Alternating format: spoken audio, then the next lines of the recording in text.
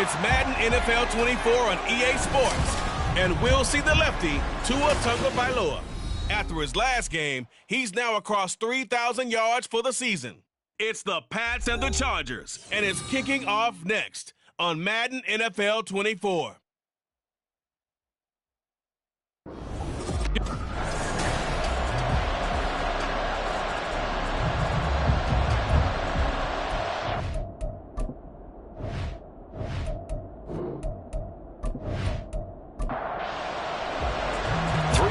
Of the NFL season are complete. What lurks in our final month? We're underway in Week 14.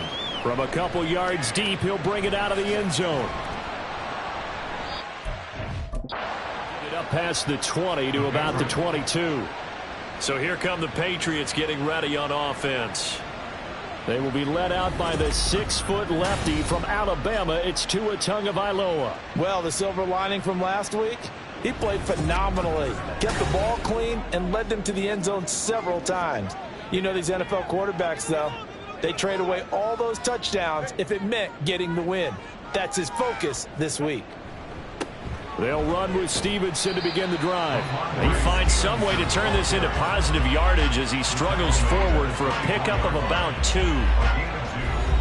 The rushing numbers for Stevenson from last week: 16 carries, 73 yards. They put a lot of effort into game playing and establishing this ground game last week, and the reward was a nice day rushing the ball. Helped them put a balanced offense out on the field.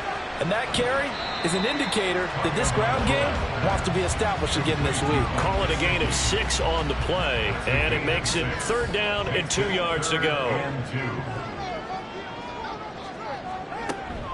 They'll try and run for the first with Stevenson. And he'll get it up to the 33-yard line. Just to pick up a 3, but that is indeed enough. Didn't get it by much, but bottom line got the first down. Avoiding that 3 and out. How vital is that on the first drive? To me, it's like the first round of a boxing match. You know, it may not mean much right then and there, but you'd rather not lose it, right? So you want to go ahead and get it, kind of establish something early, and hope it can carry through. 5 yards on the carry. Good pickup on first down. Ball on the 39. Here's 2nd down and 5. They run once more with Stevenson. And not much room to speak of. They'll get about 3 up to the 41. Just not a whole lot of room to operate there on that carry. No, not at all. They did a really nice job staying in their proper places and not allowing any lanes to open up. And he brings this up to the 46. Good enough for the first. 5 yards on the play there as the drive will continue. They did tell us they wanted to establish the ground game early, didn't they? They did, in a small sample size that we've seen so far, but pretty good return. Yeah, you got to like that. They've strung together a couple of first downs, established what they wanted, the running game. And guess what? They also got the lead guy running it pretty well, too. Second down and 4.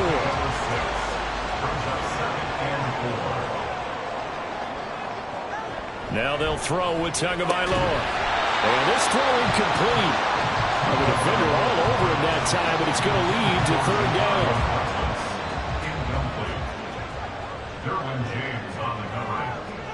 Looking to pass. Tua. He had a man open, but he missed him, and it's incomplete. They converted twice on third down that drive already, but couldn't make it a third. We always talk about in-game adjustments. How about what the defense did there, able to shut them down on that attempt? Yeah, last week in the loss, 5 punts as he gets this one away. And this one hits at the 1, continues on into the end zone for a touchback. So here's the Charger offense making their way out. And leading them out, their signal caller, now in his 4th season in the NFL. And he's had a great season so far throwing the football. Very likely could go over 4,000 yards with a good performance here. And even in an age of passing first, that is no small accomplishment. They'll try and start this drive in the air. And his throw is going to be incomplete. Garrett Wilson, the intended receiver. And they'll bring up second down. But you look at this Patriots defense. Now, they've been a very good unit against the pass, defending at 5th best in the league. And I'm struggling a little bit trying to really categorize this crew. They're top 10 in the league against the pass, but the bottom half of the league in sacking the quarterback. That doesn't make sense. Imagine if this group ever put pressure on the QB, it'd easily move into the top 5. He's got his target. That's complete. Now inside the 25, Jamison Williams. And all the way in for a Charger touchdown. Jamison Williams, his 5th touchdown now on the year. And the Chargers will jump on top with the game's first score here this afternoon. They said that they wanted to get him involved early, and what a way to cap their opening drive, Charles. We know he's one of the fastest receivers in the NFL, and he showcased it on that play. And when you have a guy like that, you want to make sure the defense sees him early, right? You want to see how they're going to adjust, how they're going to try and guard him, because they can't replicate his speed in practice unless they've got one of the few guys who are as fast as he is. And all it took was one drive. He burned them, and I don't think it's the last time they call his number in this one. And no alley to be found. The coverage was solid, and he's dropped at the 18. The Patriot offense heading back out as we take a look at the playoff picture in the AFC. And I tell you, 4 weeks still to go, and everything is wide open, and it's fun. And I know we always talk about, well, if the playoffs were to begin today, and then we kind of go, okay, but they're not. Let's see how it plays out. Wouldn't it be fun to play with this playoff lineup right now?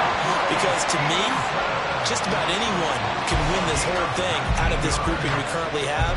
And by the time we get there, it may look entirely different. Setting to throw on first down is Tua. Throwing quickly there, but it's incomplete. Well, anytime he reads man coverage, I don't think it's going to be the only time he'll try and hit that route to the outside in this game. He'll test the perimeter, but that time, they were up to the challenge. And he'll take this one for about 4 up to the 40. That second down play call was not to pick up the first down. It was to accomplish what they did to get them into a manageable third down because they had incompletion on first down, so they were behind the sticks, so to speak. They needed to make up some ground, and they did. That is caught. And he's brought to the ground with another first down at the Chargers' 44-yard line. A sizable 16-yard chunk there. The drive continues. That's a play that will likely be forgotten when you talk about big moments in this game. But plays like this are critical to keep drives going. And if points result, we'll call this play significant.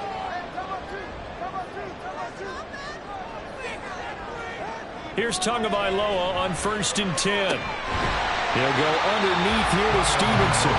It'll go as a gain of 4, and it's second down. A gain of 4. It's now 2nd and 6 at the Chargers' 40-yard line. Here's Tua. This ball complete to Trey Palmer. First catch for him on the afternoon, and it results in a first down. That's a cover. Patriots, first down. 1st and 10 at the 33-yard line. Going to the air, Tagovailoa. And he's got his man on the out route. And he's going to get this down near the 20-yard line. The Patriot passing game is rolling. They've got another first down. And again, it's Tagovailoa. And he takes a shot on the release as this will be incomplete.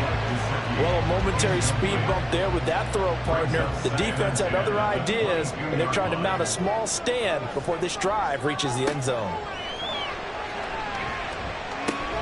Here's a pass swung out left to his running back. And he'll go out of bounds in the red zone just inside the 20. He'll get only 3 there, so it leaves him with a 3rd and 7 ahead. 3rd and 7. Tua sets up to pass it. Touchdown, Patriots! Ramondre Stevenson from 19 yards away. And the Patriots are an extra point away from drawing level. Getting your back involved, what's the importance there in the passing game? Well, oftentimes you can create mismatches because who's going to cover him? And you get him into space, which is where he likes to operate with the ball in his hands. Oftentimes makes people miss, gets that run after the catch, and off he goes. And into the end zone. Extra point by Sly is up and good. And we are tied at 7. A 10-play drive that time. And it ends with a New England touchdown. So all even at 7 now as they kick it away. And it'll come out to the 25 as he will not attempt a return. Jamison Williams out onto the field as his guys take over on offense. Well, he's within shouting distance of a 1,000-yard season. Going to need a pretty good finish, though, if he wants to reach that mark. Well, I like how you phrased it, partner. He is within shouting distance. If he stays on this pace, he's got a shot at it. But he needs a big game in there, right, to make sure that he gets it. So you know that during the week, in practice, and look, he asks for the ball all the time anyway. He's really going to ask for the ball and let his quarterback know he's open. The numbers for him from a week ago: 7 catches, 66 yards. And they get him down, but not before he takes it across the 40-yard line. And that put him over 1,000 yards for the season. And the benchmark for running backs, 1,000 yards. The same for receivers. When you have that kind of a year, you've had a monster one. To the 43, second down. The Chargers at 7-5 now in the year. They were losers their last time out. Trying to get back in the win column, but obviously not an easy task here in a hostile environment. Yeah, always tough to win away from home. But sometimes what you do is you use these types of games as bonding experiences and carry that into the contest. The result, only 4 yards there on the play. And they're going to have a 3rd down.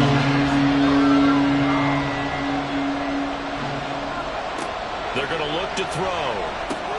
Screenplay, here's Etienne. The ball comes out, but this will fortunately wind up out of bounds. You can almost see inside his face mask there the look of relief. He coughed it up, but it goes out of bounds. They keep it. Someone carrying around the lucky horseshoe, aren't they? If I were him, I'd go out and play the lottery after that one. A very fortunate man. And they're operating in plus territory here. They're thinking points. Definitely don't want to lose the football at this juncture. Now left side on the swing pass. So give him 5 yards there on the pitch and catch, and it'll be second down. And at his size, he's a smaller back. You can get him the football. He can kind of get lost, make someone miss. It's good for him. Yeah, it's great for him. I like what you said there. Sometimes he gets lost in the traffic a little bit, but get him out in the open field into some space. That plays to his strengths the best and keeps him out of it where all the big boys are, you know, make someone miss in the open field.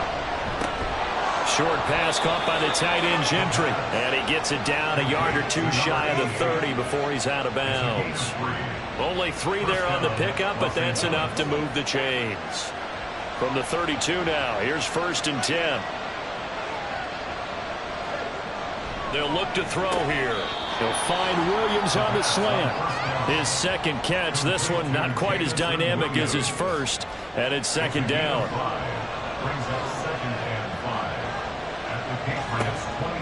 They'll set up to throw. And a quick throw here. That's complete. A 5-yard pass on the heels of a 5-yard run. Good enough for the first. These two teams all tied after one. Charger football to start quarter number 2 as they've got it with a 1st and 10.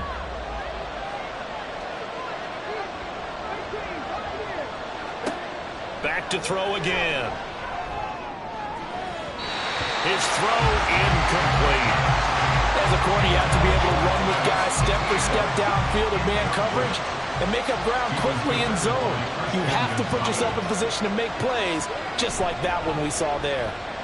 Steps away. And he'll take it down here just shy of the 15 at the 16-yard line. 6 yards there off the scramble, but it'll still leave him with a 3rd down. They'll look to throw. He has a man. It's complete to Wilson. And he'll be taken down, but he does have 1st down yardage. It goes as a gain of 8, and it moves the chains. And that one was a lot of fun right there because that was the game within the game.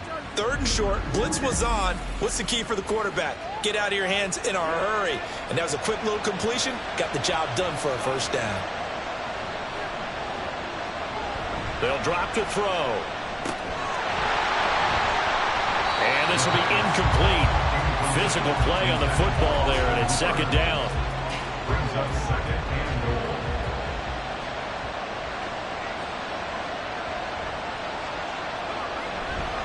Back to the ground with ETN.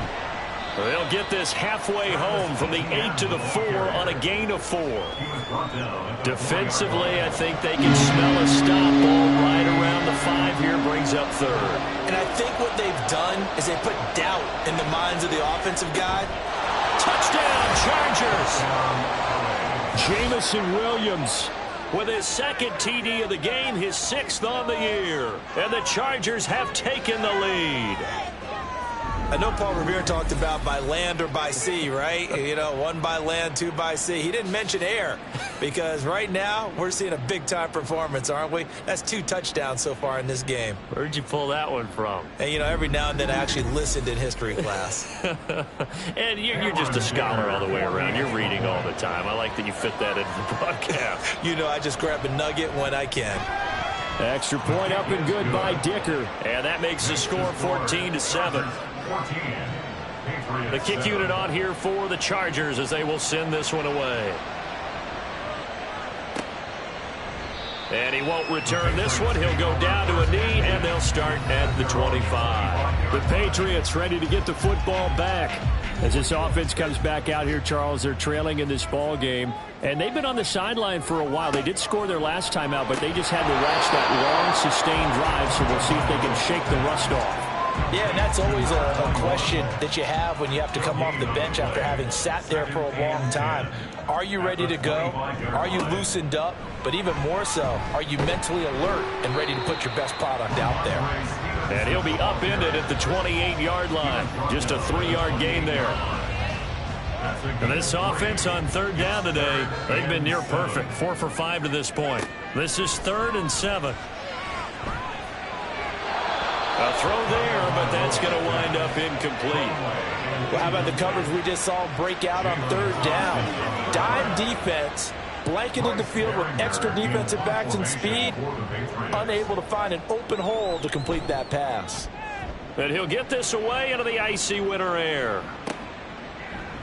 Wiggles free.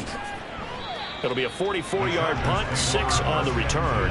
And it'll be Charger football here as they take over. Line of scrimmage, the 31 now on 1st and 10. They'll come out throwing here to start the drive. Throw over the middle, he finds Williams. This will be stopped about 2 yards shy of the marker. 8-yard gain, 2nd and 2. 2 yards to go, 2nd down. At the 39-yard line. A give running right, Etienne. And he'll be brought down right at the 45-yard line. 6 yards the pickup, and that's a first down. 2nd and 2 is prime time for a little bit of a gamble, isn't it? Open up the playbook, go play action, toss that bad boy deep. But in this situation, go ahead and give it to your back. Let him pick up a first down. Keep the sticks moving. Throwing on first down, but this one winds up to be incomplete. Well, that's a defensive coordinator's got to be happy with that result. They took away all options downfield and forced the incompletion. On 2nd down, a run with Etienne. And he'll take it across the 50 and into New England territory. That'll leave them with a 3rd and 2 coming up. They got 8 yards there.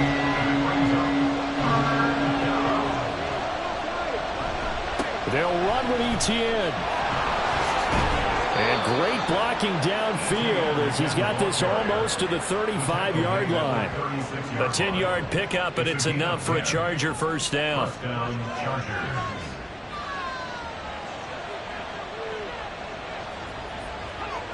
He'll look to throw. Short pass caught by the tight end Gentry. A good gain of 9 before he's brought down at the 28. Nice rhythm throw there on first down. He located his tight end, made it a nice easy pitch and catch. Hoping he can break a tackle or two. Wasn't able to do that there, but still good yardage.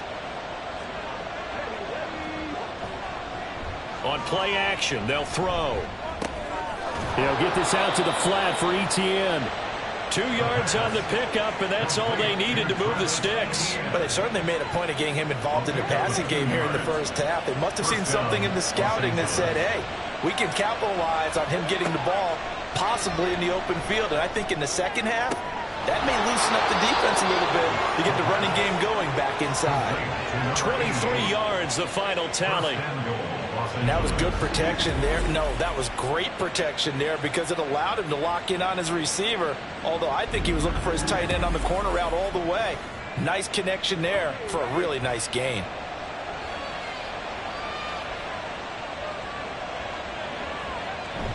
Eckler is not going anywhere. He'll be hit and dropped for no gain at the 2-yard line.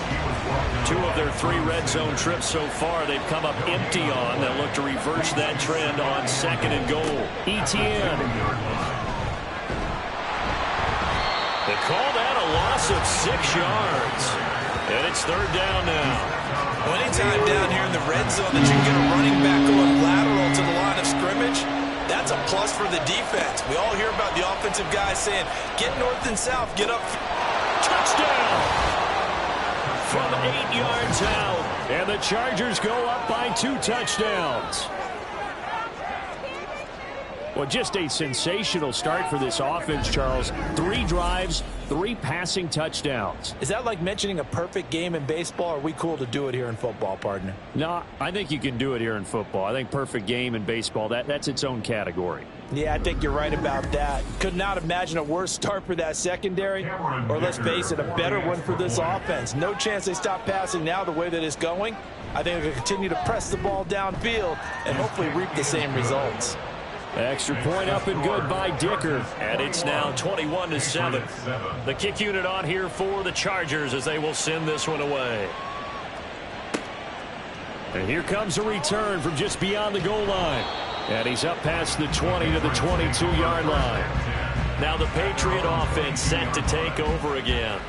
And Charles, a very uninspired effort the last time we saw them out there was a quick 3-and-out, then they punted the football. Yeah, and you never want to get stopped so soundly during a series, but what would be even worse now is letting it happen again right here. They've got to get going. And the drive starts with a carry by Stevenson. And he'll get this just across the 25-yard line. Well, it's time for them to be good teammates right here. What I mean by that is possess the ball for a little while. Get at least 2 first downs. Give their defense a chance to settle down a little bit after they give up a touchdown. On 2nd down, Tua. It's a short one here, complete to the tight end. That was an okay hook up there with his tight end, but unfortunately, they didn't get the kind of yards they had hoped for. That's going to bring up 3rd down.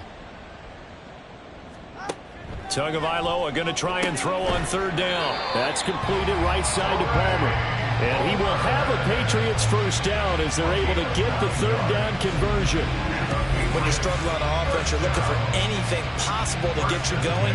Sometimes you do it like basketball teams that don't normally press. You put a press on, bring people to life, make them move a little bit quicker. Maybe that'll help them as they head towards the half. Tua now on first down. Now throw right side here, going to be incomplete. Some of the fans here don't seem too happy about what we've seen in this first half. No, not at all, and I understand why. They've looked lethargic, out of sync, and it shows on the scoreboard. Tua wants to throw it on second down. On the right side, open is Gesicki. And he'll be taken down, but not before he works it past the 50. 60 catches for him now on the year. This last one, a first down. First and 10 at the 47. Again, they will throw it with Tagovailoa. Throw left side, taken in by Palmer. And he'll go out of bounds right around the 40. They'll come up on a 2nd and 4 now from the 40-yard line. It's a pickup of 6. Brings up 2nd and They'll try the left side with Stevenson. And nothing doing. He's immediately taken down at the line of scrimmage. No gain on the play as we have reached the 2-minute warning. It's now 3rd and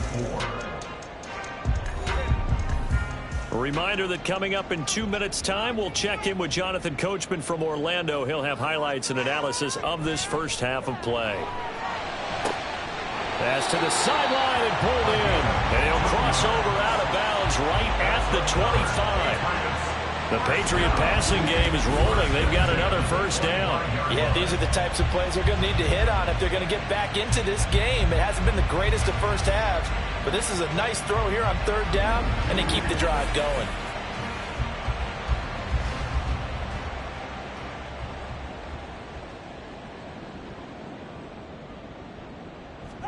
Tua now on first down. And his throw here is incomplete.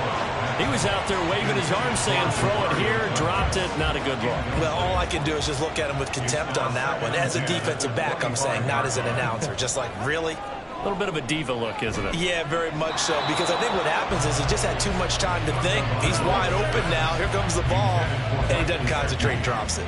This offense was on the move. Now 2 straight incompletions have them looking at 3rd and 10. Now Tua. And now another one thrown incomplete. So 2 third down conversions on this drive, but not able to get a third, and now they deal with 4th down. Field goal unit and Joey Sly now. From the left hash, it's a 42-yard attempt. Sly able to put this one through. And that will get the disadvantage now back down to 11. So the 3 points there, CD, that helps them inch a bit closer.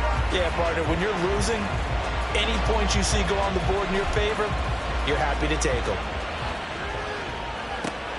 Taken at the goal line. Powering his way forward. And he'll be tackled just shy of the 25. And the LA offense ready for this next possession. Right now, everything they touch turns to gold. This is their 4th possession. Touchdowns on their first 3 possessions. I mean, this defense, they can't seem to stop them. It's like they're on skates. Great analogy, Brandon, because they are pushing them back and winning everything at the line of scrimmage. They've just been laying down tracks towards the opposite end zone. So, to themselves, all they're saying is, if we don't make a mistake, there's no way they can stop us. 2nd and 10.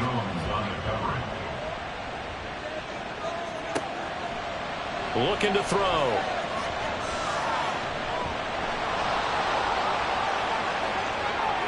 Now he's loose again. Big yardage there on the scramble. It gets him a first down.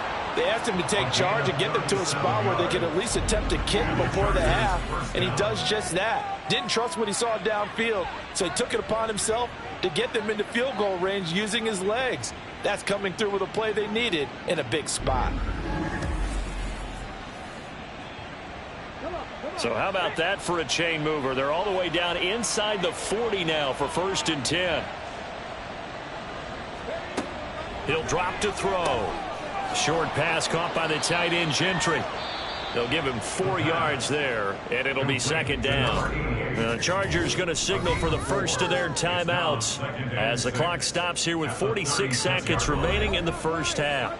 They'll work from the 36 on 2nd and 6. He'll look to throw. Toward the sideline, and look at that catch. Dragging the toes, and that's going to be a first down. Well done. 19 yards to pick up there. Move the chains. So from the 17 now, here's a 1st and 10. Back to throw here. And he's got his man in stride, complete. Now the Chargers will use the second of their timeouts. So that means they're down to 1 remaining here as we head toward halftime. He's got it. And the Chargers are going to have a 1st and goal coming up as the tackle made at the 3-yard line. And with just 4 seconds left in this first half, a timeout call. So with 4 seconds to go in the half, here's the field goal unit onto the field. From the left hash, he'll have to cut this at a tight angle. And his kick is right there. It's good.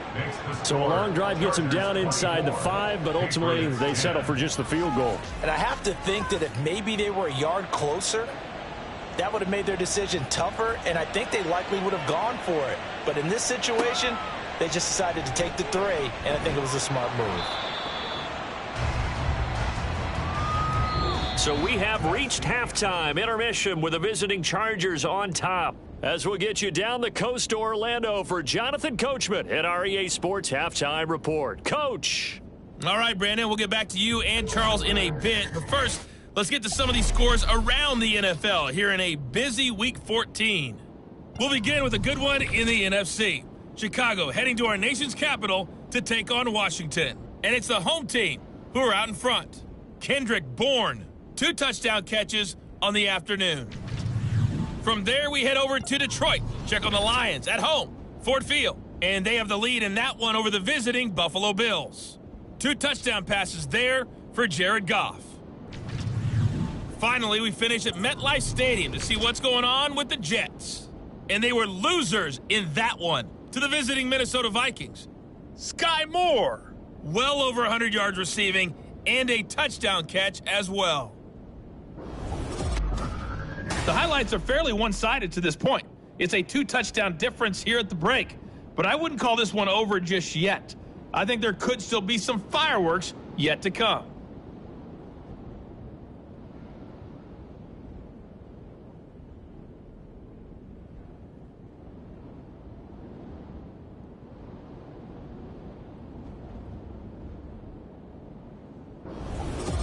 Okay, Coach, thanks as always to you and the gang in Orlando as we welcome everyone back in for quarter number 3.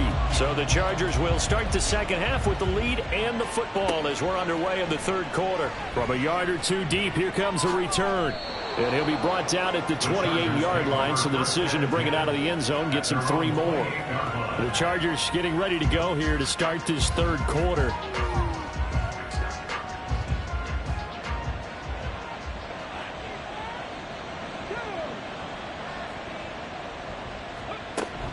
Second half starts with a run by Etienne. And nothing much materializing there on the first down run. He'll get a couple, and that's it. Brandon, one thing about blitzes, they really confuse offensive linemen at times, and what you have to do is lock in on the guy right in front of you. If you don't, you saw the end result. Defensive tackle ended up making the play. And they're going to have this across midfield and inside the 45. 27 yards there, a first down. And now we get into the psychology of the whole thing, because a lot of teams with a 2-score lead in the third quarter, they almost become defensive with their offense, just playing not to lose. I think with this team, you got to figure at this point, this is a great spot for them to go into attack mode, really try and put the hammer down and finish this one off. On 1st and 10, it's Etienne. Flash the stick skills on that run, but then stop shy of the 35. It's a 7-yard carry to set them up with a 2nd and 3. Brings up 2nd and 3. The play action fake. They'll look to throw. Wilson's got it on the crossing route. And he's got another first down as the tackle's going to be made at the Patriots' 20-yard line. Just his second catch of the game so far. This one moves the chains. A bit of a catch for him to remember. That's number 400 for his NFL career. Not a bad number at all. They'll look to throw here on first down. That pass caught. It's Williams. And the Chargers are going to have a first and goal coming up as the tackle made at the 3-yard line. Just picking up yardage in bunches here these last few plays. They have moved right down the field, and just like that, they're going to be set up with a first and goal. And this is caught. He's got it. Touchdown, L.A. From 3 yards out. And the Chargers take the opening kickoff of the third quarter and drive right down the field to extend their lead. That drive that really increased their cushion felt very military to me. Very precise, methodical. That's one of the words you've taught me. And they just got it done. And slowly but surely now starting to pull away a little bit. Things looking good for them here in the third quarter. Not only pulling away, but you mentioned that slowly but surely. You also drain clock, too, with a drive like that. So you really give yourself an advantage. Extra point up and good by Dicker. And the lead now to 3 touchdowns at 21. And he'll be dropped at the 21-yard line. So bringing it out of the end zone proves not a good decision. Loses him about 4 yards. The Pats at the line ready to go. And their halftime hole now even deeper. And they need a big drive here just to answer the first touchdown of the second half scored against them. They were down at the half. Now, as you mentioned, they're down a little bit bigger, but no time for discouragement. Just got to get back to it, right? Put your shoulder against the boulder and start pushing and try and get back to where you were to start the half. Setting to throw on first down is Tua. Now a short one to Gesicki. And he's able to get this one out closer to midfield across the 45. From the 46, here's 2nd and 5. A gain of 5 brings up 2nd and 5. A give for Stevenson, running right. And a gain of 4 gets him right to the midfield stripe. When you find that kind of yardage, you couldn't be more confident as a ball carrier. And guess what? You're going to go back and tell your offensive coordinator, I'd like to keep carrying it, thank you.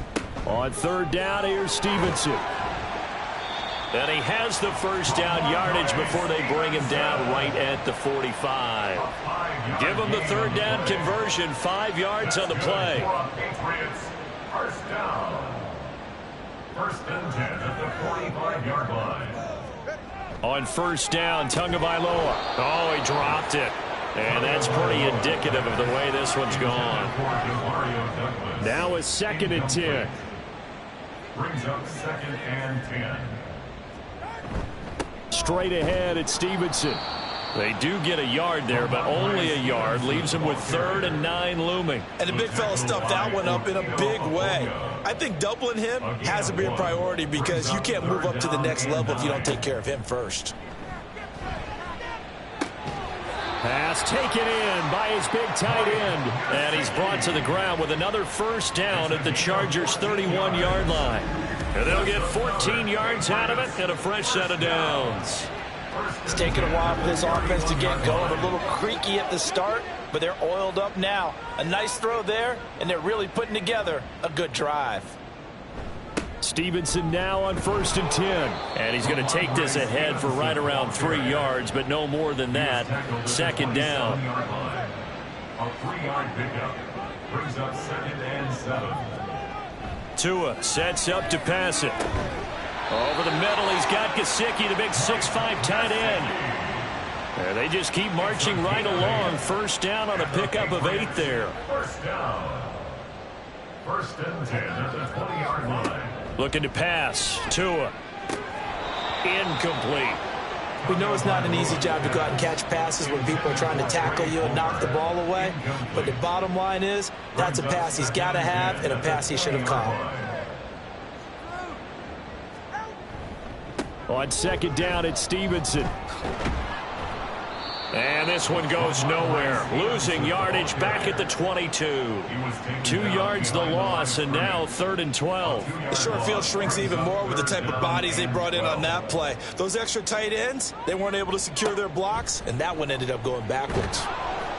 Under pressure, and he'll go down. Back at the 26-yard line. Will Anderson racking up sack number 12 for him on the year. Field goal unit and Joey Sly now. He hit his first. Now this from 43. Sly able to put this one through. And the deficit drops now from 21 down to 18. So they get 3, certainly hoping for 6 after a 13-play drive. So you console yourself on defense by saying you did your job, right? If they go 13 plays, you only give up a field goal, you did a nice job there. But here's the other part. 13 plays, you don't force any mistakes, you don't take the ball away. Maybe that's the way they should look at it. Now out comes their leader and the captain of this offense back onto the field. Really solid effort for him right now. Third quarter, already 4 touchdown passes. How many can he get here? That remains to be seen, but I know one thing, you and I will be here to watch. And I'm not going anywhere. With what he's doing in this contest, I'm not missing a minute of it. This guy's been spectacular. Yeah, I mean, it's a team game, but sometimes these individual performances are fun to watch. Yeah, sometimes they just kind of come to the front, despite the fact, as you said, we know it's all about the team. But the way he's playing, he's trying to make his team win on his back. Yeah, it's been exciting. And he'll get this up to about the 40. 5 yards is the tally on first down. That brings up 2nd and 5. ETN once more. Oh, he breaks a tackle, and he's got an alley. And he'll be taken down across the 50 at the 45 in enemy territory. 67 yards rushing on 12 carries for him now. So into Pat's territory now. Here's 1st and 10 at the 45-yard line.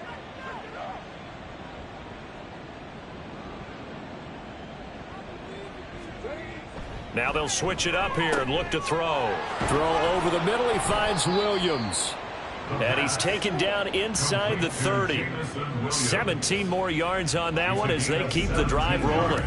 And while we may be looking at the scoreboard, this offense certainly is not, because they're showing no signs of backing down, even with a 3-score lead here in the third quarter. I think they keep taking their shots. They've seen blown leads happen throughout this league.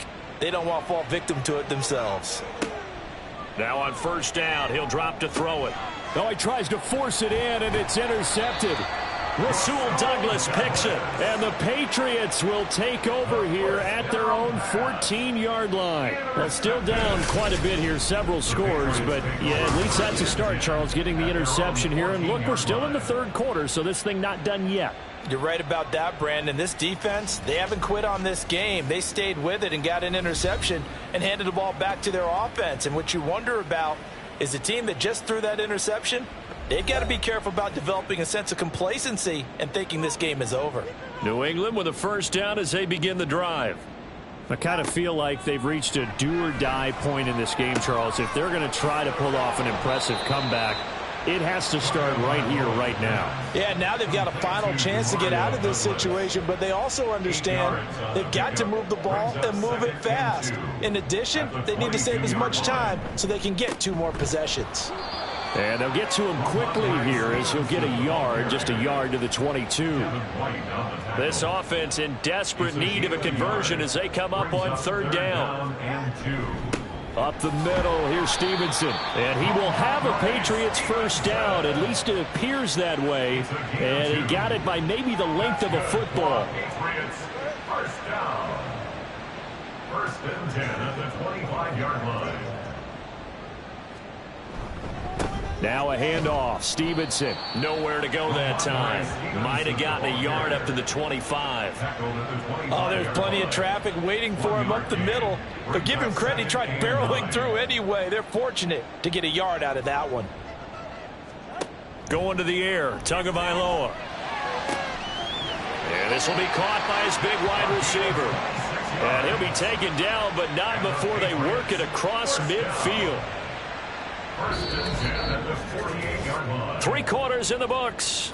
You're watching the NFL on EA Sports. Back now in Foxborough.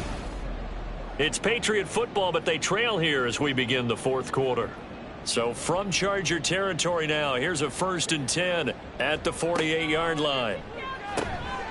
Now a throw here to his running back. And that's good for a gain of 6, and that'll bring up 2nd down. You got the big lead defensively.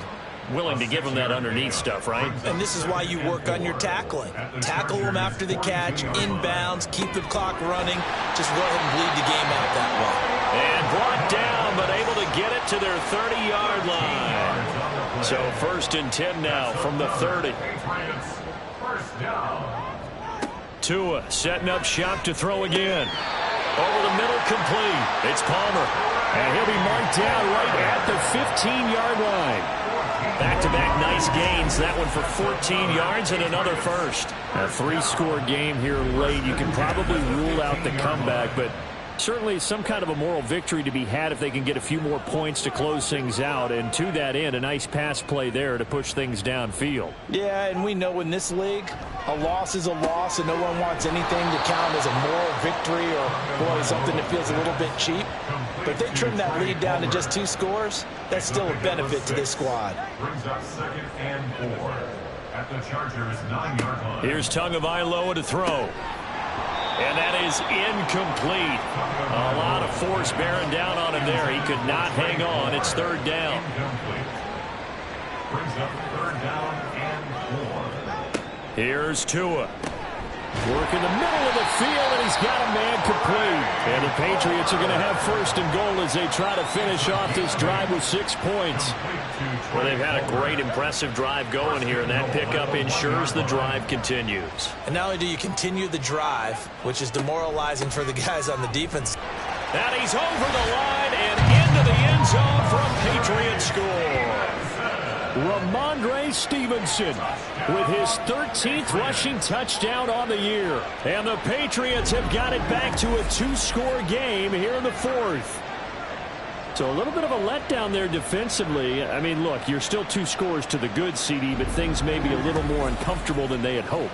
Yeah, if you kept them out of the end zone there, this game's over. You've locked the door on them. Instead, it's still open a little bit, and they've got a puncher's chance.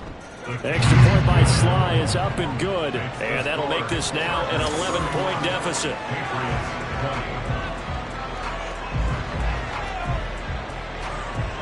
The kicking unit out for the Patriots as they send this one away. From a couple yards deep, he'll bring it out of the end zone. And he returns this to the 22. Jamison Williams out onto the field as his guys take over on offense. Seems like the measuring stick for a receiver for a great game is 100 yards. Well, he's well past that now. And as we analyze how he's getting him, that's where it really becomes fun because, let's face it, they keep sending coverage at him, keep trying to put the pressure on, yet he finds ways downfield and finds openings. That's a really crafty receiver. 73 yards rushing for him now in the ball game. Ball on the 28-yard line. Here's a 2nd down and 4. Another tote for Etienne. And he'll get it up near the 35, right at the 34 here. Another 6-yard carry, same as last play. 1st down. At carries like that, that's how they're going to continue to salt this thing away here, Charles, in the 4th quarter. Yeah, how about that? A new set of downs. Clock continues to move. No better way to close out a game than to tap those mastodons you have up front and say, guys, keep pounding them. Let's keep the ball, keep their offense on the sidelines, and let's close this one out. Pass interference. Defense. So they'll, of course, decline the pass interference there and wisely take the yardage. And I think defensively he's saying, I was getting away with that in the first half. Why are you making that call now? But to me, that one was pretty easy to see. I don't understand what he's upset about. I think it was the correct call. And they'll get him down as he's inside the 40. 11 more on that one and another 1st down. And the Chargers 1st down. Out of the gun, they'll look to throw. He's going to let this go. Back of the end zone. He's got his man. It's caught. Touchdown, Chargers. Garrett Wilson, 39 yards. And the Chargers look like they're going to get back in the win column as they extend their lead here in this 4th quarter. So that drive there, CD, a good response, and that might be the one that gets them to the finish line, a comfortable lead. Yeah, and that's all about not letting the team back into it. And we remember, of course, all scoring plays need to be verified upstairs, and I think they're going to at least take a look at this. They're taking a peek at whether or not those feet were in bounds, and obviously a big call here in the end zone. And not just the feet. How about the hands? How's the ball possessed while the feet are hopefully getting down in bounds? That's what they're trying to look at to see if it all comes together. So they called it a touchdown originally, and this will stay a touchdown after the video review, so they had it right. Extra point up and good by Dicker, and the lead is up to 18 now. The kick unit on here for the Chargers as they will send this one away.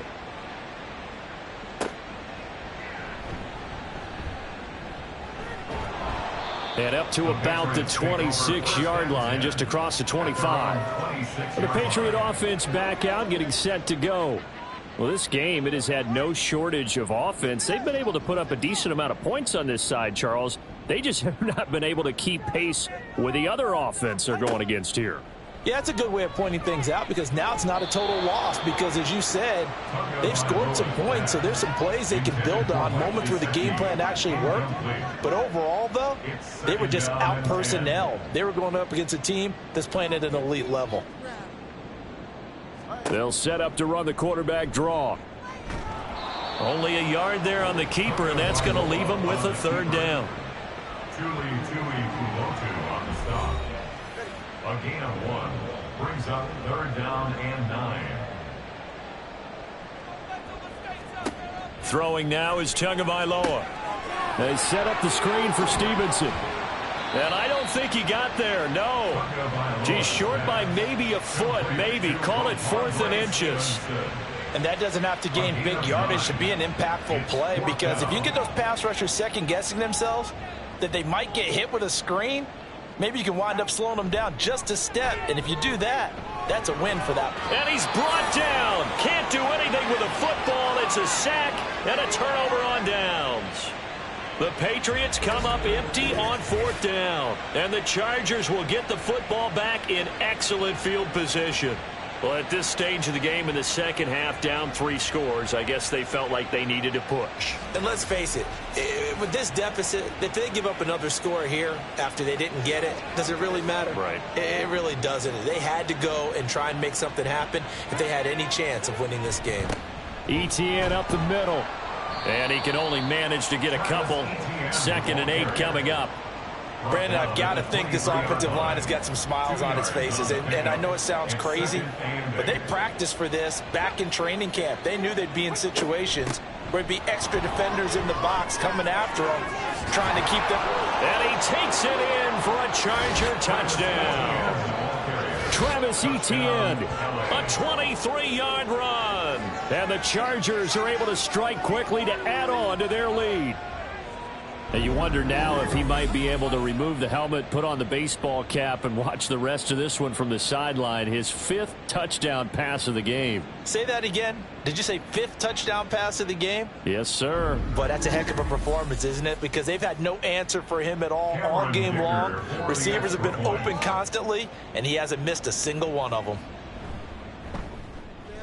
Extra point up and good by Dicker. And they open the lead up now to 25. Out is the kickoff unit as they run up and send this one away.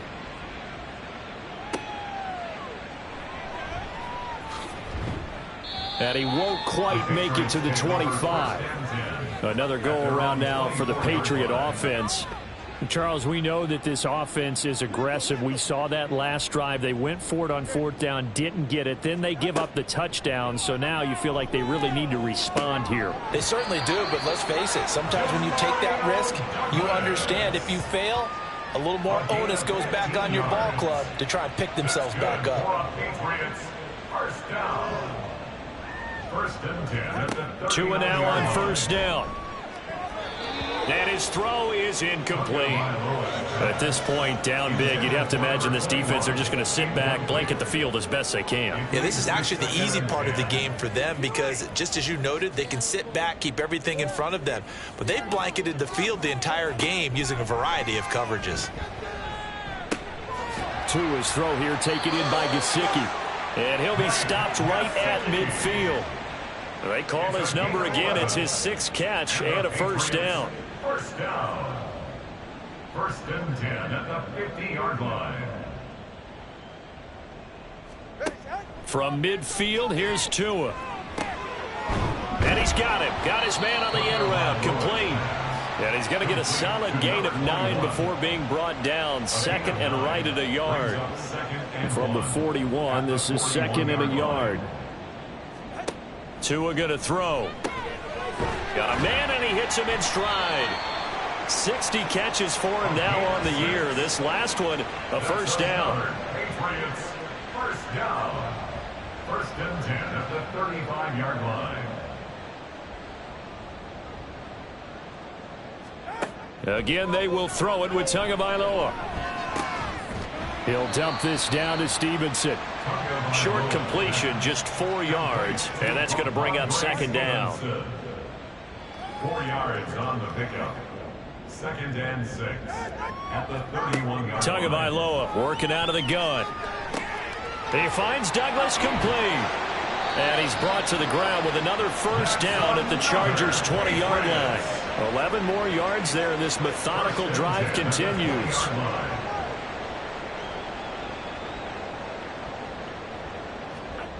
Tua now on first down. He'll get this to his tight end, Gesicki. And he's only going to get a yard from the 20 to the 19. A minimal gain there on the 8th play of the drive. Just 2 minutes remaining here in the fourth quarter of what has been a one-sided affair. Now second and 9. Tua to throw again. And they're going to get him. He's sacked back around the 28. Jeffrey Simmons. He's the one that got home and takes him down for a loss of 9. We all know he's one of the better quarterbacks in the league, but definitely not today. His team trailing by multiple touchdowns and a late sack. Just a parting gift from the defense for him to take back to the locker room with him. An extra defensive back on the field for the Chargers now on third down. Now Tua. Throw out wide is incomplete.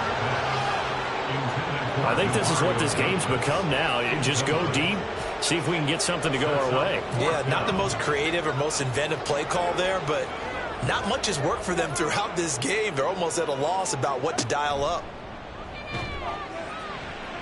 Now on fourth down here, that pass knocked away and incomplete. They had to go for it with such little time remaining, and this 11-play drive is going to lead to nothing on the scoreboard.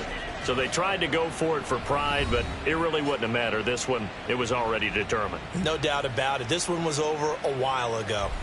Here's the Los Angeles offense as they get set to take possession. Now they are really in the driver's seat here, enjoying this lead late in the fourth quarter. The defense does have all 3 timeouts, but at this point, doesn't look like it's going to matter much. Officially, it's a 1-yard loss. That's going to bring up second and 11. Historically, this is such a tough, loud venue, but you can hear a pin drop right now. A lot of fans long gone, not used to seeing a lopsided score like this. On second down, ETN once more. And they get him down, but not before he takes it across the 40-yard line. 119 yards now for ETN, and he's got a first down. Well, that's a carry they have to be satisfied with. And throughout this game, they've been satisfied with what he's given them. Whenever they've needed a big run, a first down, he's the guy they've turned to. And it doesn't matter what the defense thinks.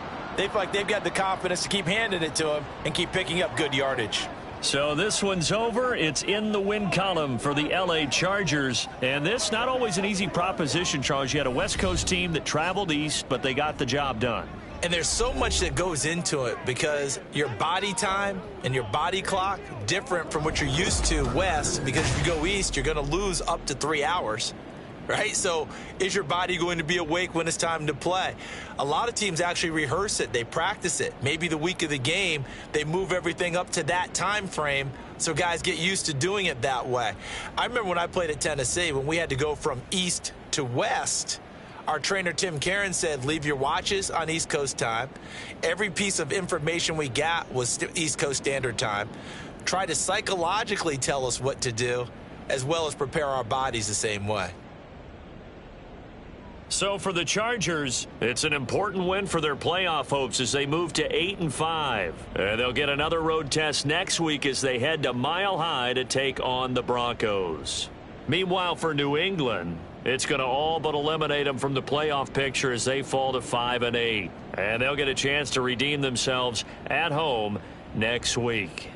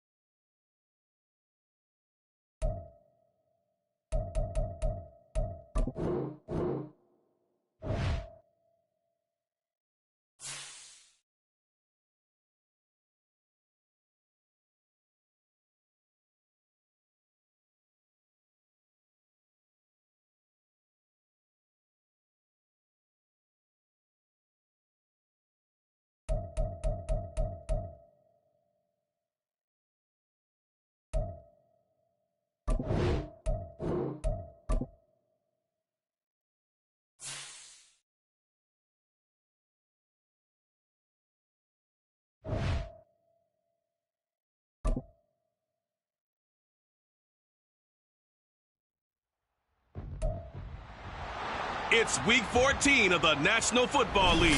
And coming up, we'll see Justin Jefferson. He rises when it matters most, and he comes in third in the NFL in touchdown receptions.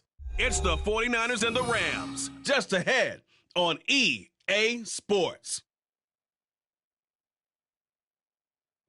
We are about 40 miles or so south of Candlestick Point at a place that first opened back in 2014 as you get a look at Levi's Stadium here in Santa Clara, California. Today it's a Week 14 matchup that should be a good one, as it'll be the Los Angeles Rams taking on the San Francisco 49ers.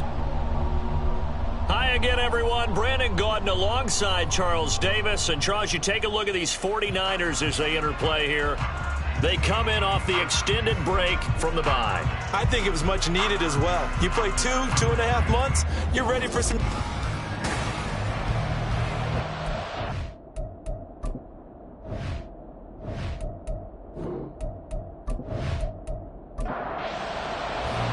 Three-quarters of the NFL season are complete. What works in our final month? We're underway in Week 14.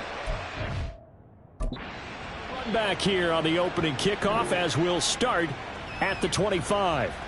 So out come the Rams now for their first possession.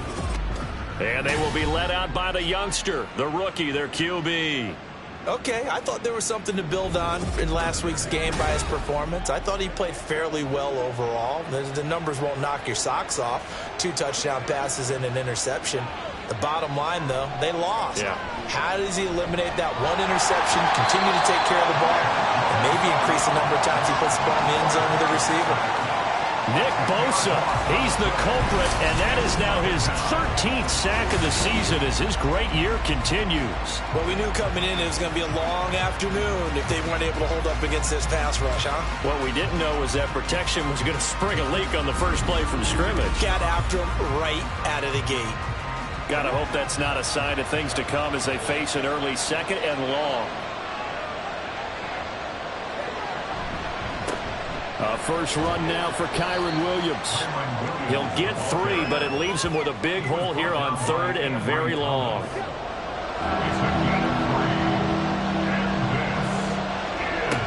Back to throw. Baker. They'll set up the screen. This is Williams.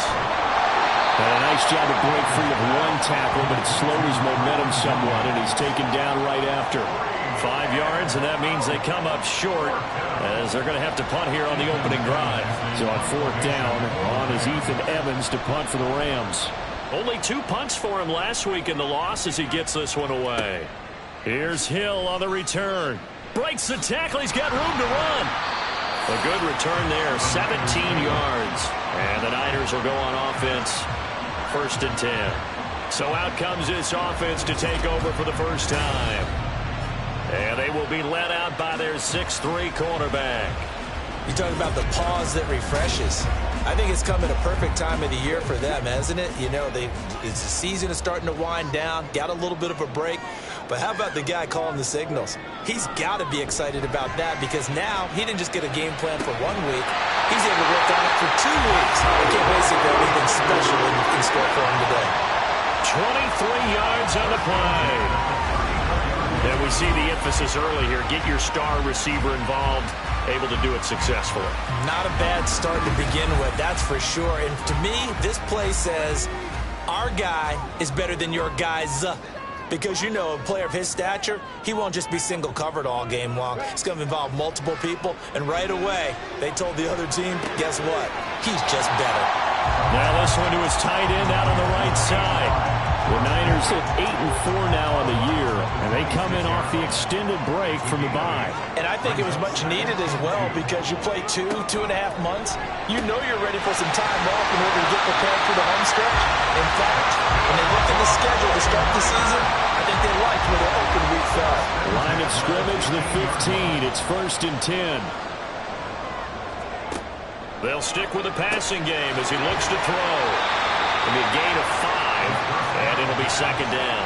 But yet another completion here on this opening drive, and he's now perfect 4 of 4 to start. Pretty solid execution here. And how about how everyone's handled their nerves? Because you know what it's like to start a ball game. You're so amped up and ready to go, and sometimes the execution isn't there. They've been flawless so far. Well drilled, well prepared, and excited to start this game. 9 yards on the play there, and it sets him up 1st and goal. Some good, strong running right there. Some power and some explosiveness just about got him into the end zone.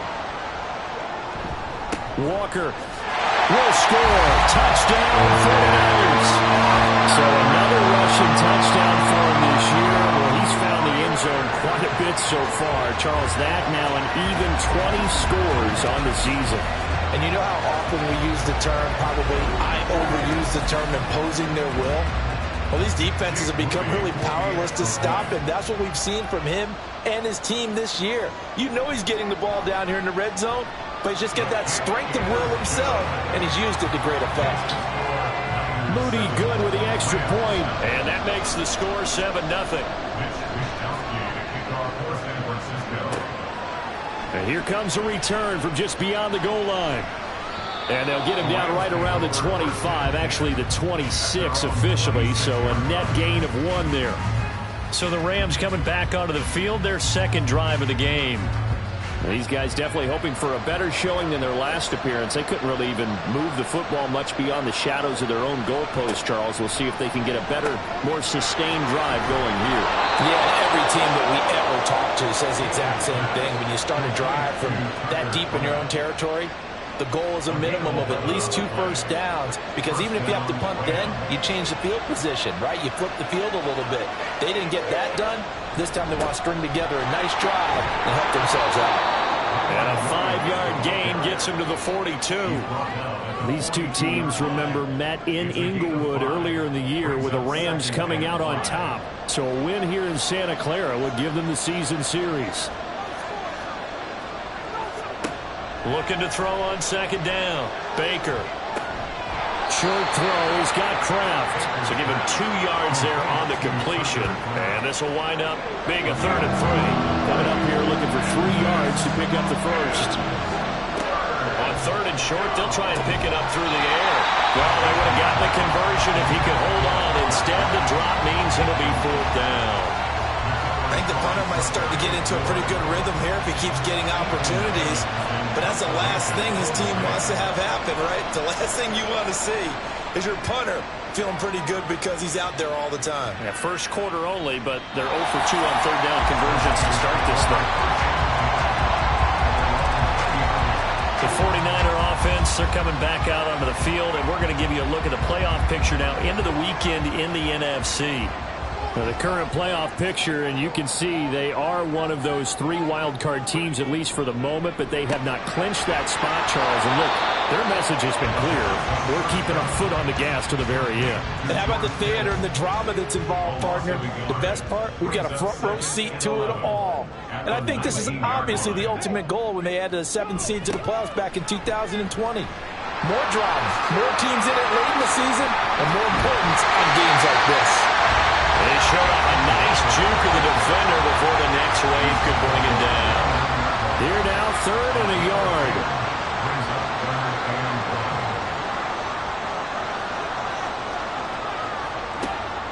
Now back to throw. That is caught. And he is going to have a Niners first down as they're able to get the 3rd down conversion. Well, as a coach, you absolutely love seeing your offense find their rhythm early, and that's exactly what we've seen so far. They had a touchdown on their opening drive, and now they connect here for another nice gain for a first down. This offense is moving the ball well, exactly as he drew it up in practice. Back to throw now on 1st down. Throw left side complete. That's Walker. And he gets this one to midfield before he's brought down. They get 10 more there, and I believe that'll be enough for another first down. It will. From the midfield stripe, they'll look to throw. Got a man, that's Ayuk. And he's going to be taken down right at the 40-yard line.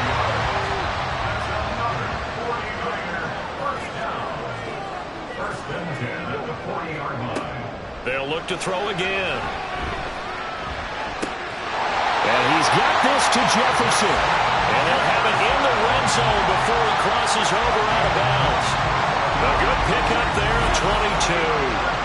Those are the kinds of plays right there that show you why he's the number 3 man in the NFL in terms of receiving yards. Also tells you there's a full combination of what he's got going in his game. You name it, from route running to catching the football. That's why he's able to produce those types of numbers. Touchdown 49ers! George Kittle with career touchdown number 70. And the 49ers have taken a 13-0 first quarter lead. Another impressive drive, so they're 2 for 2, 2 touchdowns. Charles, a great start to this ball game for them. And one of the words that's really worked its way into our lexicon is stacking. They've stacked momentum each time out, not only on offense. Between those touchdowns, defense held, forced to punt to get the ball back, and they played awfully well in this one. Both sides playing at optimum level. Moody good with the extra point. And it's now 14-0.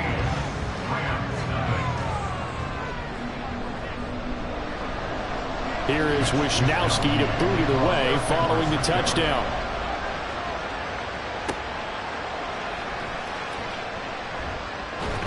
Now a hit and a loose football. So a teammate picking him up there, that was nearly disaster. And the way that you coach these things, you want to make sure you have eyes towards the return guy, because you want to make sure that the catch is secured. A lot of teams do that. They have at least one guy. Okay, you're responsible for making sure he secures the catch. He's not always the one that makes the recovery, but he can always sound out the alarm. Hey, ball's on the ground. We've got to get it back.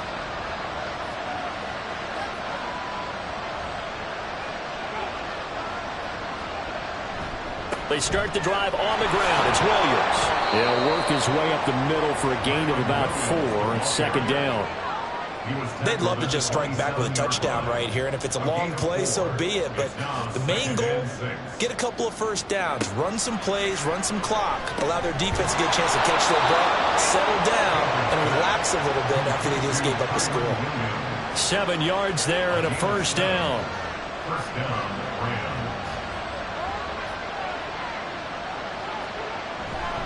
Now a first down carry. It's Williams. And he'll rumble for about 5, up close to the 40.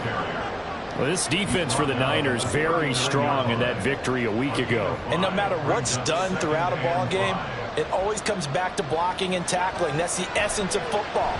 But I think it's hard for people to understand just how difficult it is to tackle, especially open field. Very few missed tackles on tape that I saw last game. This team does a nice job of getting their opponents on the ground. Here's Baker on 1st and 10. Looking middle, and it's incomplete. He was looking for Cooper Kupp there, and that'll bring up second down. You look at this Niner defense. Against the pass, they're toward the middle of the league, number 15 in the NFL. So prepping for this game, I kept asking myself the question, what's keeping this group from being top 10 in the league against the pass? And too many mistakes, especially little mistakes. And those add up into big mistakes add up into points against you. Now yet another incompletion here as they fail to connect on 3rd. Well, this first half is not going according to plan so far, offensively or even defensively for that matter. They could use a big-time spark somewhere, but it's not going to come on this drive as they have to punt this one away. And he's getting a workout here in this first quarter as he gets it away. And this is going to hit the goal line and continue on into the end zone for a touchback. The 49ers ready to set up shop again offensively. And you figure this should be a healthy, a rested, a focused unit, and they're working on a good winning streak. They had the week off last week. This is really a team, Charles, that should be in top form. I would agree absolutely with that. What coaches worry about, what organizations worry about, though, is overconfidence. They've been playing so well. Now they've got that extra time off. And we've seen teams come back off the open week and come out flat. So what a lot of good coaches do is they kind of game plan for that with their teams. On defense, they may blitz more in the beginning to get them going. On offense, they may go more up-tempo. Anything to get them out of that lethargy right at the beginning. 15 for the Niners there and a first down. 14-0 the score. This is the NFL on EA Sports. The 49ers with the football here to begin the second quarter. Back-to-back good plays have them on the move on first down. As they've got it as we resume action. Now this throw caught left side. And he takes this one down almost all the way to the 30. A good pickup there, 26 yards. Well, coaches always talk about finding balance on offense. I don't think you get much more balance than this. Big-time run, big-time pass. A 1-2 combination. Looked pretty good. How about that? Let's see if they can continue to take that kind of a punch, though. So from Rams territory now, it's 1st and 10, down at the 31. Walker now on 1st and 10. Stopped short of the 25, but that second effort got him a couple extra. Give him 5 on the carry there, and it'll be second down.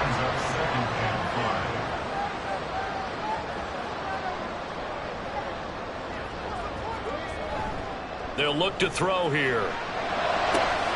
That's going to be caught. Touchdown. Brandon Ayuk with touchdown number 8 on the year. And the Niners take a 3-touchdown lead. So, Charles, that's 3 touchdowns on 3 drives, and it's just been an offensive barrage so far. Great word, partner, using barrage right there. I'm going to add another word if you don't mind. How about perfection? No surprise that they're leading right now. Absolute dominance throughout this ball game and no signs of slowing down.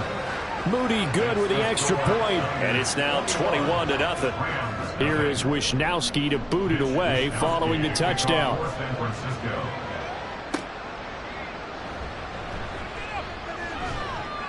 And beyond the 20, but not by much. In fact, just a yard pass there to the 21.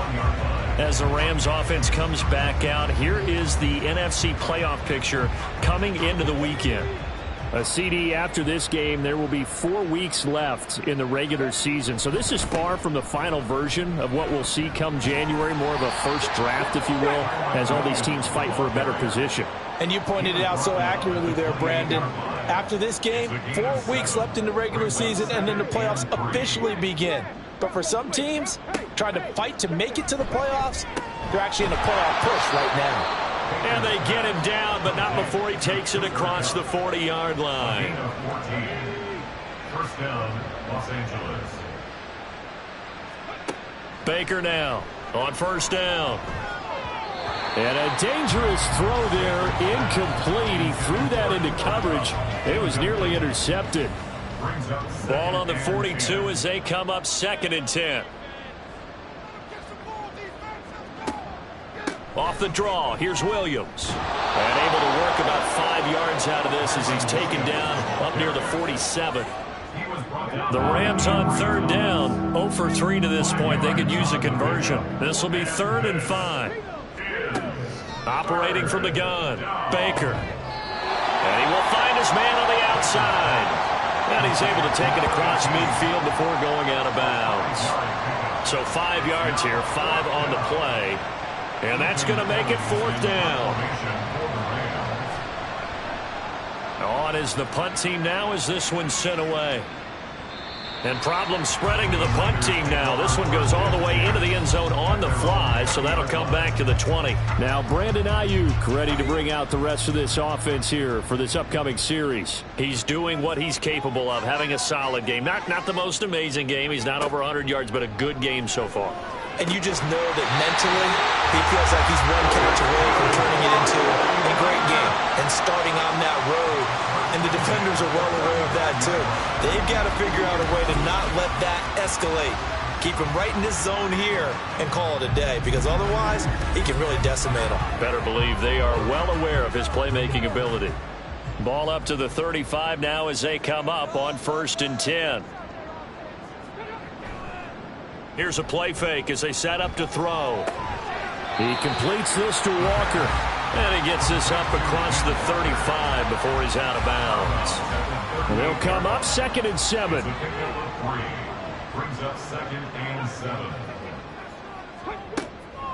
Looking to throw. Completes it to the tight end, Kittle. And he'll be taken down, but not before he gets into enemy territory.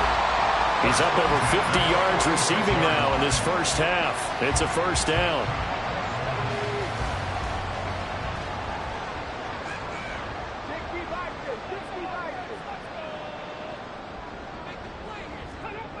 Again, he'll drop to throw. Out route to Jefferson, and he's got it. And he'll get it down here to the 43. So the completion good for just 3. And that'll make it 2nd down. At the 43-yard line. Back to throw again. Complete. Jefferson the target. He's going to go out of bounds, but he takes this one down just shy of the 20. Back-to-back receptions for him, and it's another first down. Let's make this one simple. What a catch, especially the finishing part of getting his feet in bounds, toe tapping, and of course, foot dragging. Little tapestry, if you will. Oh, I like it.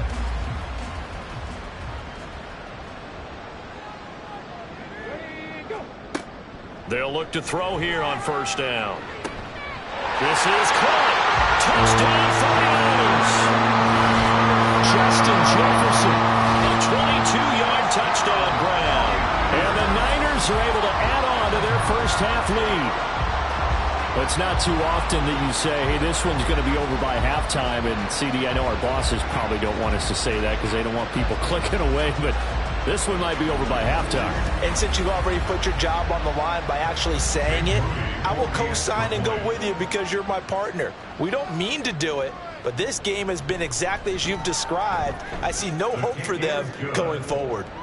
Moody good with the extra point. And that makes the score 28-0. Here is Wisnowski to boot it away following the touchdown. And he'll get it up past the 20 to about the 22. And now out on the field, here comes Los Angeles. And right now these guys, they're shuffling a little bit, maybe doubting, because 3 straight drives have ended with him punting the football away. Yeah, so you start pointing fingers at each other a little bit, asking a lot of questions. What are you seeing? What are you getting? Maybe trying to narrow down your playbook a little bit and maybe get simpler rather than more complex in order to try and fashion together a drive. 2 yards the loss, 2nd and 12. At the 19-yard line. Looking to throw. Baker. Screenplay set up for Williams. Down he goes at the 23, a pickup of 4.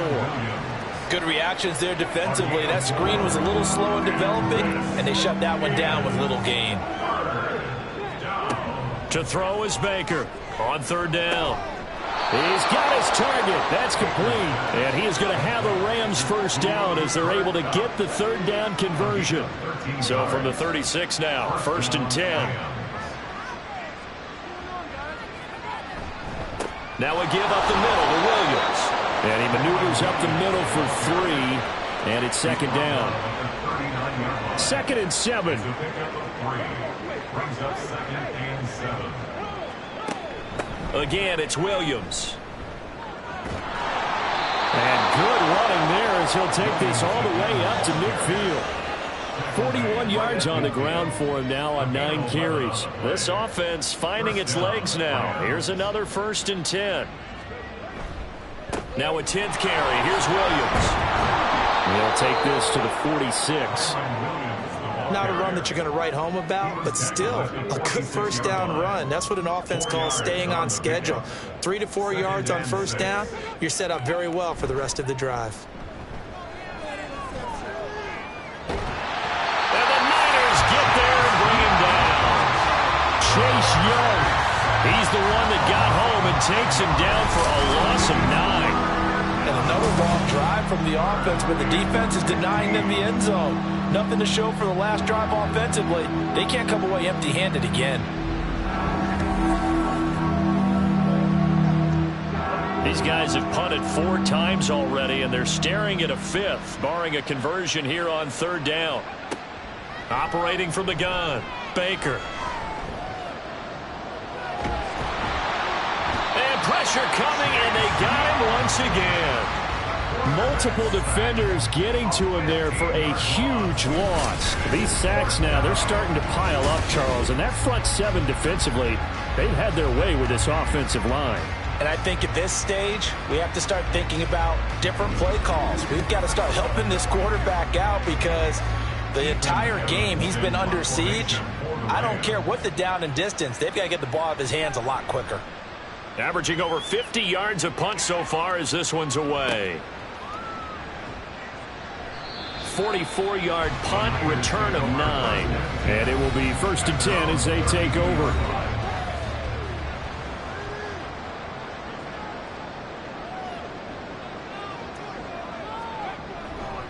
Now a play fake here on 1st down. He's got the hookup downfield to Samuel. And he'll be out of bounds just shy of the 40. A good pickup there, 26 yards. Well, that certainly has to feel good. It's not all the time that the play caller should get all the credit. Sometimes I think in the huddle, the quarterback just says, hey, who's going to make a play for me? I just need something right here. And the end result there, nice 1st down. Drive keeps moving. They go play action here on 1st down. That ball caught. Brandon Ayuk. Touchdown! Brandon Ayuk. His 2nd touchdown of the game and his 9th on the year. And the 49ers are able to strike quickly to add on to their lead. So this now 34-0 with the extra point pending. And Charles, I thought these guys might have the advantage coming in, but I didn't expect this. Well, I'm glad we're going with full transparency here because I didn't either. I thought we might be looking at a 24-20 type game, maybe 13-10 at the half. But this has been total, utter domination. Moody good with the extra point. And the route is on here in this 1st half.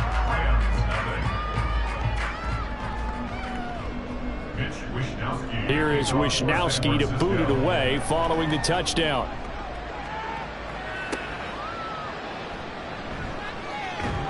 And not much happening on the return as he'll get this to about the 23.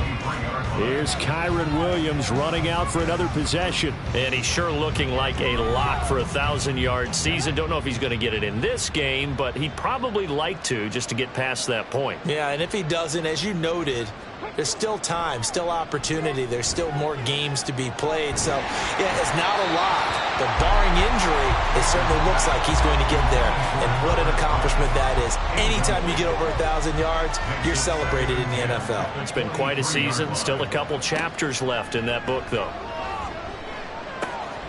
They'll get this one to Cobb complete. And he's taken down, but able to slip across the 35. They're going to need to get up and set in a hurry. Baker throwing on 1st down.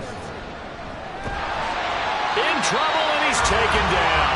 It was Eric Armstead fighting his way through that time to record the sack. So that now 4 first-half sacks. This pass rush has been unrelenting. And, partner, you hear that sound of paper being ripped to shreds?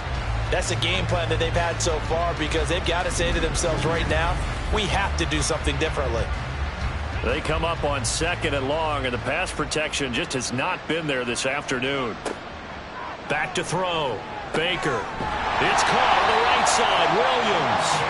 And he will lose yardage here back at the 23-yard line. Just a 1-yard loss that time, but that's not what they needed. Now they're dealing with a 3rd and long.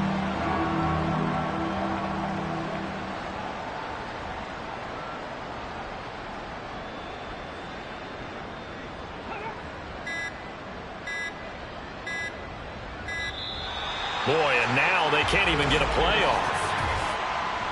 Delay of game, option. So they accept the penalty, of course, and push the offense backwards a bit. Still third down. After the delay, they're backed up even further for 3rd and long. Following the penalty, it's Williams. And they'll indeed stop him on 3rd down. And now what do you want to do with your timeouts? So we've hit halftime here in Santa Clara with the 49ers out in front. As we'll send you back over to Orlando with our EA Sports Halftime Report, here's Jonathan Coachman. All right, Brandon, we'll get back to you and Charles in a bit. But first, let's get to some of these scores around the NFL here in a busy Week 14. We'll start our tour in the entertainment capital of the world, Las Vegas, Nevada. And it's the Cardinals who have the lead as they play the second quarter. Kyler Murray has thrown a touchdown pass. From there, let's head off and check out a second game. And they were winners in that one as they take care of the visiting Chicago Bears. Kendrick Bourne leading the way with 3 touchdown catches. Finally, we head to the shores of Lake Erie. See what's going on with the Cleveland Browns. As you can see, the score there in the second quarter. The Panthers still in a dogfight, but this would be a good victory for them if they could get it.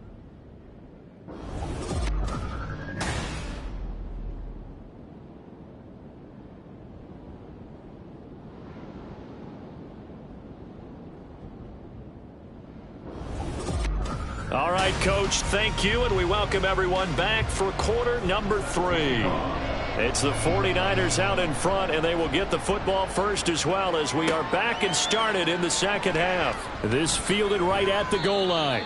And makes it across the 20 as his guys will set up shop at the 23-yard line. There's receiver Brandon Ayuk as San Francisco's offense returns to the field. He's having a day here in quarter number 3. Over 100 yards, couple touchdowns. Every receiver's hope for when they... There he goes, right side! And he's going to be out of bounds right at midfield. 57 yards rushing for him now, and he's carried the ball just 5 times. When a lot of the media, Charles, ourselves included, starting to prep those MVP ballots, you wonder if last week's performance, which he admitted was not very good, if that hurt him at all coming down the stretch. Less than 50 yards on the ground in last week's game that you referenced, and let's face it, if he has another game like that, we'll erase him from the MVP discussion. He won't even be talked about anymore. He has to bounce back with 100+ in this one in order to stay in that race. Here's a throw to his running back. It's complete. And this will leave him a yard short. Nice pickup of 9 yards on first down. Second down and a yard. At the 42-yard line. Up the middle they run. It's Walker. And the stop here will come at the 38-yard line. 4 yards the pickup. First down. First and 10 at the 38-yard line. On play action, they'll throw. And he rifles one incomplete. Well, they've been back on their heels a little bit here in this drive, but a chance to exhale just a little bit there with incompletion on first down. Now they have to gear up, try and get 2 more stops, and escape this drive. And second and 10, he'll look to throw again. Steps away to it, and he can't find anywhere to go with it, and he goes down. Finally hauled down for the first time this game. Multiple defenders in there to drop him. All right, let's give them a little bit of applause here. Good for them because this has been a defensive nightmare for them thus far. At least they're finally getting a couple of big plays. Won't make the scoreboard of the ride home easier, but one good moment to watch in film next week. Now third down and very long. They'll set up to throw. Setting up the screen here. This is Walker. Shedding the tackle that gives him some room. Touchdown, 49ers. Kenneth Walker. Touchdown number 22 on the season. And the Niners have taken a 6-touchdown lead. Boy, another score. This lead gets even bigger. And Charles, we haven't even hit the fourth quarter yet. Well, forget the deficit, right? They're really not going to cut into that a heck of a lot. But how can they get out of here with some dignity? Can they get a stop or two? Can they make a play on offense themselves? Anything to start to feel better about what's happened to them here in this one.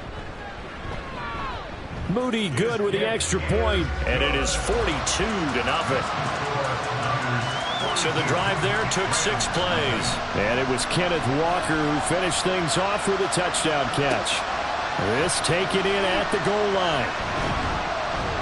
And he'll take it a yard or so past the 20, call it the 21.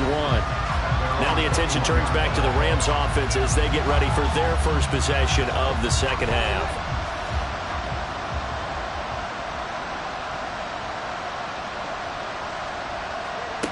Now Baker throwing to start the drive. And his throw's going to be incomplete. If there's another stop, one of the league's best defenses is certainly bringing it again this week.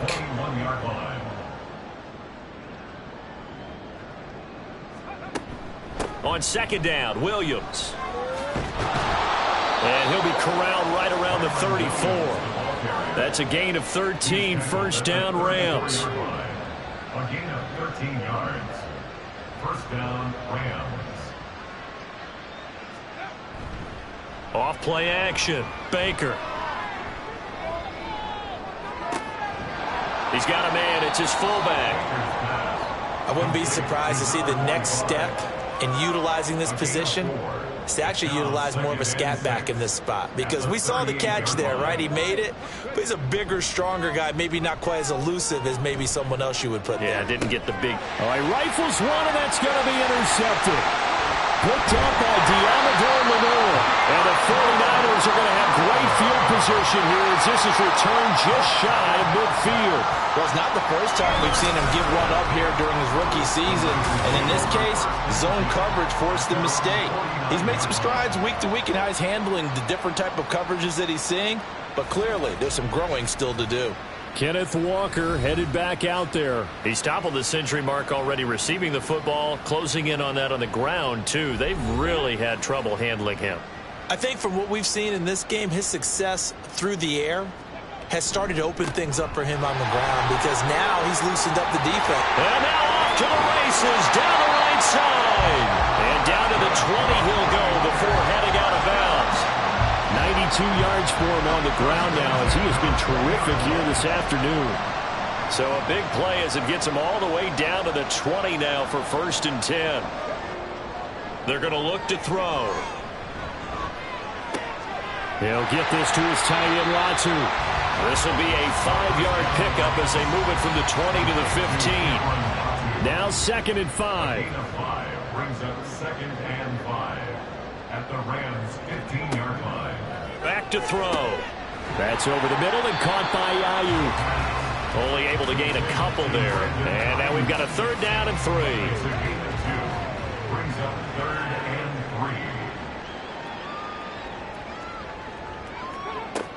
3. Now a shotgun snap as they'll look to throw. He's got Ayuk once again. And he's able to get this down to the 5-yard line before he's out of bounds.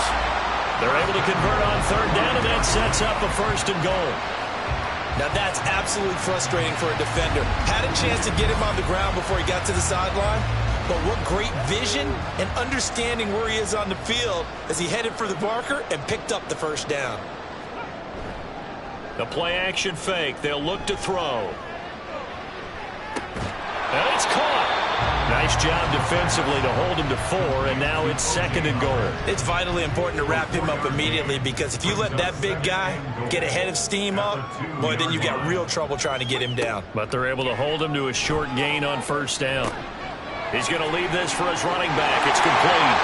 Touchdown! Ken Walker with career touchdown number 94. He ties both Jerome Bettis and Priest Holmes on the all-time list. And the 49ers have got it on cruise control.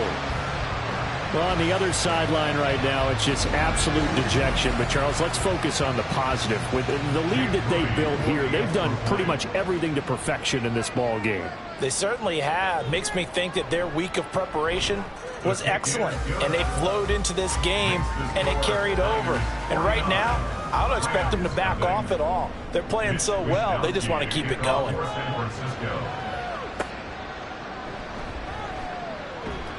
And he'll get it up across the 20 to the 21-yard line. The offense for Los Angeles returns to the field. But the disparity in this game, it just seems to grow with each possession here, Charles. They are really struggling. They have not put up a single point, and on the other side, the points keep piling up and up and up. So you know the frustration level has to be rising, right? So they've got to find a way to quell that, because otherwise they certainly won't get anything done in this one. Keep diving deeper into the offensive playbook, but bottom line is don't quit competing. Here's 2nd and 10. To throw again, Baker. He's going to float this one deep right side. And this is incomplete. Oh, it looked like he had a pretty good line on that one. That would have been a big play, but he could not pull it in. Here's Baker to throw on 3rd down. Able to find the open man. That's complete. And he goes out of bounds just shy of the 45. And they're able to convert on 3rd with a solid gain of 23. Up the middle, it's Williams.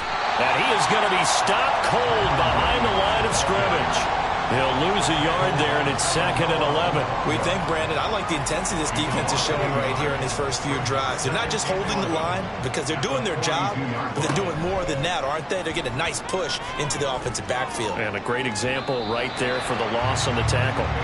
They try to throw on 2nd down, but this one is incomplete. These guys have punted 4 times already, and they're staring at a 5th, barring a conversion here on 3rd down. Looking to throw. Baker. And this is going to be incomplete. He's had trouble finding open receivers all game, CD, and that's because really there hasn't been many. This defense has been all over him. Yeah, they're one of the better defenses in the league, and every time I talk to someone around the NFL, they all say the exact same thing. They're so fundamentally sound, it's hard to execute against them. 8 yards on the return following a punt of 41. Here comes the field general leading his offense back out there for the next possession. And nobody in the stadium feels better than he does right now. Just a slew of touchdown passes. He's been spectacular. And you and I both know this is a team game, one of the best team games that's out there. But right now, I've forgotten what the scoreboard even says. Just watching what he's doing. It's been fun. That's been mesmerizing and a whole lot of fun to watch. He's hoping to keep it going here in the 3rd quarter.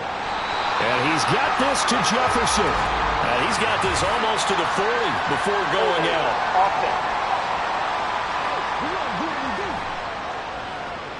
They'll come up now on a 2nd and long after the hold. Sticking with Walker on 2nd down. And he's able to get up here to the 26. 108 yards rushing for him now to this point. 3rd and 5.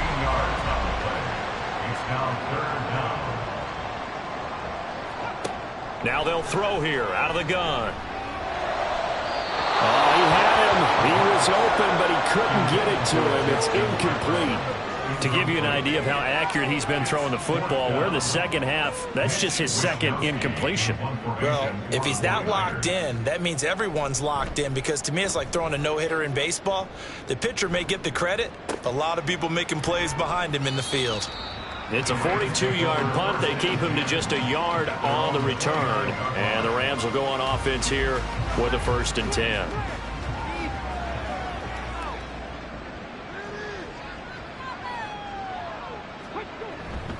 They'll try to get this running game going with Williams. Knifes his way forward here, but just 3 yards on the play. 2nd down. Here's 2nd and 7. Brings up 2nd and 7. They'll stay on the ground with Williams. And they get him behind the line, so that short gain on 1st down quickly negated. This will be a loss of 3, and now a much tougher 3rd down looming.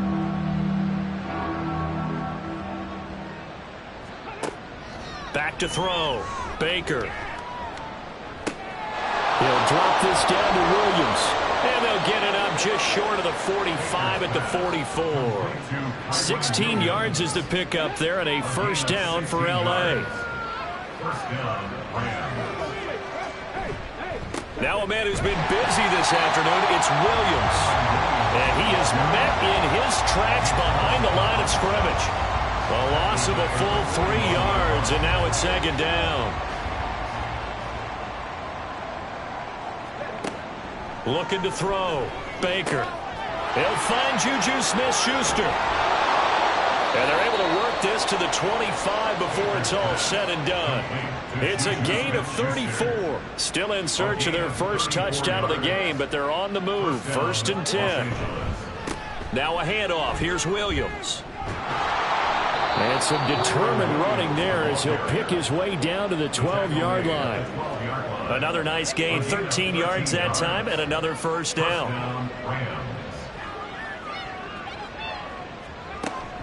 They stick to the ground game on first down. It's Williams. And he'll be dropped at about the 11 after only a yard. 1 yard gain brings up second and 9. And as they come to the line, they will not be able to get off another play as time has run out on this third quarter. You are watching the NFL on EA Sports. They work now on second and 9. Back now here in Santa Clara. And this is a blowout so far as we get set for the... And he's going to take this one in for the Rams touchdown. Kyron Williams hitting double digits with his 10th rushing touchdown on the year. And the Rams are finally on the board here in the fourth quarter. So it's a pretty good season he's putting together running the football. That now 10 rushing touchdowns on the year. And we know this is a passing league, and those numbers throwing the football, they seem to go up and up every year. But there's still something to having a reliable back you can count on in the red zone to bring things home for you. And that's what he's been doing all season long. After the touchdown, Lutz to kick it off. Hill going to sit on this one, and it'll come out to the 25. And San Francisco gets set to go here. And, Charles, we are in the midst of a very one-sided affair. I think this is where you and I have to fill a little bit. You want to regale us with old stories of your childhood in New Paltz, New York? I don't think anyone wants to hear that, but this is a perfect time for us to start listing MVP candidates, right? The best teams we've seen so far this year, the best games that we've called thus far, how we anticipate the season unfolding. We can go in so many different directions because the game certainly not taking us there. Oh, I hear the remotes clicking off right now. Back to Walker on first down. And he's going to take this ahead for right around 3 yards, but no more than that. Second down. It's a pickup of 3. Brings up second and 7.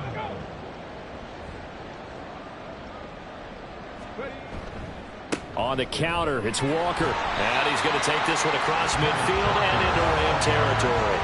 Good work to pick up 7 yards there. That gets him into a 3rd and 1 situation. Brings up 3rd and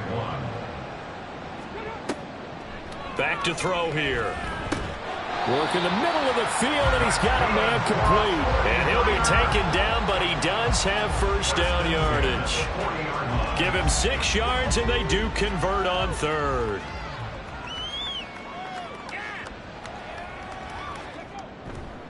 Trying the left side with Walker. And give him 6 yards here as he's stopped near the 35 at the 34. And from the 34, here's 2nd and 4. 2nd and 4 at the 34-yard line. Sticking with Walker on 2nd down. And he's able to get it down to the 25-yard line. 9 yards to pick up there, and it's a first down. No doubt those are the types of carries they're looking for here, Charles. The lead in the fourth quarter. This is when coaches that have a reliable running game, they breathe a little easier on the sideline. Yeah, they love the idea that they can take the air out of the football at this point of the game. That means they're really counting on that offensive line, counting on the runners, taking care of the football. Because you're going to tell your quarterback, hey, no time to be a hero. We're not going to throw it here. Just eat up that clock. And if you have the ball, they can't score. 2nd and 1. That's Samuel caught left side. And Debo going to have a Niners first down as he's down to the 11.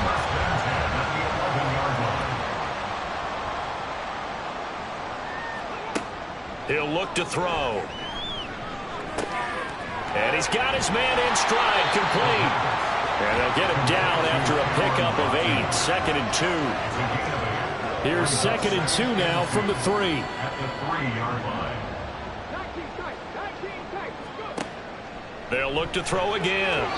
And that'll be off the mark, too far out in front, and it's incomplete. But their passing attack, even though that one was incomplete, has been really sharp in this one. It's resulted in a lot of touchdowns, and it looks like they're not going to stop throwing the football until the very end of this one. And he's going to go down just outside of the 5, right around the 6-yard line. A loss of 3 on the sack made by multiple defenders. How about that? One of the so-called little guys putting the pressure on. That was the strong safety. When I was in college, we often called that a lightning blitz.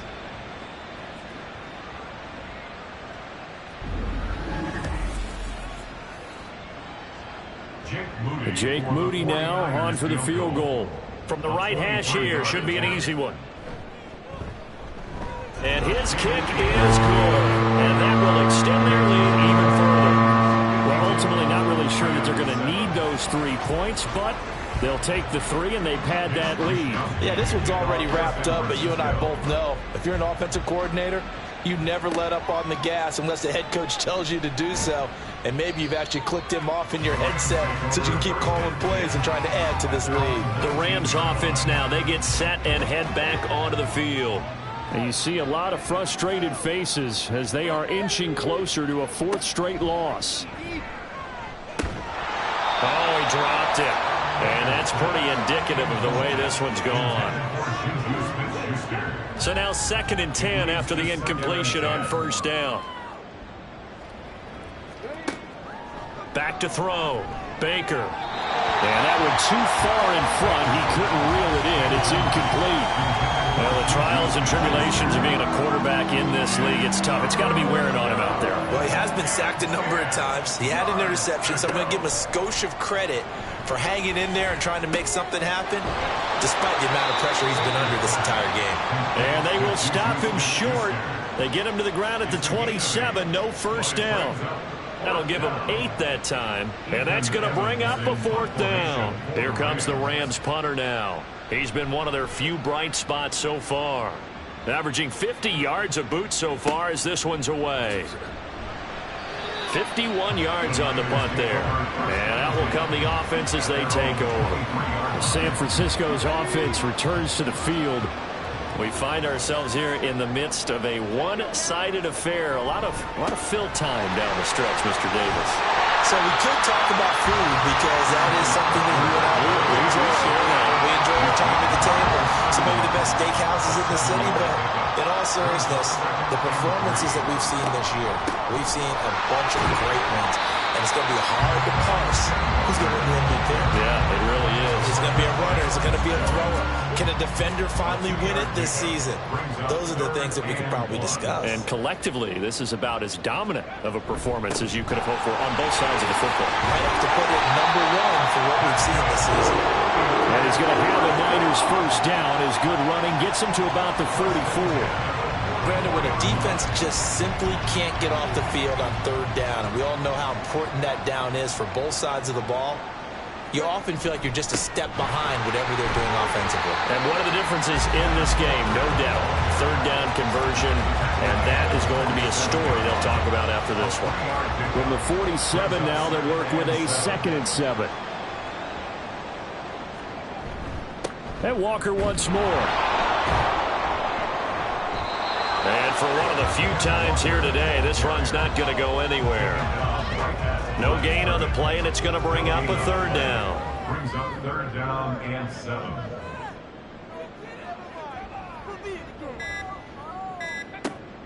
He'll look to throw. That is caught. And this is going to be another first down as the tackle's going to be made at the Rams' 35. He goes for 18 there as the drive will continue. Partner, I have to tell you, just one word keeps coming to mind from watching them this afternoon, and that's impressive. They have been impressive from the opening kickoff, and they haven't let up here even into the fourth quarter. Just 2 minutes remaining here in the fourth quarter of what has been a one-sided affair. So it's 49er football here as we get you reset. And they have just about put this one on ice as they've got it here, 1st and 10. And this will be a gain of 5 as he gets it to the 30. I like the call there because that was one to take time off the clock and get them closer to getting out of here with a W. In the mind of the play caller, all you want to hear is tick, tick, tick.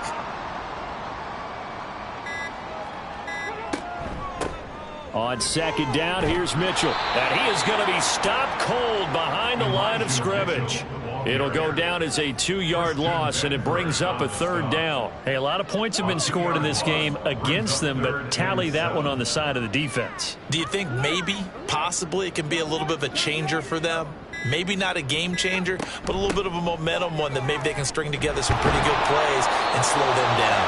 And he'll be taken down shy of the 25 that he needed. He'll be a yard or 2 short. He's just short. He got 6 of the 7 he needed, so that leaves a decision here on 4th and a yard. And his kick is indeed good, and that will extend their lead even further. Fans usually love to see scoring, and there was no shortage of it today. What a dominant showing from an offense that was truly playing at an elite level in this contest. Partner, this game was over a long time ago, and you noticed they did not want to slow down anything. Absolutely a dream scenario for everyone on that offense, and they took advantage of every second. Guaranteed popcorn for everyone in their film session. So for the Niners, it's a very important win as they move to 9-4 now on the year. And they will hit the road next week to take on the Seattle Seahawks. Meanwhile, for the Rams, it's unfortunately more of the same as they'll fall to 3-10 on the year. And they will try to get back in the swing of things next week on the road. Thanks for tuning in, everybody. Alongside Charles Davis, we thank our entire crew. I'm Brandon Gaudin. This is the NFL on EA Sports.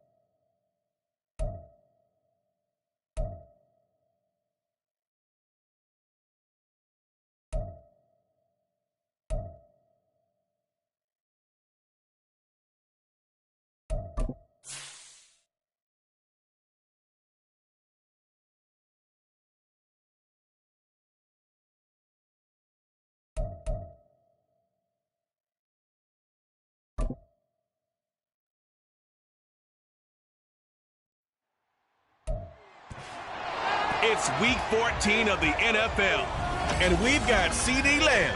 Always staying busy, he's your league leader in receiving yards.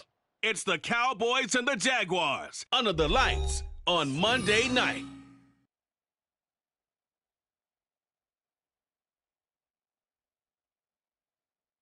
EA Sports coverage of the NFL brings us to the Sunshine State at TIAA Bank Field here in Jacksonville.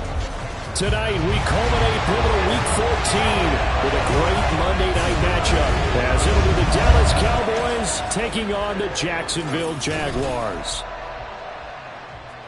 With Charles Davis, as always, I'm Brandon Gaudin. Charles, you talk about storylines in this one. I think it begins and ends with our two quarterbacks, certainly two of the best in the business. And nowadays, I don't think you can get by for long periods of time without a top-flight quarterback. The way the game is played, with all the responsibility he has and how the game flows through him, if he's not on the top of his game, your team's not.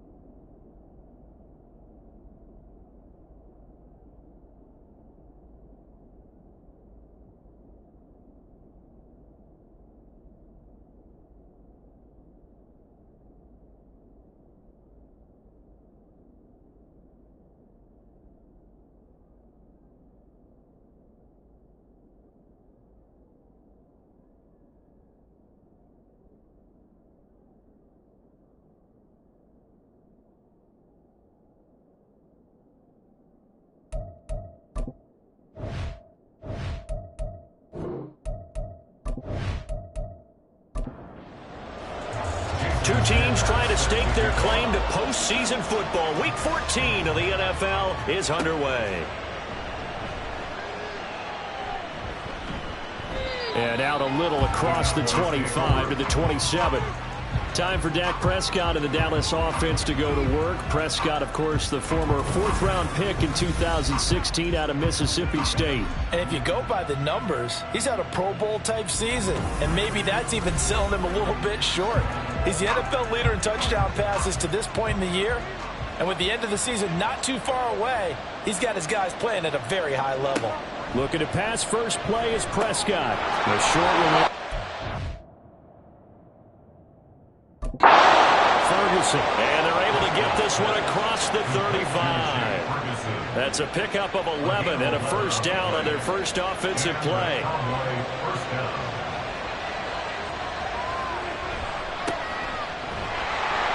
And he's going to take this ahead for right around 3 yards, but no more than that. Second down.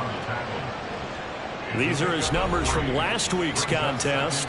21 carries, 87 yards. After the last game, they have plenty of reason to be confident in their running game. And even though they're facing a top 10 defense, they're not going to shy away from doing what they do best. Make them adjust to them. Make them stop what they do before they go to any type of a changeup. A good-looking drive for the Cowboys so far. It's a first down. And early on, they're picking up right where they left off last week. And I know a lot of coaches say each game is its own. You don't really have carryover. This feels like carryover. So much confidence from the previous game that they're using to their advantage now. On first down, they'll go to the ground attack. And he's going to take this ahead for right around 3 yards, but no more than that. Second down. This a 2nd and 7 from the 37. To throw is Prescott. Over the middle, hauled in by Lamb. And Lamb going to have a Cowboys first down as the tackle is made at the 28-yard line. It's a 9-yard gain, and it keeps the drive moving. Prescott on first down. And he'll go right back to Lamb. Touchdown, Cowboys! CeeDee Lamb. He has career touchdown number 78, tying in with both Eddie George and Frank Gifford on the all-time list. And the Cowboys will claim the early lead as they're on the board first here tonight.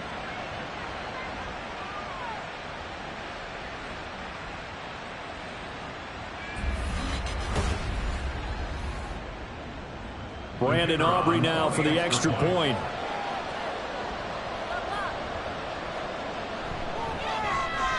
And this is up and good to make it 7-0 Cowboys. A drive that time of 6 plays. And it's finished off by the touchdown from CeeDee Lamb. And he won't return this one. He'll go down to a knee, and they'll start at the 25. So here's the first drive now for the Jags. They're led by the number 1 overall pick in the 2021 draft, Trevor Lawrence. The word is potential, potential, potential. Think about this guy from the time he was in high school, one of the top prospects going to college, coming out of college, mentioned as a generational type quarterback. He looks the part. Tall, big arm, surveys the field. They can take off and run when under duress. And he'll be taken down, but not before they work it across midfield. That one 28 yards on the ground. So from Cowboy territory now, here's 1st and 10 at the 47. Now Lawrence. That's dumped off to Pollard. He'll get it to the 40. Broke a tackle there to get some extra yardage. They'll go for a gain of 7, and that will bring up 2nd down. Here's Lawrence. Open man, this is Brenton Strange, the tight end. 6 yards to pick up, and that's a first down.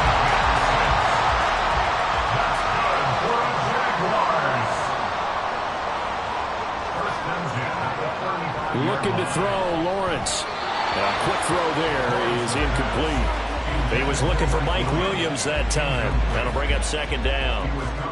Hey, look at this Cowboy defense.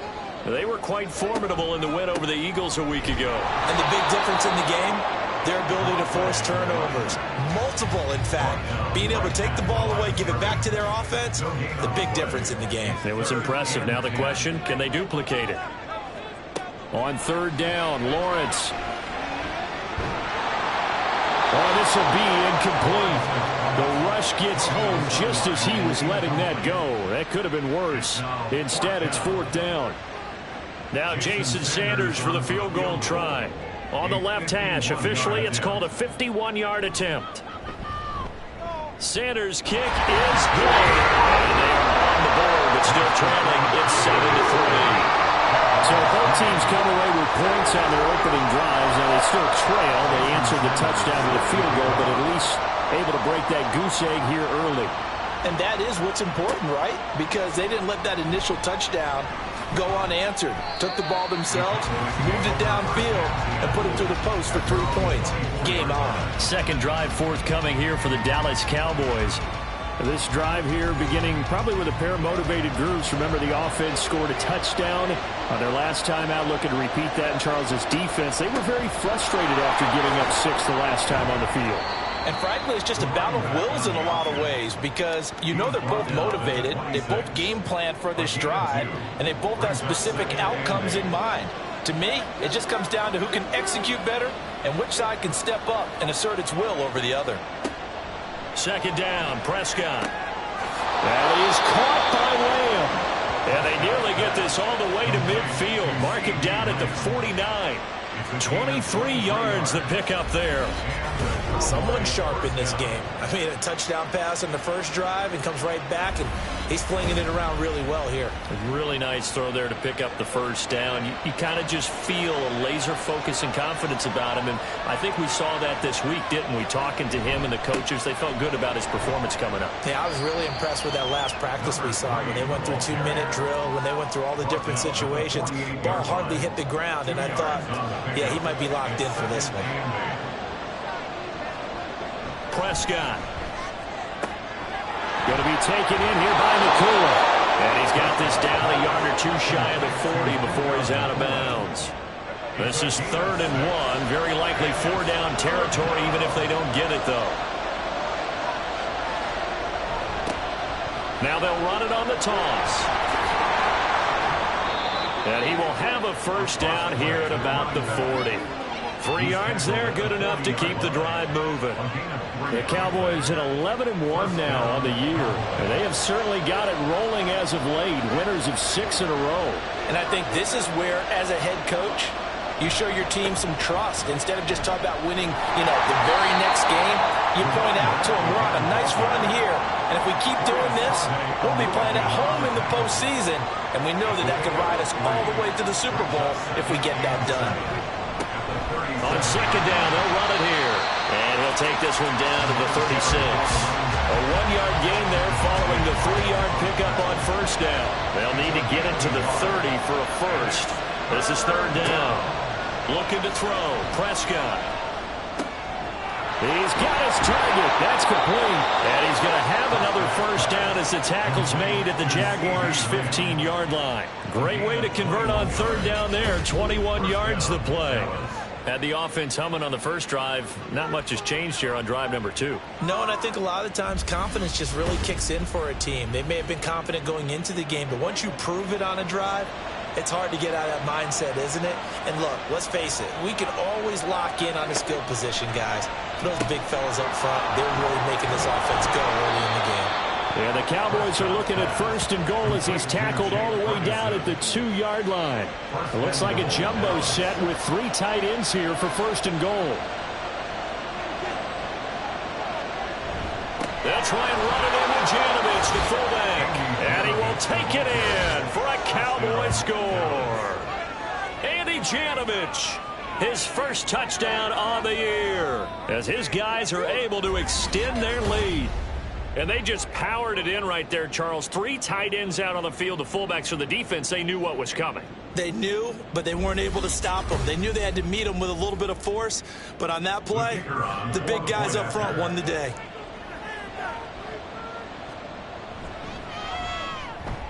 Aubrey good with a PAT. And that pushes the lead up to 11.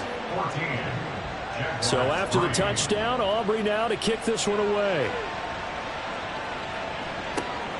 From a yard or 2 deep, here comes a return.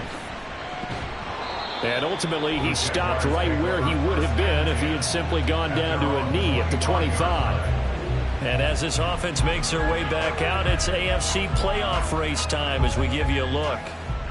Last time out, you remember their drive stalled, but thanks to their kicker, booted a long field goal to at least get them 3. Now here they'll try to do better and find the end zone. And in our experience, how much fun is it for coaches to know that they've got a kicker who can nail it from long distance?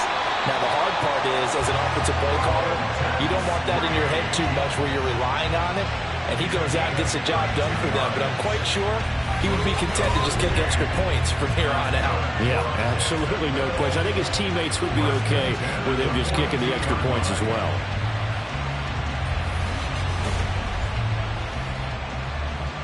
So the big play gets him across midfield now for 1st and 10. Pollard will take it up the gut. He'll get this down to the 38. You look at this Cowboy defense. They were quite formidable in the win over the Eagles a week ago. And the big thing for them was the interceptions. And you hear teams all the time talk about establishing themselves against the pass. Lawrence hit and the ball is free. But fortunately, he's able to recover his own fumble, or that could have been trouble. Points 1, 2, and 3 in their defensive game plan was to get to the quarterback and knock the ball free. They did it there. Luckily, offense hangs on to it. Yeah, that's got to serve as a wake-up call, though, because they can't afford to let the ball go over to the defense and miss opportunities. And I'm not saying it happened here, but you know what a good rule of thumb is when a play like that occurs? You know who usually recovers it? The guy who missed his block and let his quarterback get hit. Now on 3rd and long, they'll look to throw. Throwing left sideline there, but it's incomplete. Yeah, it's still early in the game. No sense taking a chance on 3rd down and forcing one into traffic. So I like the wise play he made there. Get it to the sideline out of bounds where no one's going to have a chance at it. So they're forced to punt on 4th as this one's away. And no return possible here as they angle this one out of bounds. And now Dallas gets set to take the field.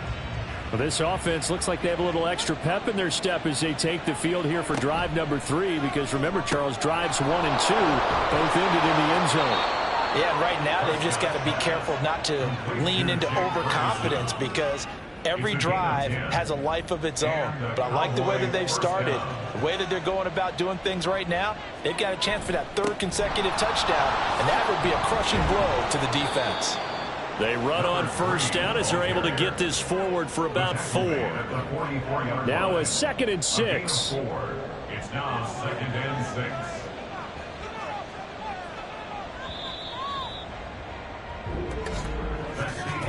After one, a 14-3 ball game. Start of the 2nd quarter, and it's the Cowboys in possession. From the 44-yard line, here's 2nd and 6. Now Prescott. The short one there taken in by Ferguson. 6 yards the pickup, and that's a 1st down. That was a route run not just with dexterity, but with intelligence. Found the hole in the zone, made sure the quarterback saw him, and was able to make the sure catch and flip the down marker back to 1. He'll fire deep, looking for more. That's going to be knocked away and incomplete. That's a really good job in execution. They avoided the flag downfield and avoided giving up yardage for free. Really good coverage. Prescott's throw pulled in by Lamb. And he's going to have another 1st down as the tackle's made at the Jaguars' 31-yard line. 19 yards the pickup there. Move the chains. And he's over 100 yards now after that last catch. Already, of course, leading the NFL in receiving yardage. So he's done nothing at all to hurt his cause to stay in that spot. But I've been so impressed with how he's gotten it done. Body control, route running. How about the way he competes for the football at the end of the play? On 1st and 10, Prescott. That's going to be caught. Touchdown. 2 first-half touchdown passes now for Dak Prescott, as his guys have opened up a very comfortable lead. Great corner route there, not only able to catch it, turn it upfield, and get into the end zone. It usually involves a little bit of an extra move, doesn't it? You've got to get them thinking that you're moving to the middle of the field, and you're breaking away to that corner. Boy, that was well executed. Aubrey now for the point after.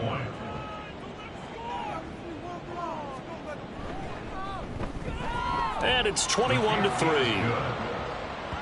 That time a 6-play drive. And it concludes with a touchdown reception by DJ Moore. No run back here, down to a knee, and this drive will start at the 25. Jacksonville set to go again offensively. And this, let's face it, an important drive if they're going to get back into this ballgame. Think about going into the locker room down 21-10 as opposed to 21-3. 21-10, a little more optimism, a little more bounce around the locker room, a little more discussion about how they're going to finish this thing off. 21-3, I think discouragement clouds that locker room. Yeah, and I think a touchdown much bigger than a field goal on this drive just to get into the end zone and get that momentum. Oh, look at the juke. Still going. And he's going to get this all the way down to the Cowboys' 35-yard line. 72 yards rushing for him now as his fine rookie season continues. They had a chance to limit his yardage, but he was able to fight off that tackle. So it's not just the responsibility of the guys who missed the tackles along the way. It's all 11 on defense, able to stop this guy, unable to do it on that play. They've got to find a way. How about his ability to break through and gain that yardage? So that changes things a bit. Here's a 1st and 10 all the way down at the 35. Here's Lawrence to throw. A short throw there to Strange. Just a gain of a couple there. And it's 2nd down. A gain of 2 brings up 2nd and 8 at the Cowboys' 33-yard line. Now Lawrence to throw.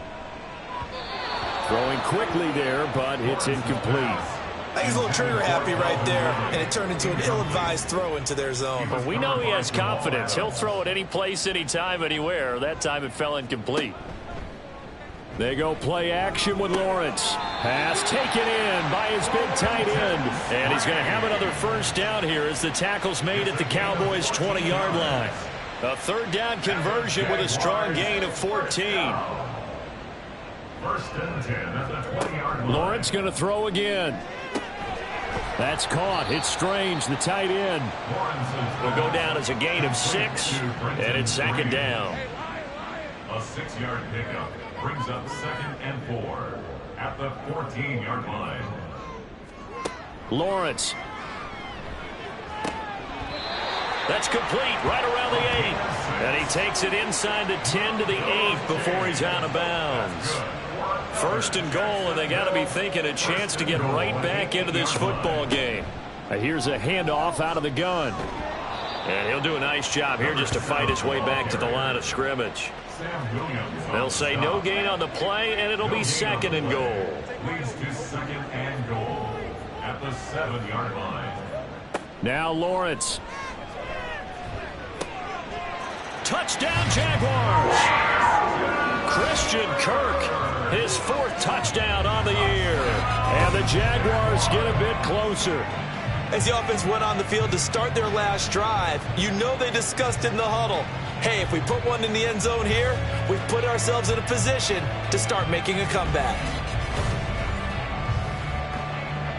Jason Sanders now for the extra point.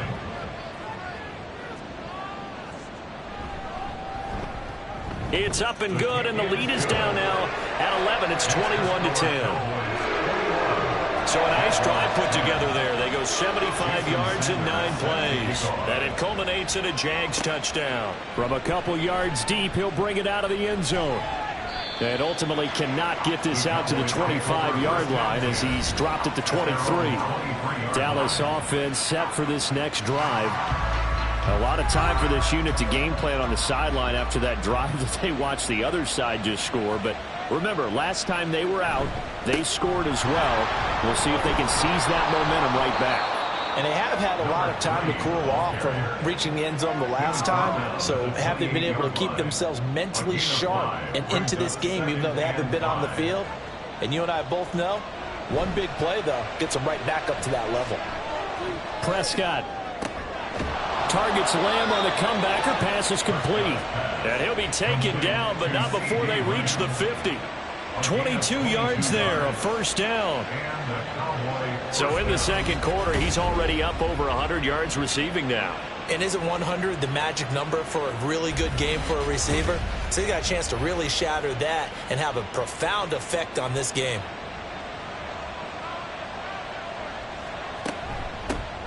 From the gun, they'll try to run it. And good penetration here. He'll get this down only to about the 49-yard line. So from just across the midfield stripe, here's 2nd and 9. Throwing, Prescott. A short one there taken in by Ferguson. Calling a gain of 3 on the play. And now 3rd down and 6 to go. They are in need of 6 yards here if they hope to move the chains. On 3rd down, it's Prescott. And he overshot him there. It's out of bounds, incomplete. You know, to be very good about checking my math. Am I correct that that's the first time that it's been incomplete when they've thrown it to him? Yes, he had caught every other ball coming his way. So they feel like they've got something really good going there, and they're going to continue to go there until the defense makes an adjustment and takes it away. Well, they finally made an adjustment there. We'll see if they can build on that stuff. Jacksonville back on offense and ready to take over.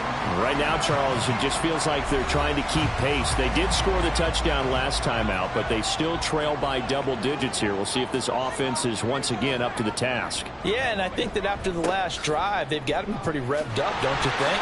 Everything they were doing was working pretty well. They go back out there with the same mindset, right, the same tempo, the same pace. Still a lot of time left to make something happen in this one. 2nd and 9 now from the 21. Lawrence will throw. And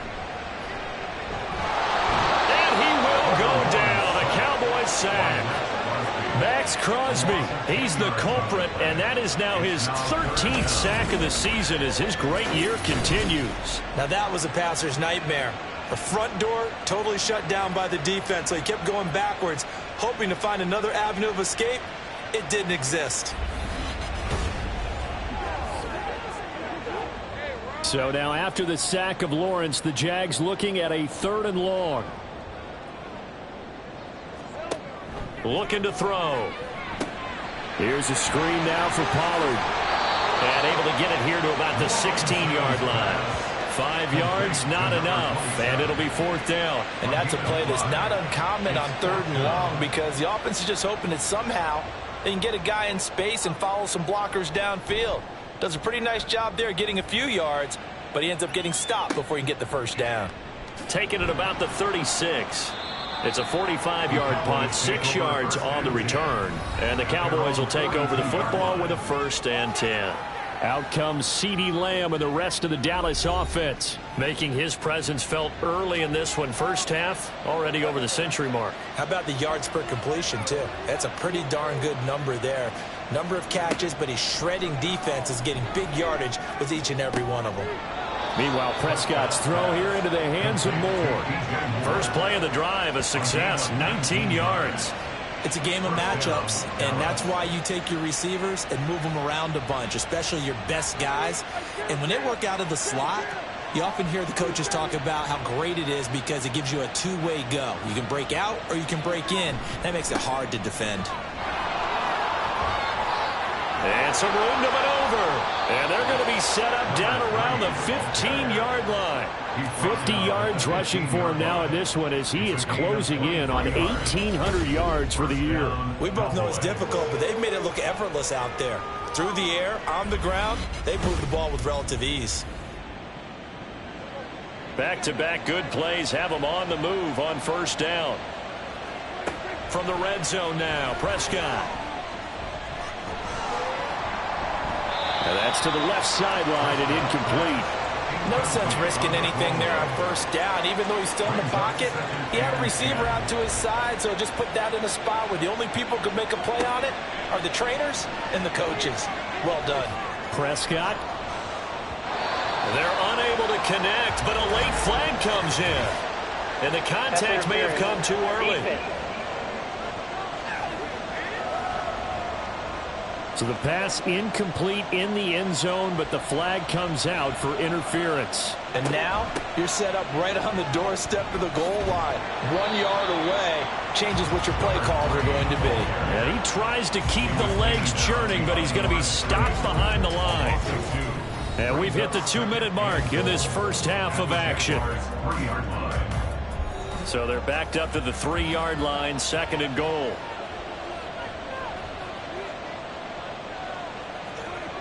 Prescott now. Touchdown, Cowboys! 3 touchdown passes now for Dak Prescott. And the Cowboys are able to stretch out their lead.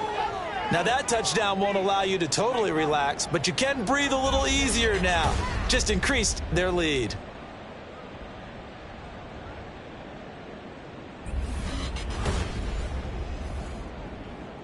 Aubrey now for the PAT.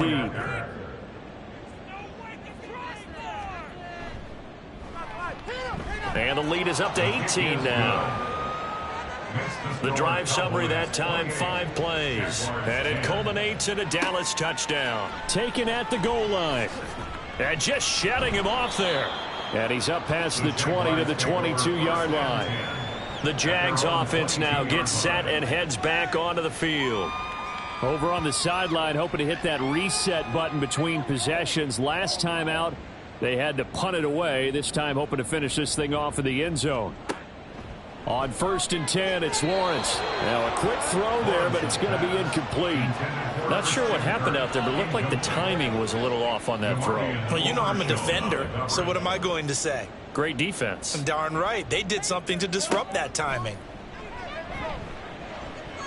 Now this throw caught left side. And he'll get this one way up just shy of the 45-yard line. On play action, Lawrence. This ball caught by Strange. And they'll get this well past midfield before being stopped just before the 35. Chewing up big yardage. Another nice gain there. This one goes for 20. Now that's the kind of big play you'd like to see. This first half, it hasn't gone their way, and they could use a shot in the arm, something to perk them up a bit. And they get one here in the passing game. Throwing now, Lawrence on 1st down. Looking for the out route here, and it's completed to Kirk. And he is out of bounds, but not before he's inside the 30. A good position to be in here, 2nd and inches. Throwing again here, it's Lawrence. And that one off the mark behind him, incomplete. Mike Williams, the intended target. And that takes us from 2nd to 3rd down. On the coverage defensively. Looking to throw, Lawrence. Work in the middle of the field, and he's got a man complete. And he is going to have a Jags 1st down, maybe by about a yard as they find a way to convert on 3rd and inches. Now a timeout called for by the offense as the clock stops here with 46 seconds remaining in the first half. 1st and 10 here. You know, if they could just get 3 out of this, there's something about narrowing it to a 2-score game at half that makes it feel like much less of an obstacle. And he'll go out of bounds in the red zone just inside the 20. So the completion good for 6 yards, and it'll be 2nd down. Brings up 2nd and 4. Now Lawrence. And this one is incomplete. I'm really liking what I'm seeing from this defense because their coverage has been playing at a shutdown level so far. Even backed up late, they're forcing incompletions and fighting to keep them out of the end zone as the first half winds down. That is caught, and he will have a Jaguars 1st down. They needed 4. He doubled that. He wound up getting 8. So not quite a 1st and goal. It's 1st and 10 from the 10. Here's Lawrence. And they're going to get him. They bring him down to the sack back at the 16-yard line. Sacks a growing theme in this first half. This is 2nd and long. Throwing there, but this pass is going to wind up incomplete. Down several scores and playing behind the chains is not the way to have success in this one. Right now, if you're the offensive line, your big concern, protecting your quarterback and giving him a chance to try and throw something downfield to pick up the needed yardage. And now the 3rd down throw incomplete as well. Yeah, offenses always try to be smart about when they're trying to dial up a screen to the running back because they understand you can only go to the well so many times in a game without the defense starting to anticipate the call. The kick by Sanders is good, and that'll get the deficit down to 15. So a late 3 there, and that'll help as they head into the break. Talk about situational football and something they've worked on since the OTAs and mini camps the previous summer. They take care of the ball, get 3 points, knowing they're going to get the ball to start the second half. That's the old 2-for-1 special to finish things off. So we reach halftime in what's been a fairly one-sided game so far. As we now go downstate to Orlando and check in with Jonathan Coachman with our EA Sports Halftime Report. All right, Brandon, thanks very much. We'll get back to you and Charles in a minute. But first, time to give the folks at home a look at what's going on around the NFL.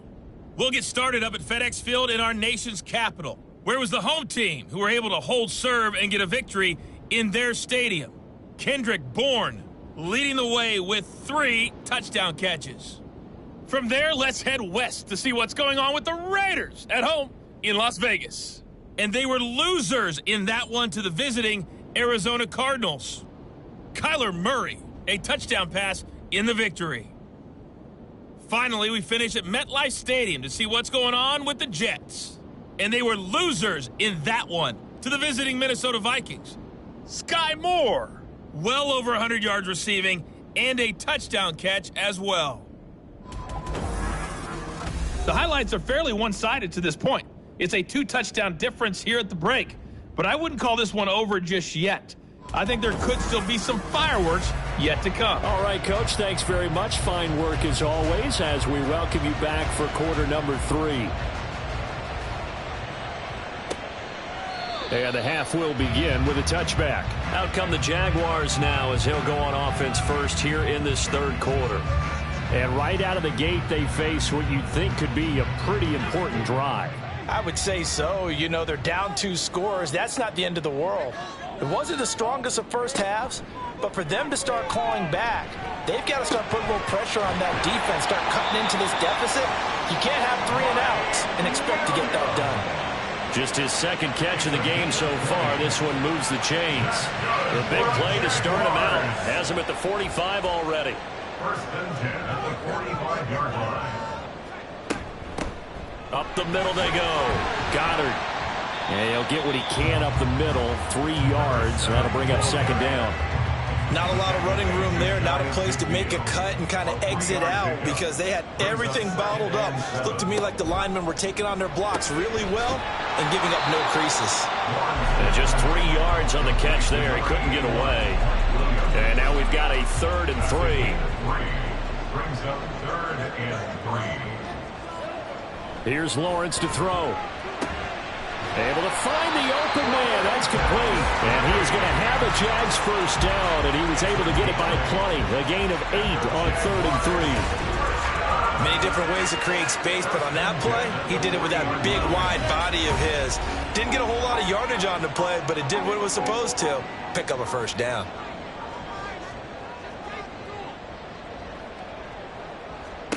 Now Lawrence on first down. Open man downfield is Ridley. And he'll have it in the red zone before he crosses over out of bounds.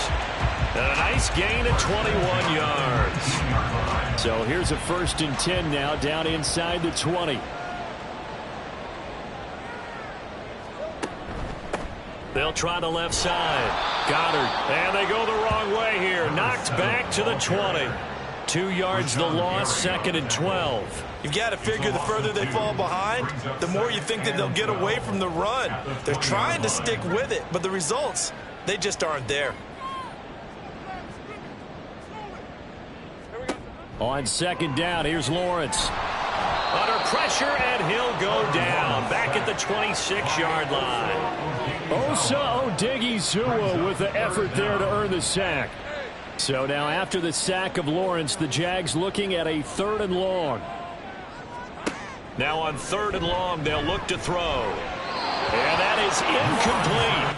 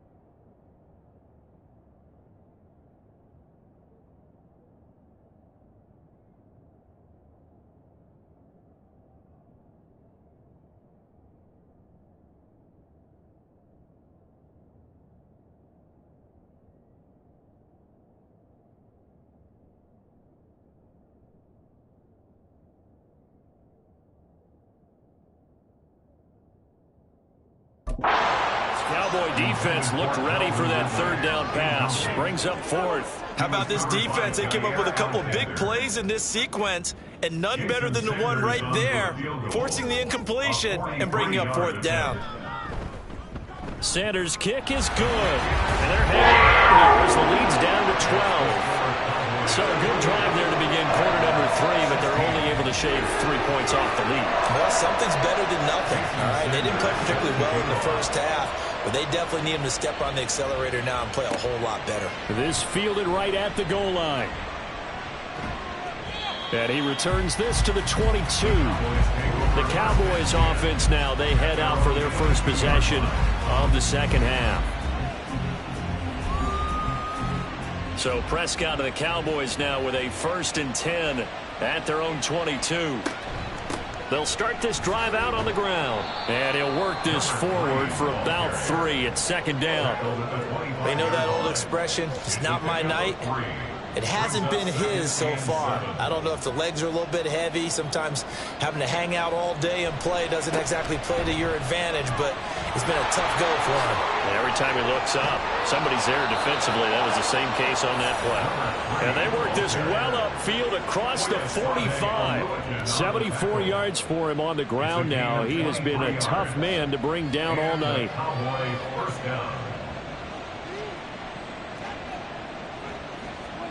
A first down throw for Prescott. He finds his man complete. That's Ferguson. And he gets this inside the 35-yard line. Add the gain here to the previous play, and it's better than 40 yards total. I know sometimes we can get fooled when we watch him make catches, as we just saw him do there, because he really looks like a wide receiver the way he goes about his business. Yeah, 230, 240 range. Yeah, not super huge. Maybe not counted on to be that inline point-of-attack blocker that we used to have in the good old days. But you can flex him out. You can run wide receiver routes with him. You can make him a primary target, and that's how he'll shred a defense. Snap will come from the 31 on 2nd and 7. Looking to throw. Prescott. Throwing into traffic there, and that's complete. And he's going to have another first down as the tackle's made at the Jaguars' 20-yard line.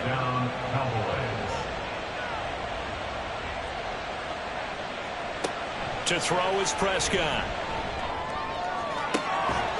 And that is caught. Touchdown, Cowboys. Puka Nacua With his 14th touchdown of the year, 2nd of the game. And the Cowboys add 6 to their lead. In order to lead in a game, you're going to get plenty of contributors, but that's his 2nd touchdown catch of this game. He's one of the key guys in this one. And you better believe he'll be looking for the hat trick here as this one continues to go.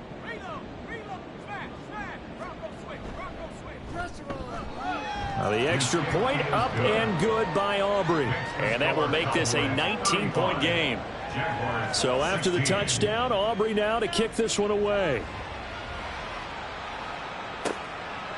And they'll put up the stop sign there as his guys will get it at the 25. Out comes the Jaguar offense now as they get set to take over. And tough to win games if you're going field goal, field goal, field goal here. They got field goal last time. Now they'll be looking for a touchdown. They're looking for the big chunk now because, as you noted, the field goal way of doing it makes it that much harder and puts more pressure on every possession for you now. Go ahead and get 6 and feel a lot more comfortable about the position they're in. Bigger chunks. We'll see if they can get the score. An incomplete pass leads to 2nd and 10 from the 25. Out of the gun, it's Lawrence. A quick throw there is incomplete. Tough series for the passing game. Things just aren't clicking. Hopefully they can come through on this play and get this series back on track with a completion for enough yardage for a first down. On 3rd down, Lawrence. And the Cowboys' pressure gets there this time for the sack. Osa Odighizuwa Able to drop him that time for his 2nd sack of the evening. I think we've seen this before.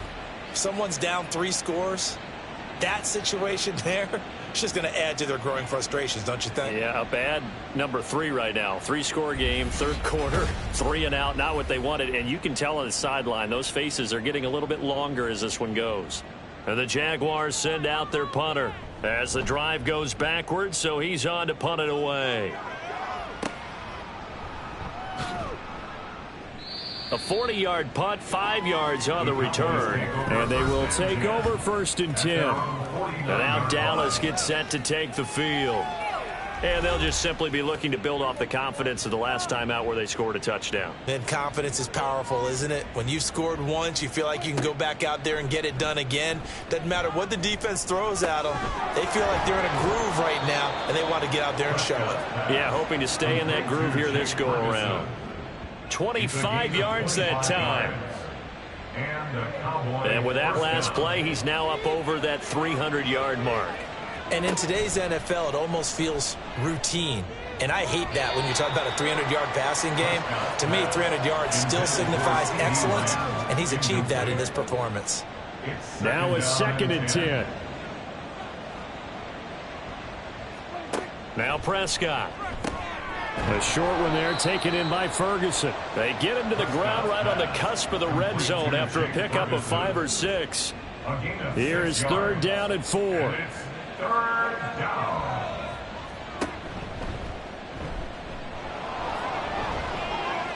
A little juke and stopped a few yards shy of the goal line at the 3. They're able to convert on 3rd down, and that sets up a 1st and goal.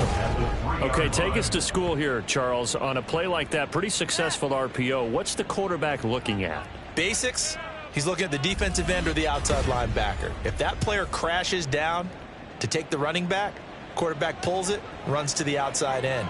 Some teams, though, will read different players depending on defenses, but basically it's that outside player. And he's going to get this back to the 3-yard line and no further. No gain on the play that time, and it sets up 2nd and goal. No gain on the play. Leads to 2nd and goal at the 3-yard line.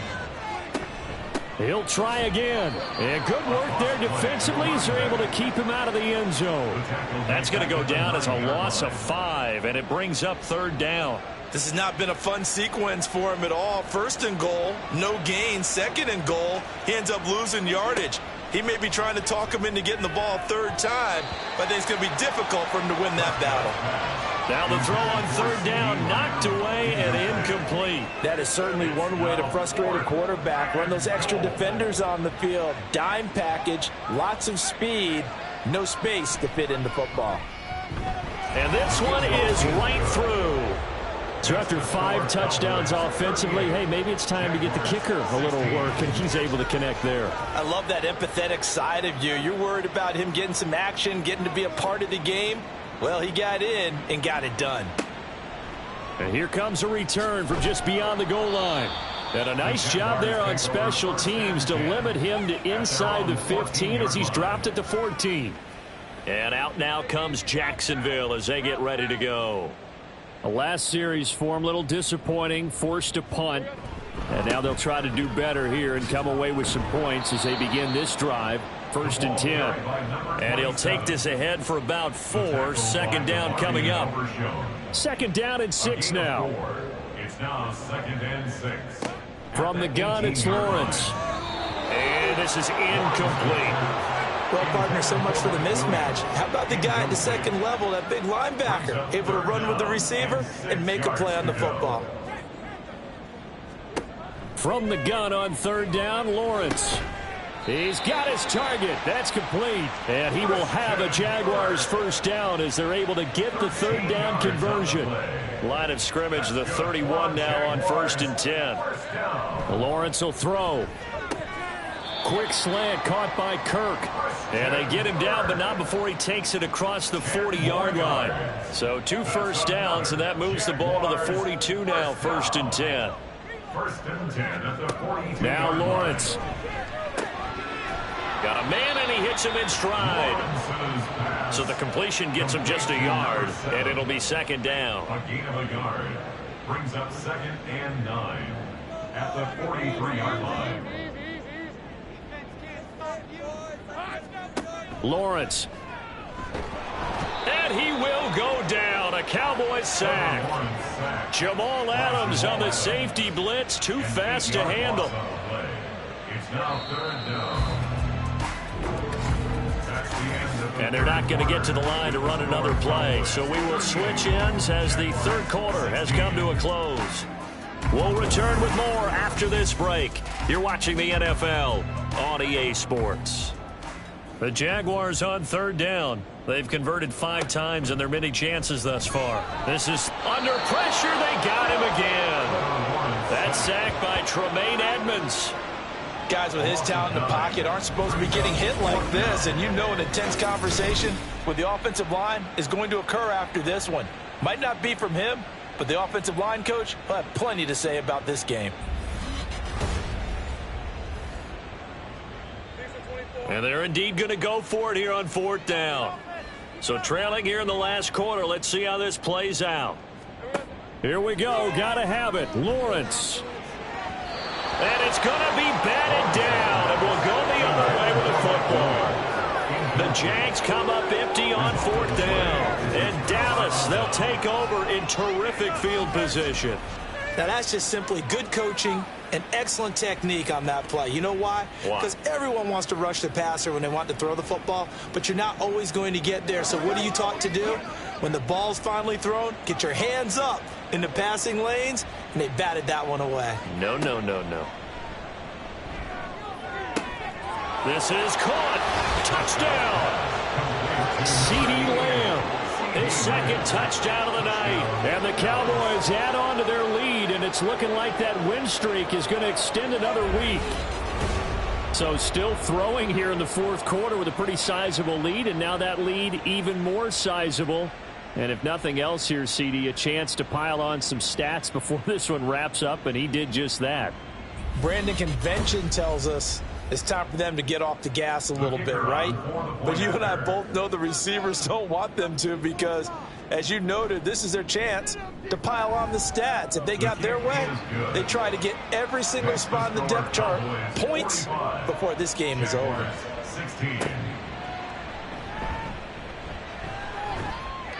And he'll get it up just past the 20 as his guys will go to work at the 21-yard line. Here comes the Jaguars offense as they get set to go again. And last time, went for it on fourth, didn't get it. We'll see if they can pick themselves up off the mat and do better this go-around. Sometimes I have this vision of coaches writing notes to themselves before a game. And sometimes that note says, be aggressive, stay aggressive. Maybe that's what we saw in the last possession. Yeah, they were very aggressive. This time, will it result in points? We'll find out. From the shotgun, Lawrence. Throw right side is going to be caught by Kirk. So the completion results there in 9 yards. And now it's 3rd and 3. Gain of 9 brings up 3rd and 3. Now Lawrence to throw. Got his man. It's Williams. And he is going to have a Jags first down as they're able to get the 3rd down conversion. So here's a 1st and 10 at the 38. Looking to throw, Lawrence. Drops this underneath for Pollard. Call it a gain of 6 on the play, and that'll bring up 2nd down. Just about every quarterback is trained to really look downfield first before you come back and make a nice, safe throw. And in this case, that's exactly what he did. Found his running back, let him create some space, and it turned out to be a nice play for the offense. And he's going to have another 1st down here as the tackle's made at the Cowboys' 31-yard line. And the Jaguars 1st down. Throwing again here. It's Lawrence. And it's intercepted at the goal line. Picked off by Greg Newsome. And the Cowboys are going to get the football here as the ball will come out to the 20. This spot in the 4th quarter, that deficit had to throw the football. Unfortunately, there's the risk of big turnover. And you know you're going to be throwing against nickel, dime, all sorts of exotic defenses, but you have to do it anyway. Ordinarily, you might want to run the football a little bit, try and get them out of it. But as you noted, this time of the game, this point on the clock, had to throw it. So out come the Cowboys now as their offense gets set to take over. And after the interception, they are sitting in an even better spot with the ball and a comfortable 4th quarter lead. They'll start on the ground here on 1st down. And he is met at the line of scrimmage, and he goes down right there. Foyesade Oluwakan made the tackle there from his safety position. 2nd and 10 at the 20-yard line. And they'll keep leaning on the running game back to the ground. And he'll get only a couple up to the 22. That's it. That's what you want. Straight ahead positive gain. Just keep that clock ticking.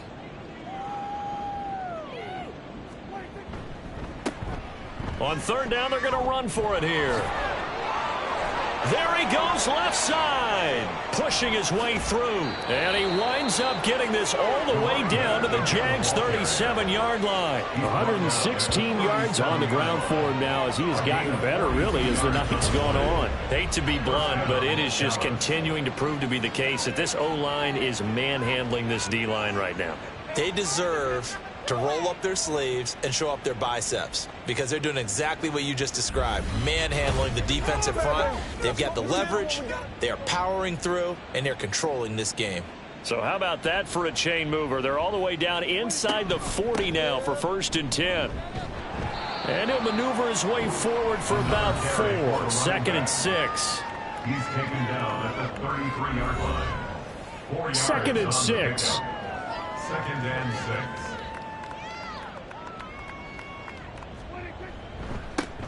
One back in the backfield, he'll get the carry. And he's able to motor his way down to the 16-yard line. 17 yards on the play there. The Cowboys have a 1st down. Brendan, every great running backs coach I've talked with has always talked about when you have great vision, you're not consciously thinking about your cuts and your moves. You're just doing them. And I think that's what we're seeing tonight. He's about run them into submission, hasn't he? You took the words right out of my mouth. I was just going to use that phrase. He has run them into submission. Wave the white flag. He's down inside the 10 to the 8. And it comes on a gain of 8. Ball on the 8, 2nd and 2. At the 8-yard line. Here's Prescott. Touchdown, Cowboys! Puka Nacua from 8 yards out. And the Cowboys stretch this 4th quarter lead even further, and they are closing in on win number 12 of the season. Well, where our booth is here, we can see all of the writers to our left, and their post-game stories, Charles, they have been filed for some time because this game, boy, is it lopsided. Yeah, we can see our guy Scoop. He's even got his fedora tipped over his face. I think he's taking a nap now. Nothing left to write for him, but how gratifying has it been for them to see what they've done in practice and carry it into a game and see the execution be so good. They've got to feel fantastic about what they've accomplished in this one. From a yard or two deep, here comes a return. And good coverage there on special teams as they'll get him down shy of the 20. The Jaguars back with it on offense. Not an ideal way to end their previous drive. They threw the interception, Charles, after they had built up some momentum. They were moving the football, but something to at least build on for this offense as they run back out here. Yeah, you're right about that. Up until that last play, everything was working pretty well for this offense, gaining chunks of yardage, getting 1st downs, really making a push for the end zone, and looked like they had a nice rhythm going. Now you got to have a short memory here. Don't focus on the interception. Focus on what came before it and get back to it. Another throw on 2nd down, and this one incomplete as well. Now they face a 3rd and 10 after back-to-back incompletions. Now Lawrence. Got a man over the middle. It's Williams. And they will rally and stop him short of the 1st down. They get him to the ground at the 26. And the Jaguars send out their punter as he's on to punt for the 4th time tonight.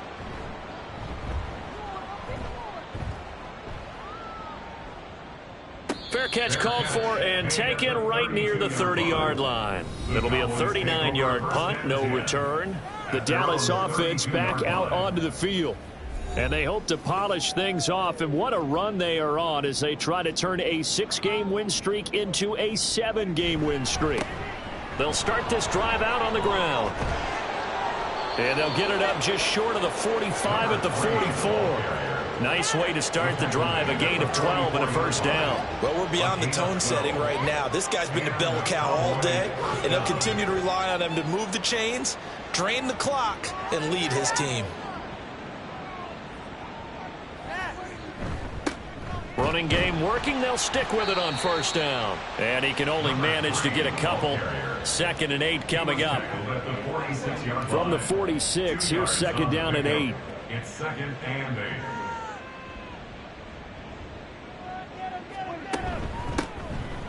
They'll try and run some clock here as they keep it on the ground. And he'll take it down shy of the 45 at the 46. That one a first down pickup of 8. That's a nice run right there, able to get to the outside. And so many times defenses say, okay, we've got you hemmed in. But if you're running the football, at least you know where everyone is coming from. You don't have to worry about the backside at all. That allows you to run with a little bit more confidence as you traverse down the field. He's got it to the 43 here. Give credit to the defense for stringing that play out, and they gave up no cutback angle. You know he was trying to dart through. No place for him to go. A nice job there, only giving up a 3-yard gain. Now they'll come up 2nd and 7.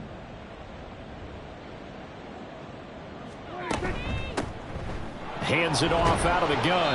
And some good tackling there as he stopped up at about the 41. Calling a gain of a couple, and that's going to leave them with a 3rd and about 5. They'll need 5 on this play to move the sticks. Now Prescott. He's going to get that to his running back out of the backfield. And he will have a Cowboys first down as he's able to get 8 yards there on 3rd and 5. I'm not sure that was necessarily a safety valve or a check down throw on 3rd down. Sometimes just try and find the open guy and get him the ball. He did exactly that and found a way to pick up a first down. So they'll come up 1st and 10 now from the 33.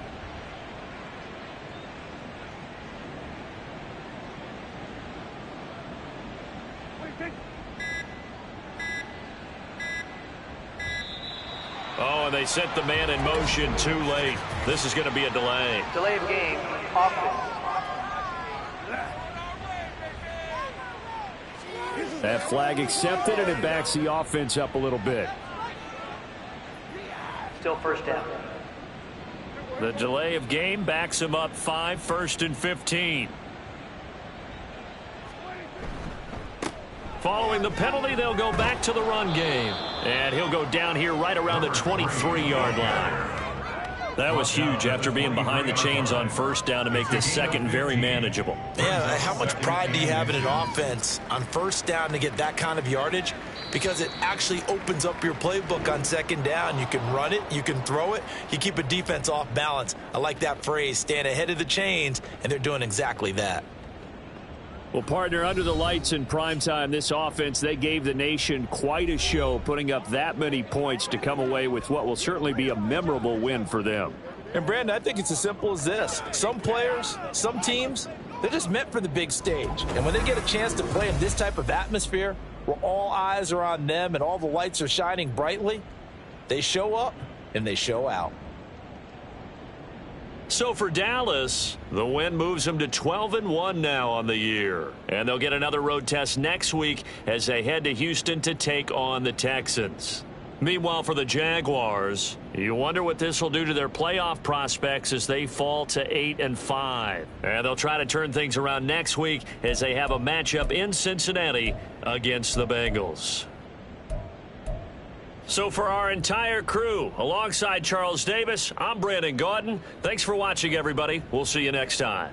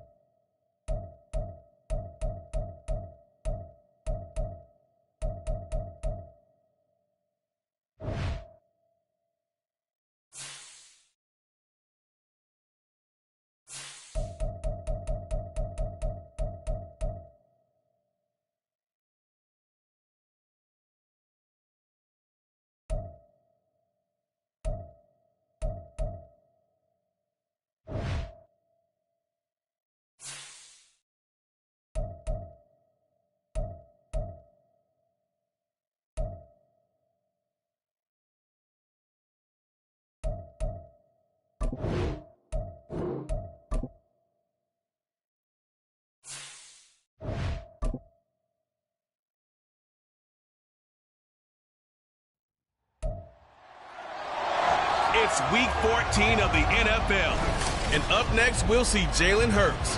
After his last game, he's now across 3,000 yards for the season. It's the Eagles and the Giants, and it's coming right up on EA Sports.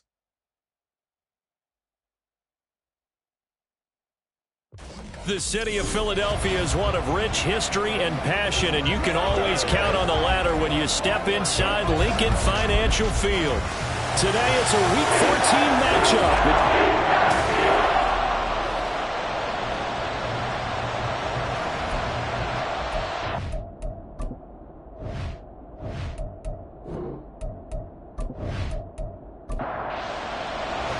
3/4 of the NFL season are complete. What lurks in our final month? We're underway in Week 14. This taken in right around the goal line. And able to get this out to the 25. So here are the Giants ready to start their initial drive of the game. And they will be led out by their 6'4" quarterback. I tell you what, when he is on schedule for that week, secondaries take notice because you've got to stay alert back there on every snap. A truly powerful arm, one that's capable of challenging any level of the defense on any given play. That's why so many scouts preach arm talent when preparing for the NFL draft. A quarterback with arm strength to make every throw in the book, he's an asset to have in any offense.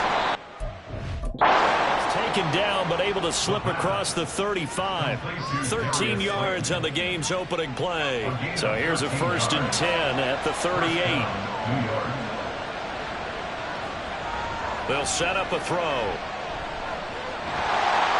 And a little floater there, but it'll wind up incomplete, falling to the ground. 2nd and 10.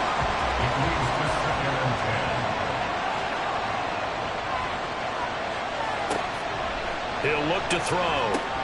They'll set up the screen here to mix it. And he'll be out of bounds up near the 45 at the 44. They get 6. That'll leave them with 3rd and 4.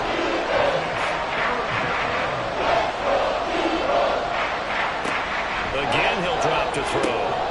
Work in the middle of the field, and he's got a man complete.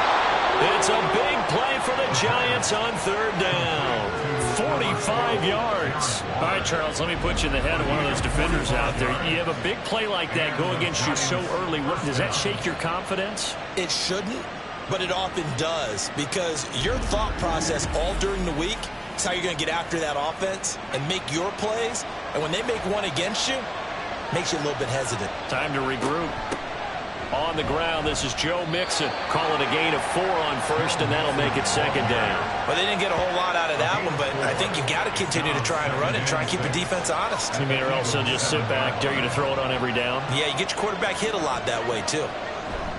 Back to Mixon on 2nd down. Looking for a cutback lane, but nothing there as he's met at the line of scrimmage. Here's play number 7 on the drive. This is 3rd and 7. Look to throw here. Touchdown, Giants! Darius Slayton, his 9th touchdown of the season. And the Giants get the upper hand as they're on the board first here this afternoon. You'd have to imagine for a team that's lost 3 straight games, scoring first in this first quarter has to feel pretty good. It has to feel great for them. And also, it's a nice signal to the rest of the team, because we talk about complimentary football all the time. So they've now signaled to the defense, now signaled to the kicking game, hey, we're here to play in this one. We're going to do our part. Let's see if you guys will do the exact same, and we can break this losing streak. An extra point by Ryland, up and good. And that makes the score 7-0. Set now to kick this one away, and off it goes. This taken in at the goal line. And taken down just past the 20 at about the 21-yard line. Philly's offense getting ready, and Jalen Hurts ready to lead them. The 2nd-round pick who started his career at Alabama, then finished with an electric senior season at Oklahoma. There's a lot of good to watch in the game last week, wasn't there? I mean, he did throw 2 touchdown passes. That was impressive. And he's so close, isn't he? The 3 interceptions killed him and his team. That was costly. But if he just cleans that up a little bit, there's a reason for optimism with this team and this passer. A gain of 5, and that's going to bring up second down. These two teams met up earlier in the year, back in Week 4, and it was the Eagles who got the win on the road, so now they look to finish off the sweep here in Philly. Hurts throw into the hands of McLaurin. And they work this well upfield across the 45. That one a gain of 20 and a first down. A little football 101 there. You just see the receiver try to run down the defender, meaning he goes right at him and really trying to move him a little bit towards the center of the field so he can put his foot in the ground and break to the out, to the sideline, and make a catch.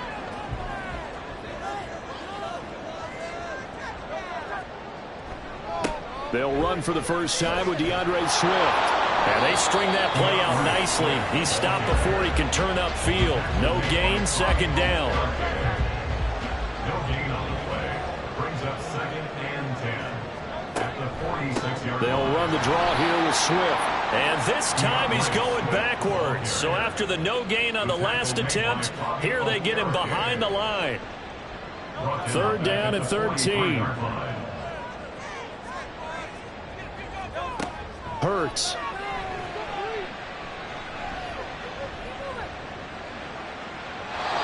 Incomplete. He had nowhere to throw, so he just tossed it away. But that brings up fourth. Not only did he have a chance to scan the field there, it felt like he had a chance to scan it twice. The protection was that good. Unfortunately for him, the coverage downfield, equally good. And a fair catch called for and made just outside the 15-yard line. 37 yards on the punt with no return. And it'll be Giant football, 1st and 10.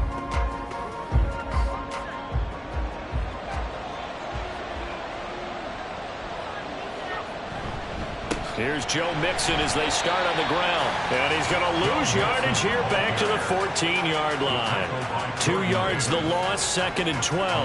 That was well played there defensively. 2 tight ends in the formation, which essentially gave them 7 blockers up front. Hard to imagine with all that size and beef that they could let a tackler through. But that's exactly what happened. A loss resulted. Chalk that up as a 4-yard loss. And now it's 3rd down. I think we got to give it up for him right there. That's a heck of an athletic move for a big man right in the middle of the line. How about the play he makes there? Nowhere to run, and he finishes that one off for a loss. Now on 3rd and long, they'll look to throw. Pressure gets to him, and down he goes. Back at the 4-yard line. Kenneth Murray with a big-time sack on 3rd down. It's a loss of 7. And the Giants send out their punter now. And no room for error here as his first punt comes from deep in his own end zone. With it is Brown. A good return there, call it 13 yards. And the Eagles will have great starting field position here as they take over. The Eagles offense making their way back out as we take a look at the playoff picture in the NFC. And as we take a look at the playoff picture, certainly still a lot of jostling to go in these final few weeks. For the moment, they would be a wild card team. Far from locked up, but that's why this is exciting. These last few weeks, a lot to play for. So much to play for. And remember, 7 teams in each conference go to the playoffs instead of 6. And not to mention, remember when the league made that move a few seasons ago to put divisional games at the end of the year? So you get to week 16 and 17, you're playing for playoff spots, and you're playing divisional games. Couldn't be more exciting than that. Throwing from the gun, it's Hurts. Pass taken in by his big tight end. And he is going to have an Eagles first down as they're able to get the 3rd down conversion. Well, a lot of times when you get a manageable 3rd down situation like this, you have to think about your tight end, and he comes through for him, picking up the first down.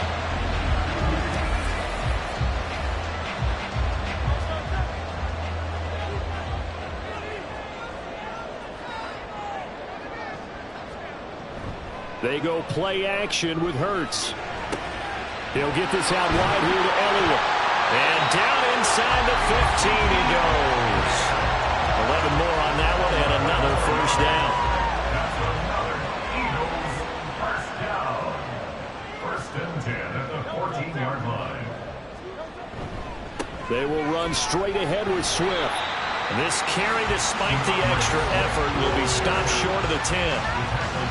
Bobby Okereke making that tackle. 2 yards. 2nd down and 8. It's 2nd and 8 Throwing is Hurts. Dancing to his left. Oh, nice move. Well, the Eagles are looking at first and goal as he's tackled all the way down at the 2-yard line. That's an early scramble to be viewed positively by either side. From the offensive point of view, it begins to establish it as a possibility to keep it on certain plays.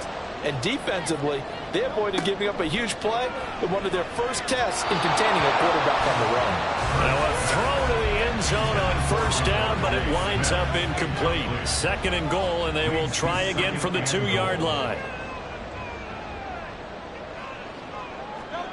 Hurts sets up to throw it. Open, there he's got him. That's Smith for the Philadelphia touchdown. 2 yards on the touchdown there. And the Eagles are an extra point away from evening this one up. There was no going through the progressions on that touchdown pass. Yeah, nor was it necessary. His receiver won that route early, presented himself. No reason to wait. Go ahead and put it on him and score a touchdown. Elliott good with a PAT, and we are tied at 7. So that drive takes him down the field in 8 plays. And it was finished off by a touchdown from Devontae Smith. From a couple yards deep, he'll bring it out of the end zone. And the tackle going to be made right there at the 25-yard line. The Giants offense now gets ready to head back onto the field. And they, of course, coming into this one in the midst of a tough losing streak. They did get helped out by the open week last week, and in talking with him, all indications were, Charles, that was a very helpful break. Yeah, I know a lot of teams, coaches, they hate taking time off in the midst of a losing streak because they think they have to stay on their toes and punch their way out of it. But occasionally, you get that open week, you step back, evaluate what's been going wrong, see what you can put in that can move you forward, and maybe you get a chance to breathe a little bit and kind of start over. Throwing on first down, but this one winds up to be incomplete. Wan'Dale Robinson, the intended receiver. But it's going to be second down. You look at this Eagle defense. This unit third best in the NFL in stopping the run. Most of their challenges have come in the passing game because against the run, they've been pretty darn good. Now we got to figure out a way to slow down those receivers before they get downfield and maybe make a few more plays on the ball when it's in the air. To throw again. He's going to wind up and air it out. And that will be incomplete. They weren't scared to let it fly, but it falls to the ground and brings up fourth down. And the Giants send out their punter now as he'll punt it away for the second time. And he'll get this away into the icy winter air. Fair catch called for right around the 11-yard line. So a change of possession here on the punt. And the Eagles will be backed up deep to get the drive started as they take over first and 10. Hurts and the Eagles come up here first and 10 at their own 12-yard line. They'll start by running the option to the right. And he'll get this one up to about his 14. 2 yards the gain on the keeper, and it's second down. Brings up second and 8 at the 14. Here's Hurts to throw. This short throw caught by Goddard. So 8 yards on the completion there. And they'll be faced with a third and inches. Brings up third down.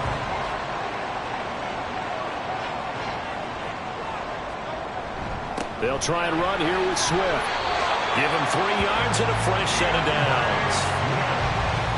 We haven't seen much from him running the football here in this first quarter. No, you're right about that. We haven't seen much of him at all so far. They've stacked him up pretty well, but when you're trying to run the football, sometimes you got to play the long game. Keep handing it to him, and some of those runs that aren't working now, they turn into 6, 7, 8, and maybe more later on. 7-7, our score after one. Now second quarter action from Philadelphia, and it's the Eagles in possession as they've got it with a first and 10.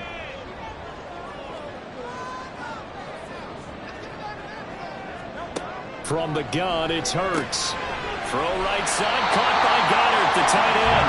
And they're able to get this one across the 35. 14 yards there and an Eagle first down. And what a nice example there of a tight end doing exactly what he needs to do. How about how he worked his way to the outside, made sure he secured the catch, and then anything after that, we count that as a bonus. And indeed, he gets enough for the first down. On 1st and 10, it's Swift. And he'll muscle his way up to the 43 for a pickup of right around 5. From the 43, here's 2nd and 5. Off the play fake, here's Hurts. He lets this one fly toward the back of the end zone. Oh, he had a man running free, but he overshot him, and it's incomplete. This offense so far on 3rd down, they've been okay, 2 for 3 thus far. This will be 3rd and 5. Looking to throw. And the throw there going to be incomplete. This defense has certainly played well so far in this game, and the coverage has been tight on just about every throw. Forced a few here so far in this game, and now it brings up 4th down. On is the punter man as he boots this one away. And he couldn't get it to check up. That kicks all the way into the end zone for a touchback. New York ready to go again offensively. The crowd may be losing just a little bit of the edge after back-to-back punts. They want some big plays. They want to see some offense. They want to see somebody break away, whether it's through the air or on the ground.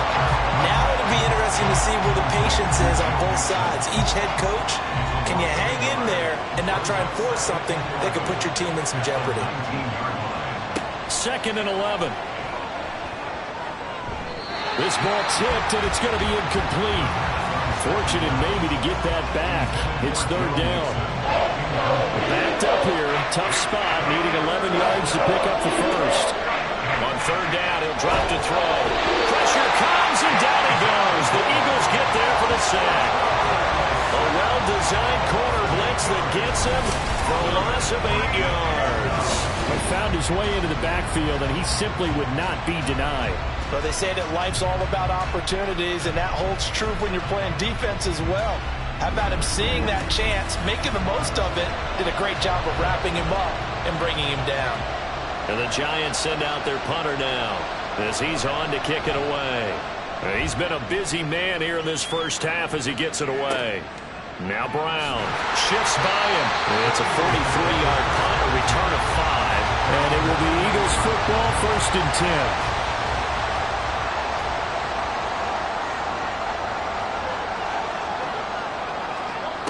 They'll come out throwing here to start the drive. Open man has got it, the tight end. And they'll wind up getting this one all the way down inside the 20. The catch and run going to wind up netting him 33 yards.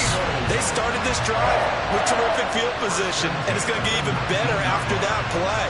Had great options with where they started, so they decided to press their advantage, and it paid off. So the big play means just like that, they'll operate from the red zone now on 1st down. He'll drop to throw.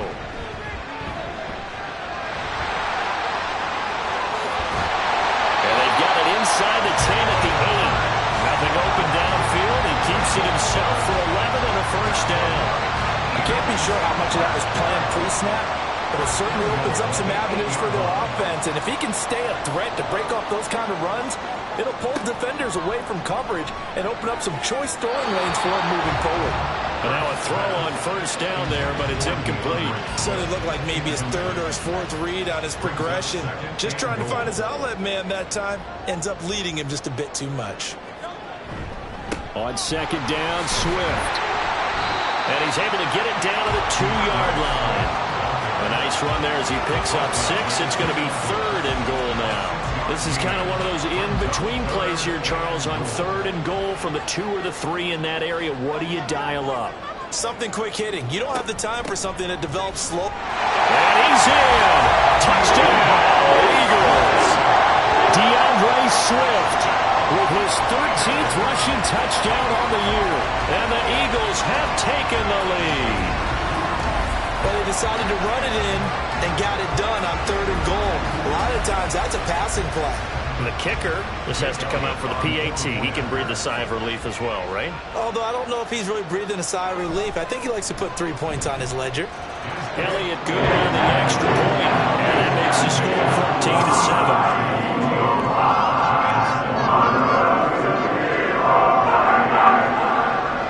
Now after the touchdown, here's Elliott on to kick it away. Taken at the goal line. And he'll be brought down right on the chalk of the 20. The New York set to take the field. That 7-0 lead of theirs short-lived as they've now given up 2 straight touchdowns to fall behind by 7. Yeah, but no cause for discouragement here. Yeah, they've fallen behind, but haven't they proven that they can go down and score? So what was the formula to get them down there the first time? Get back to something close to that, and maybe they can get this game tied up. From the 21, here's a 2nd and 8.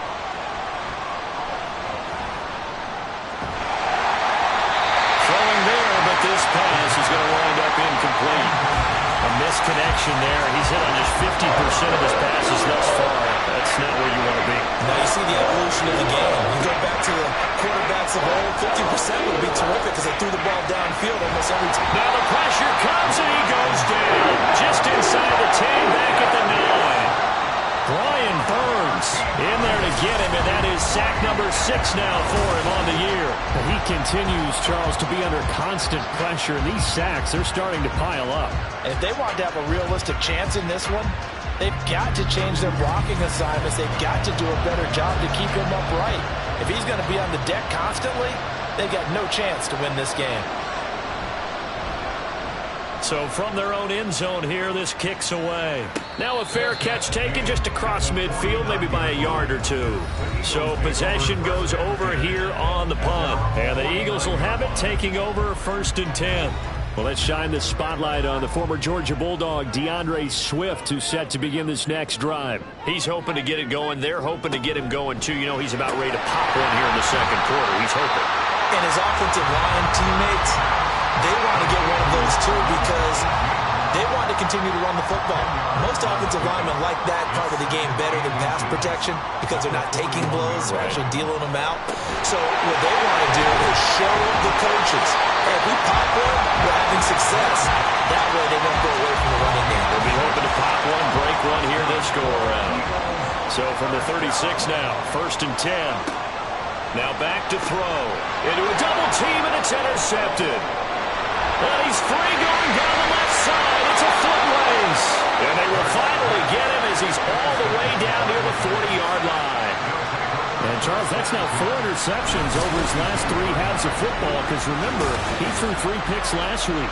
Starting to wonder if maybe defenses and those coordinators have identified something on tape with what he's doing, maybe a movement, maybe the way he's moving his shoulders. Who knows what it could be?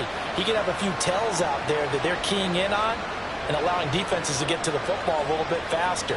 People steal signals. Maybe sometimes they can figure out what the quarterback's doing just by his movements. Mixon with a 1st down carry. And he's going to be hemmed in and brought down right at the line of scrimmage. Call it no gain on the play, and it'll be 2nd down. Back to throw here. Eagle pressure, too much this time. Down he goes. They'll wind up losing 10 on the sack, and it'll lead to a 3rd and long. You doing okay over there, partner? Because that's yet another sack in this game that you just had to call. We're not even at halftime yet. No wonder this team has the lead. What an effort by the defense right from the word go. The adjustments at halftime, they're going to have to be big, or this could really get ugly in the 2nd half. They'll set up to throw. Under pressure, and they get it to him again. It'll be a loss of 8 on the sack, and it's going to lead him to 4th down. Well, Charles, this has been something to watch so far. This is where you really feel for a quarterback. He's been running for his life in this 1st half. Brandon, that's 5 sacks already, so you know he's got to be saying, can we get some more guys in here to block, please? Because if we don't, we're going to need another quarterback. A 7-yard return following a punt of 45 yards. And it will be 1st and 10 as they take over. The Eagles offense now gets set to head back onto the field. And we'll see if they can bounce back from that last drive, in particular, if they can bounce back at the quarterback position, Charles, after throwing their first interception of the ball game. Yeah, and some guys, you know they're going to want to try and get a big play right away and take control back. Others, they're going to look to hit a couple shorter passes and get a little momentum back that way. But for the defense, that goal's not changing a bit. They want another pick. You're exactly right about that. In fact, you've got to watch them a little bit because in coverage, they may cut down their gaps a little bit, maybe their splits a little bit in order to try and get to the ball even faster. The offense on third down, they've converted 3 out of 5 thus far. This is 3rd and 4. It's caught. Smith. Personal foul, roughing the passer, defense. So roughing the passer penalty and an automatic first down. And that's the mark of a bad team, partner, because that's an easily preventable penalty, but they just didn't take the proper steps to make it so. Hurts throw complete here to his receiver Brown. Another nice gain, 13 yards that time, and another first down.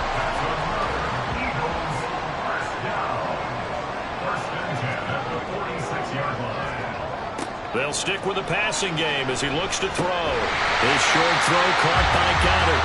So give him 5 yards there on the pitch and catch, and it'll be second down. We've hit the 2-minute mark in the second quarter, 14-7. That's now 4 completions in a row. A good bounce back following the interception last drive. Certainly not letting it affect him, that's for sure. And we all know interceptions are going to happen. So the big trick, don't let it affect you going forward. Most of the good quarterbacks, they just tell the ball boy, get down a lot of the rotation, give me a fresh ball, and let's go. He's got his offense moving again. So 1st and 10 now from the 30. Again, he'll drop to throw. Out to the left there and complete to the tight end Goddard. And the result here, a pickup of 8. Leaves him with 2 to go on second down.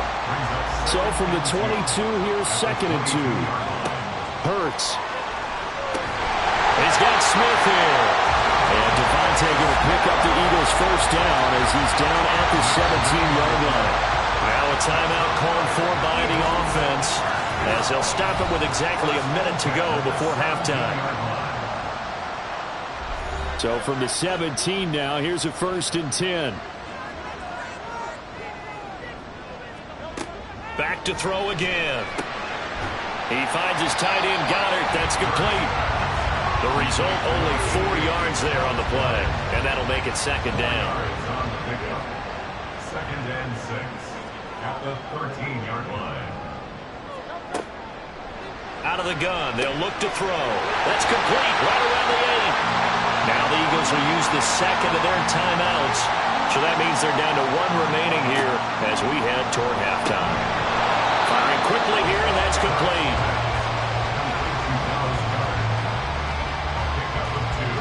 And they line up now for what will likely be the last play of the first half. And they'll burn the timeout with 5 seconds left. A chance to try to add 3 points before heading to the locker room. Now with 5 seconds left, not really enough time to run another play and then stop it. So on comes the field goal unit. From the left hash, he'll have to cut this at a tight angle. The kick by Elliott is good. And they will move up by 10 now, 17-7. So a capper there to a pretty good first half. And I love the way that they put a chokehold on the clock and pretty much drained everything before they put the field goal on the board as they headed into the half.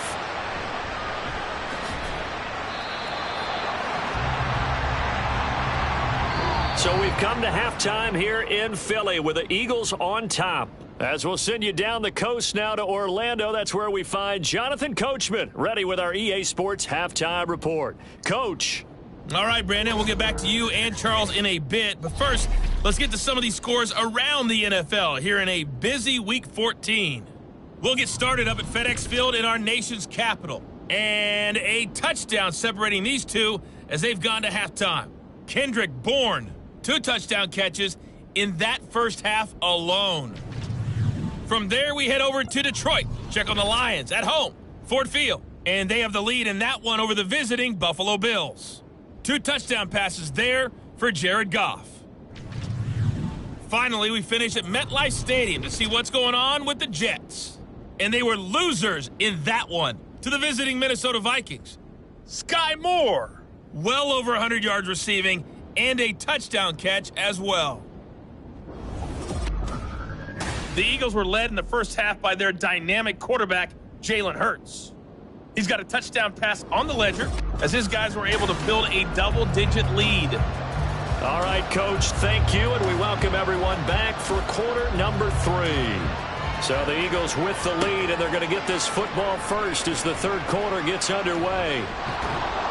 And they'll get him down right at the 25-yard line, so the same result, and he opted for the touchback. The Eagles ready to go on offense to begin quarter number 3. This offense set to begin the third quarter, and Charles, if they had a checklist of things they wanted to accomplish in the first half, certainly at the top of that list would be having the lead, and they've got that here. That's always the most important box to check, isn't it? But also, they've had some success in their passing game, so probably an empty box establishing the run. They're on pace for fewer than 100 yards in this one, so now they want to make sure that they get that going so they truly have a control in this ball game, and down the stretch, being able to be balanced, either throw it or run it, and try and win this ball game. And he'll take this to the other side of midfield before going out of bounds. 2 catches in the first half. Now he's got a third here, and it's good for a first. But one of the ways the quarterbacks keep all the receivers alive in a play, never lock in on any one guy. Make sure you keep your eyes moving, scan the field, and here he finds the open guy for a nice pickup. So the drive takes him into Giants territory now, 1st and 10 at the 49-yard line. Swift going to try up the middle. Break through some contact, but unable to reach the 40. Solid run on first down. Gain of 7 leaves him with a 2nd and 3. They'll stay on the ground with Swift. And good work there in open space. And he's got this all the way down now to the 32. A gain of 10 as they look to add on to this 10-point lead. A good run there off right tackle in an old-school NFL football.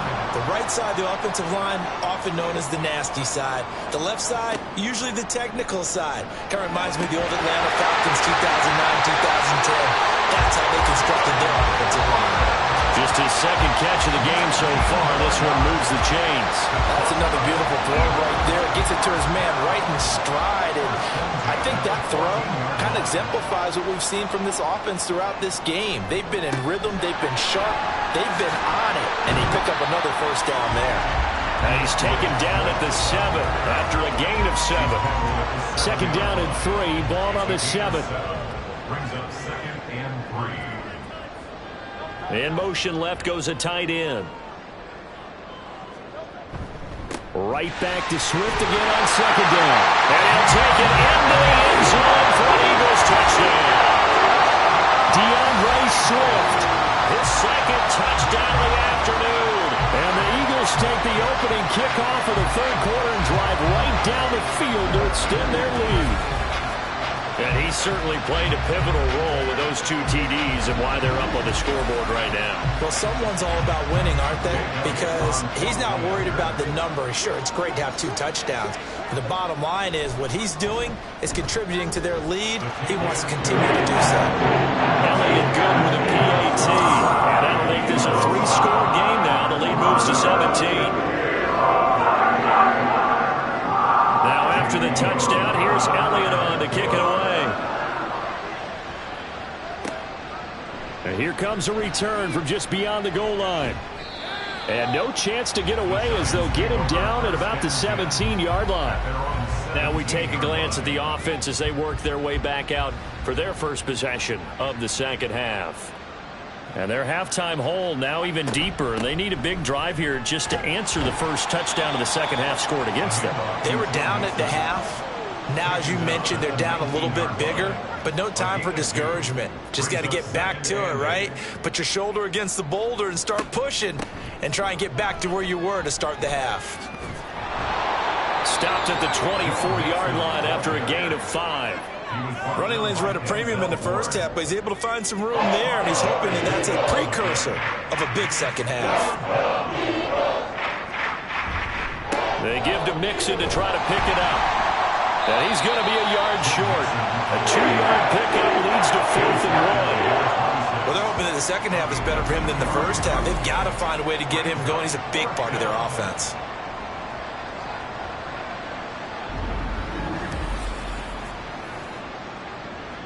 And the Giants send out their punter now as they're forced to kick for the 6th time today. Fair catch signaled for and taken just shy of the 30-yard line. A 40-yard punt, no return, and out will come the offense as they take over. Here comes Eagle offense now as they get set to take over here. And they had the touchdown during the last drive, and I'm guessing that you like the balance they had on that last drive. And I loved it. Forget liking it. Absolutely love what they were doing, because to be ahead of a defense that much, where every play call you have, run or pass, is working pretty well for you. Makes you look like a genius. It really does. It also lets you know that your preparation was pretty good, and now the defense has to do all the adjusting. Play action. Here's Hurts. It's complete to Brown, right side. And A.J. going to pick up the Eagles' first down as he'll get this up past the 45. Throwing is Hurts. And this one complete to Smith.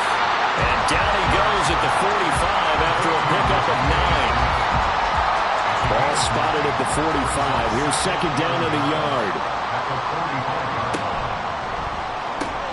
They'll get that one out quickly to Brown. And he is out of bounds, but not before he's inside the 30. 5th catch of the afternoon, and that gives him a first down. Boy, everything clicking on this drive. He's pulled for 4 now, and that throw, maybe the best of the bunch. This offense is really humming, and they pick up another first down.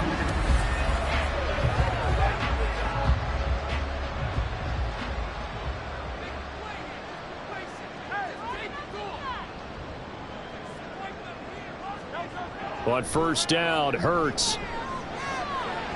And that is going to be incomplete as he led him a bit too much. They had their backs up against the wall a little bit, and they come through by forcing an incompletion. Now they've got to continue to ratchet up the intensity a couple of more times and get off the field before giving up any more yardage. Hurts throw here taken in as he's able to find Goddard. 9 yards, and that leaves him just short, so it'll be 3rd and less than a yard.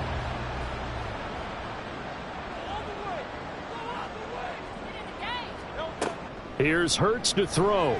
Pass taken in by his big tight end. And he is going to have an Eagles first down by a couple of yards as they're able to convert there on 3rd and 1. So from the 17 now, here's a 1st and 10. Hurts sets up to throw it. Looking for McLaurin, and he's got him. And he'll be out of bounds, taking it just shy of the 10 at the 11 or the 12. Now 2nd and 5. They run out of the gun with Swift. And he'll get this one down to about the 10-yard line. 2 yards the gain there, and now they're left with a 3rd and about 4 for a first.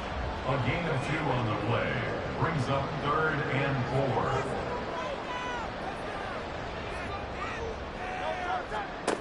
They'll drop to throw.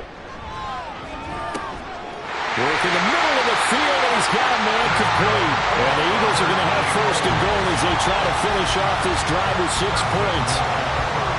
Would it be safe to say that as precise as routes are supposed to be run in the NFL, maybe they're not quite as precise in college ball? That's accurate, yeah. And I think we saw a college route in the NFL there. Just find the soft spot, find the dead zone, and find the first down. And that's what he just did. It'll be a pickup of 4, and it brings up 2nd and goal. It's largely been the air attack that's gotten them down here, but now's where you start to lean on that running game. That's a good pickup there on 1st and goal. Swift again. And he is into the end zone. Touchdown, Philadelphia. DeAndre Swift with his 3rd touchdown of the game, number 15 on the year. And the Eagles are able to widen their advantage. So the rushing touchdowns continue to stack up, CD. That now 15 for him on the year. And give him a ton of credit for staying healthy, being a smart runner, and is showing just how important he's been to his team. He's got to be their MVP at this point in the season, and those votes may even turn into league MVP votes when it's all said and done. Now after the touchdown, here's Elliott on to kick it away.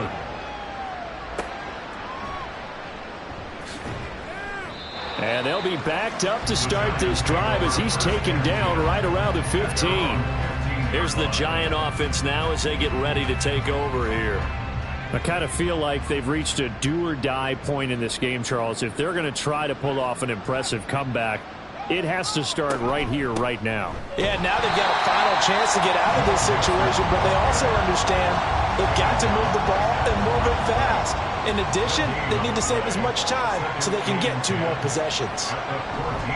Back to Mixon on second down. And they're going to get him behind the line yet again as his nightmare afternoon continues. That's a big loss of 3, and it brings up third down. Not an easy spot here. They'll be in search of 13 yards to try to pick up the first. Now on third and long, they'll look to throw. And this is going to be incomplete. We're into the second half now. This is an offense that continues to struggle to sustain a drive. Looks like they're just totally out of sync, whether they're running the ball, passing the ball like we saw there. I don't know. The rhythm seems off. Now on fourth down, on is the punt team sending this one away. Here's the Philadelphia offensive unit now as they head out to take over possession. And now you've got the clock winding down here in the third quarter. Your 3 scores to the good. What's your approach on this drive? Too early to fully commit to playing the clock game. Yet at the same time, you're also not going pell-mell like you would in 2-minute offense. This is what NFL offenses call 4-minute football. Take the clock out of the game a little bit, wind it down, but at the same time, keep advancing the ball down the field. Well, they've done a good job on these receivers, pretty much held them in check. They're a little too close for comfort. And you're always looking for a play to get you going, right? You're looking for someone to make one. But maybe this penalty, this pass interference call, that can help shake them loose. Throwing on first down, but this one winds up to be incomplete. 2nd and 10 now. Third quarter action from Philadelphia, PA. They'll look to throw. Complete. Smith has it. And that'll be good for 8 yards to the 45. When you see zone defense and you know you got a drag route on as your primary call, you got to be really careful as a passer about how far you let your guy go because he might wander into some tough coverage. And he is going to have an Eagles first down by a couple of yards as they're able to convert there on 3rd and 1. I haven't met a football team yet that runs the ball successfully that doesn't talk about having an attitude to be a running football team, right? You got to be able to put your nose in there, smell where the first down sticks are, and get there. 5 yards on the carry. Good pickup on first down. And as they come to the line, they will not be able to get off another play as time has run out on this third quarter. We'll return with more after this. You're watching the NFL on EA Sports. Here's 2nd and 5 now from the 37. Once again, it's Swift. And a short gain there down to the 37-yard line. They follow up the gain of 5 by only getting 1 there on 2nd down. The Eagles on 3rd down. Can't fault these numbers. 7 for 9 thus far. This will be 3rd and 5. That is caught. And they're going to have another first down as the tackle's made at the Giants' 17-yard line. A good pickup there of 20 yards.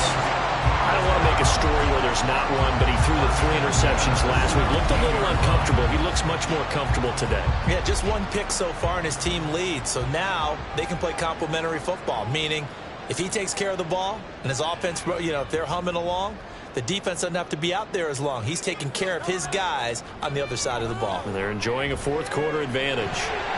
And he slides and covers up at the end as he's going to be able to pick up decent yardage.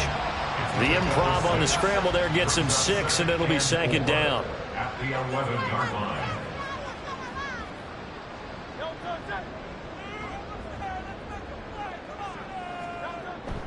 Off the play fake, here's Hurts. Oh, nifty juke there. Not much fun for a guy trying to tackle him. Hurts dangerous when he runs that football. He's got a first. As he came to the line of scrimmage, he knew he didn't need much to reset the chain, so when he saw the space he needed, no hesitation. He went to the marker and got his guys a first down. Now back to throw. Touchdown, Eagles! Dallas Goedert from 4 yards out. And the Eagles look like they're going to get back in the win column as they extend their lead here in this fourth quarter. Well, Charles, just impressive in all three phases. Offense, defense, special teams have really done their job. And here the offense doing its part yet again with another score in the fourth quarter. I know it seems like something we shouldn't do because the scoreboard does tell it all. But let's set it aside for a moment. This game was absolutely memorable with how they played it. Really terrific effort, really well executed. Congratulations to them. Now after the touchdown, here's Elliott on to kick it away. And he'll get it up past the 20 to about the 22. As the Giants head back out there, let's take a look at the playoff picture in the NFC. And I tell you, 4 weeks still to go, and everything is wide open, and it's fun. And I know we always talk about, well, if the playoffs were to begin today, and then we kind of go, okay, but they're not. Let's see how it plays out. Wouldn't it be fun to play with this playoff lineup right now? Because to me, just about anyone can win this whole thing out of this grouping we currently have. And by the time we get there, it may look entirely different. 2nd and 6. Now he drops it incomplete, and their struggles continue here. They lead big, and a major part of that has been how they've taken their play to a whole new level this second half. No points allowed since the break, and you can add another incompletion to the total number that they forced in this runaway contest. And now the 3rd down throw incomplete as well. Another pass attempt, another incompletion. You figure defensively, you're in the fourth quarter here. You've held the team under 100 yards passing. You've done your job. Especially in today's NFL, which is truly a pass-first league. And it's incomplete. They cannot convert, and they turn it over. The Giants go on 4th, but come up empty. And the Eagles are going to take over in great field position. Well, that's another mistake there on the drop pass on 4th. And we've seen them do things like this all game. It's not hard to figure out why they're down by that deficit. They haven't made plays that are going to keep them in the game or win the game all game long. That's another example right there. It all boils down at the end of it to execution. Either you make the play or you don't. An excellent pickup of 20 yards. First and goal at the 6-yard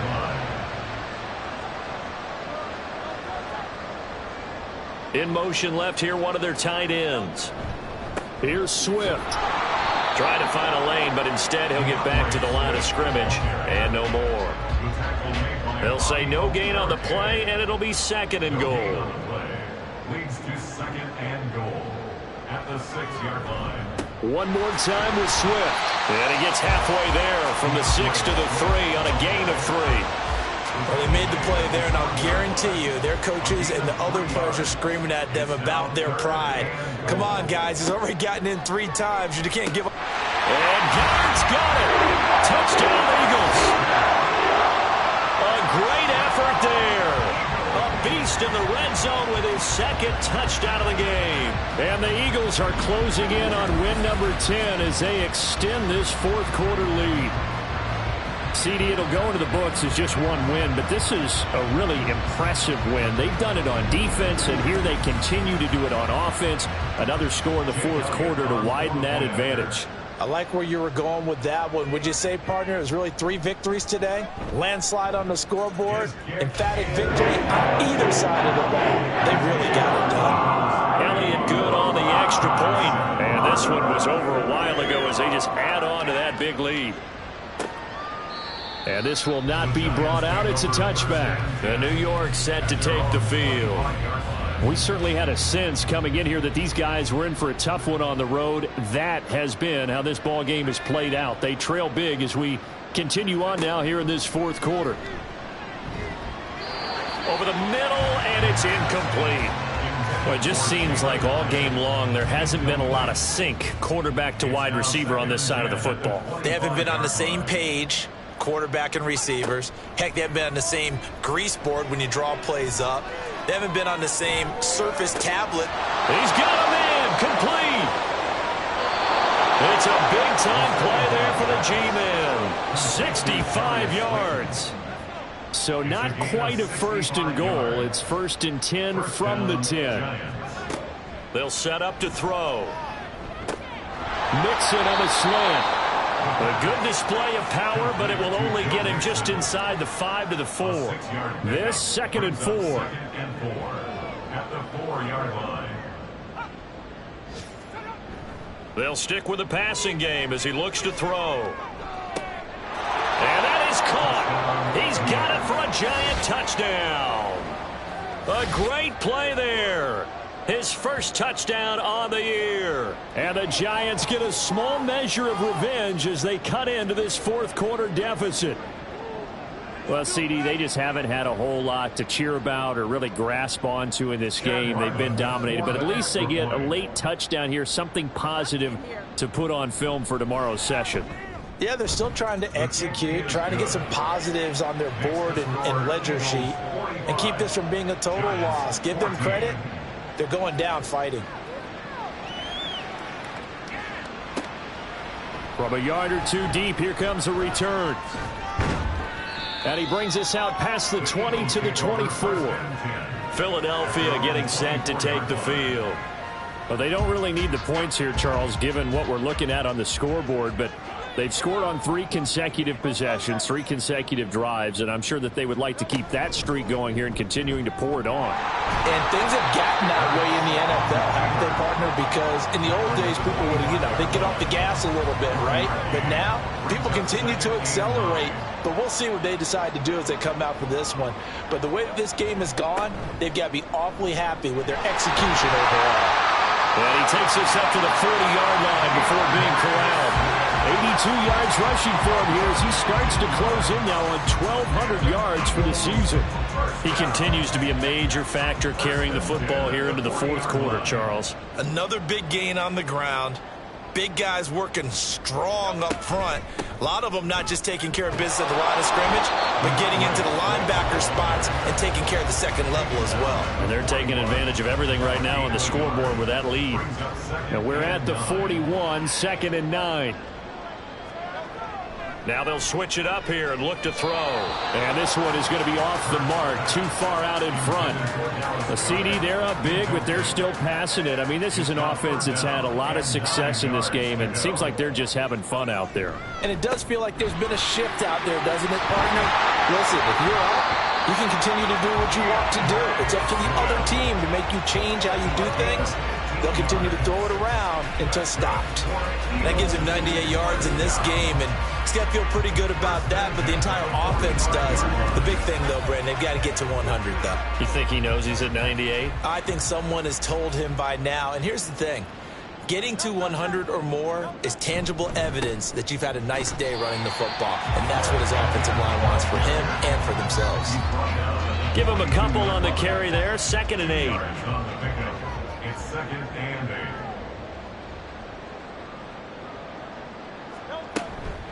From the gun, here's Swift.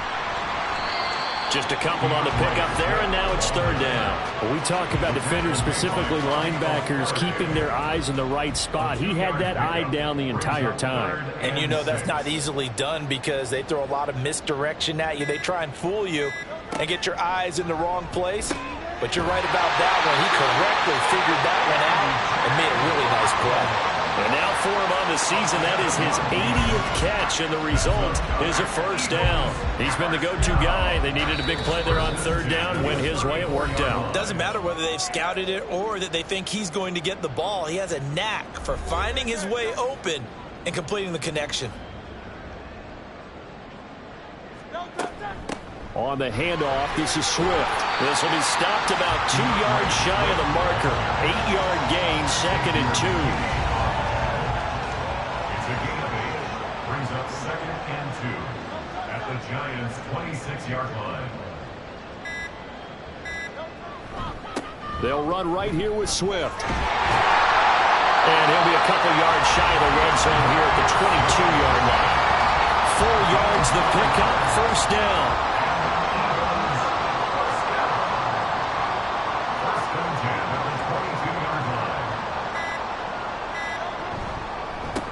Here's a handoff to Swift.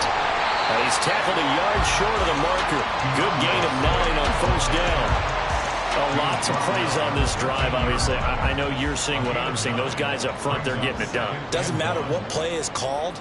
They are handling their business at the line of scrimmage and dominating right now on this drive. Charles, a lot of happy faces heading into the tunnel as this one ends, and understandably so. Not only did they get the win, but boy, their offense was on fire in this ball game. And partner, I have no idea what the top speed is on all those high-end sports cars. What's the top gear you can get into? This offense, they certainly were there in this one. Huh? Everything clicking for them in this contest, the kind of performance that they're going to cherish. So for the Eagles, it's a 10th win on the year as they move to 10-3. And they'll hit the road next week to take on the Baltimore Ravens. Meanwhile, for the Jets, it's another week to forget as they're going to fall to 1-12 now on the year. And they'll try to get back to their winning ways next week as they head to Indianapolis to take on the Colts. That'll do it for us. I'm Brandon Gaudin alongside Charles Davis. Thanks to our entire crew as well. We'll talk to you next time. So long, everybody.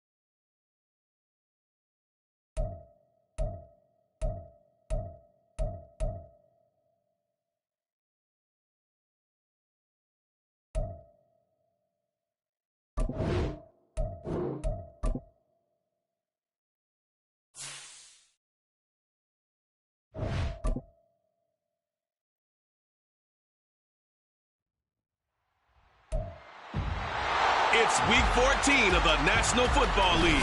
All eyes are on Jamar Chase, who's now over 1,000 yards receiving on the season. It's the Bengals and the Colts, and it comes your way next.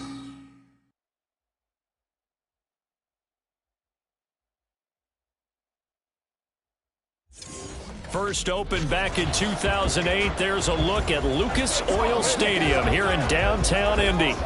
Today, it's a Week 14 matchup that should be a good one, as it'll be the Cincinnati Bengals taking on the Indianapolis Colts. With Charles Davis, I'm Brandon Gaudin, and Charles, we take a look at the Colts entering play. They come in losers of 2 straight, so they're trying to right the ship here a little bit. They're teetering a little bit, aren't they? And now things could really go south if they lose this game, so they understand the importance of playing well and stopping this.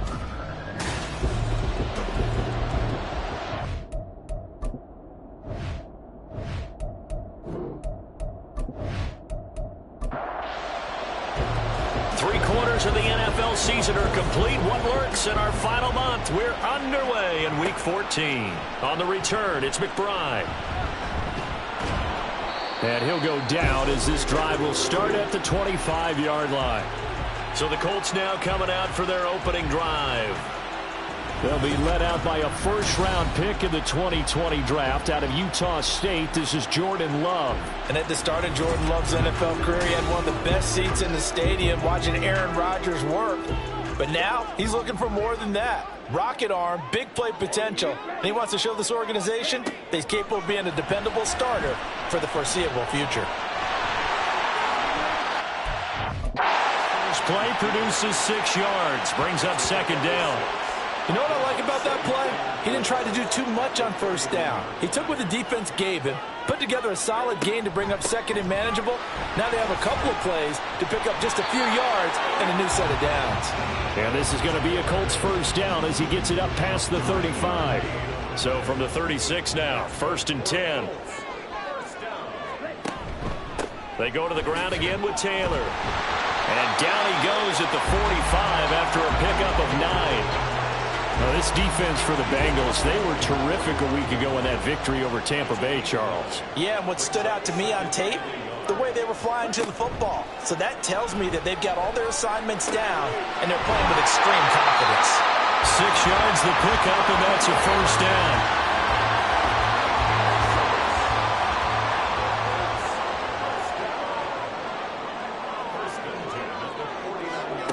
Here's Love. And that one drops down, incomplete. Good coverage there, forced the ball free, and it's second down.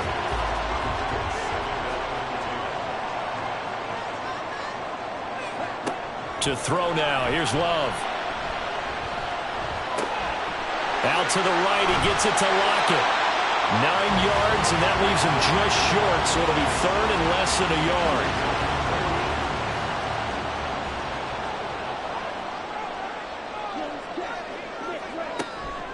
They'll try and run for the first with Taylor. And the penetration too strong.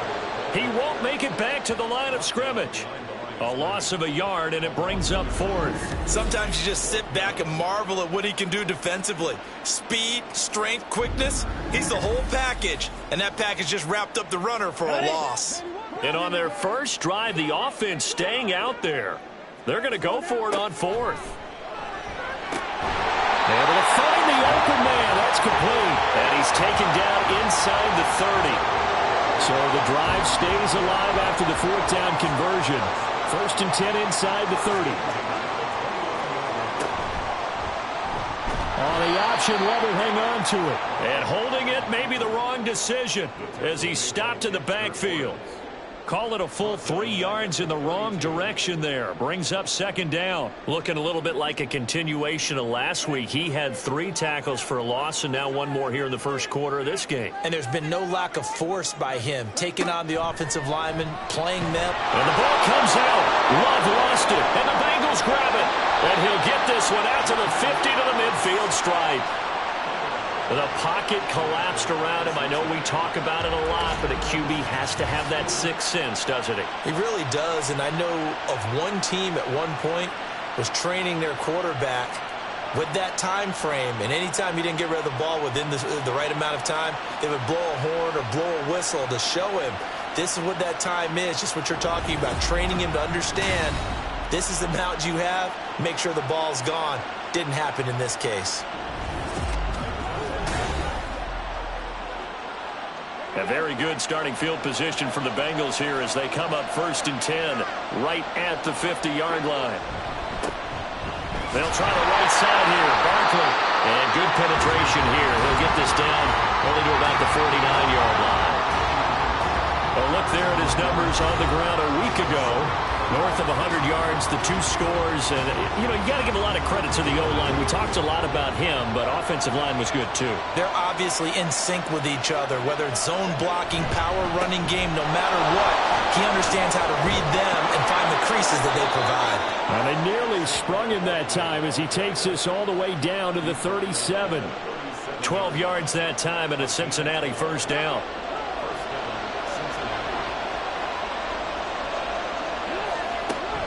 They'll give it to Barkley off the option play.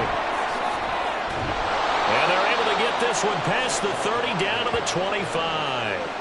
11 more yards that go around, a first down as well. Another good run there. He's been good all season long. I don't know if he's going to win that MVP award, but just to be in the discussion, obviously that means he's had a great run. The raw numbers put him in the discussion. Can he carry his team to enough victories? Can he put them in a spot where we say to ourselves, well, an MVP carries his team to the playoffs. That's what he's going to need in order to get that award. He'll get 8 on the scramble there. It'll be second and a couple.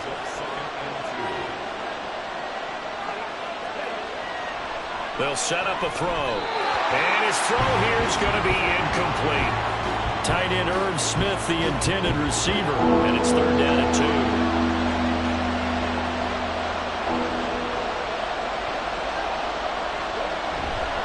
They'll try to run for it with Barkley. And he'll have the first down, getting this one to the 14-yard line. Just 4 yards on the pickup, but that's good enough to extend the drive.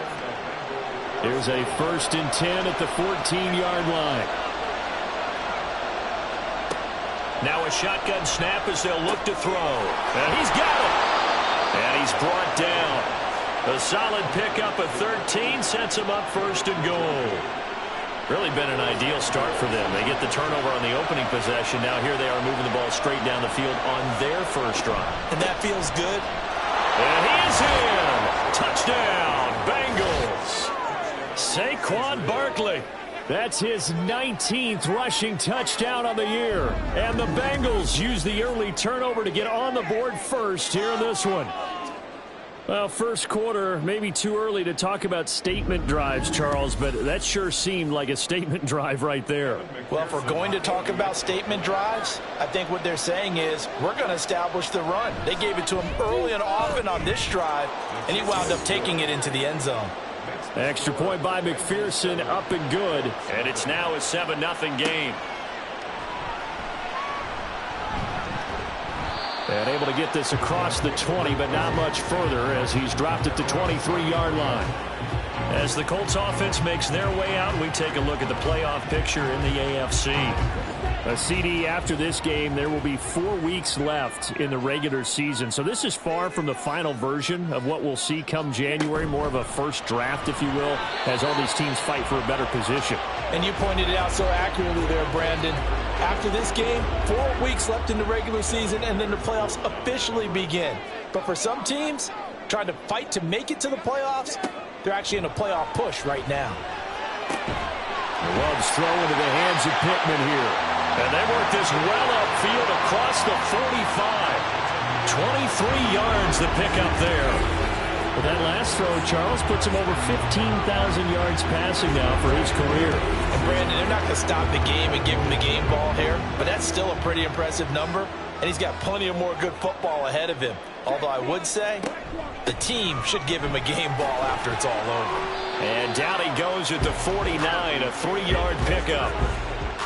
But from an offensive perspective, that was a tough run because he only picked up 3 yards.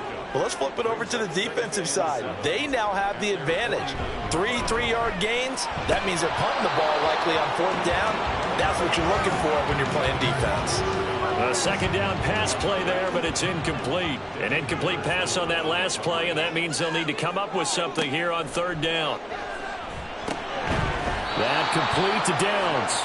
And they get him down about 2 yards shy of the line to gain. A 3rd down pickup of 5. On 4th down, here's Jamie Gillen on to punt. He punted 4 times in the loss last week as he gets this one away here. The offense takes the field, and we turn our attention to Saquon Barkley. And now the 1,400-yard mark eclipsed. A touchdown on that last drive. He's put together such a solid season. We always talk about 1,000-yard campaigns, and 2,000 so elusive, but 1,500, that's a nice total to aim toward, too. It really is, because when you get to that type of a number, you know those guys up front have done yeoman duty, right? And what we don't give them enough credit for is not just the initial blocks that they make.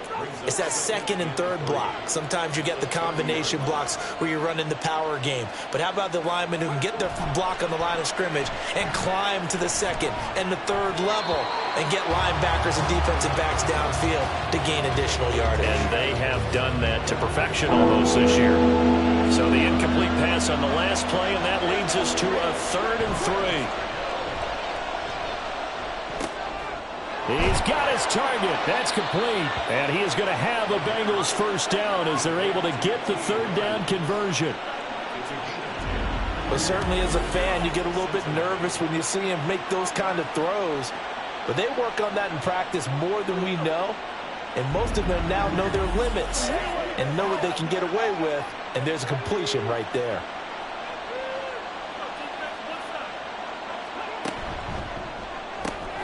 Looking for Chase on the out route. He's got him. And he's going to get a solid gain of 9 before being brought down. 2nd and right at a yard. From just shy of midfield, here's 2nd down and 1. On play action, they'll throw. Able to find Higgins. And he'll go down inside the 45 before going out of bounds. And now for him on the season, that is his 80th catch, and the result is a 1st down.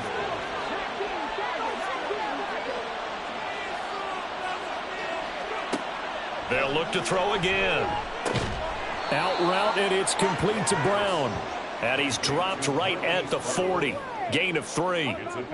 Here's 2nd and 7.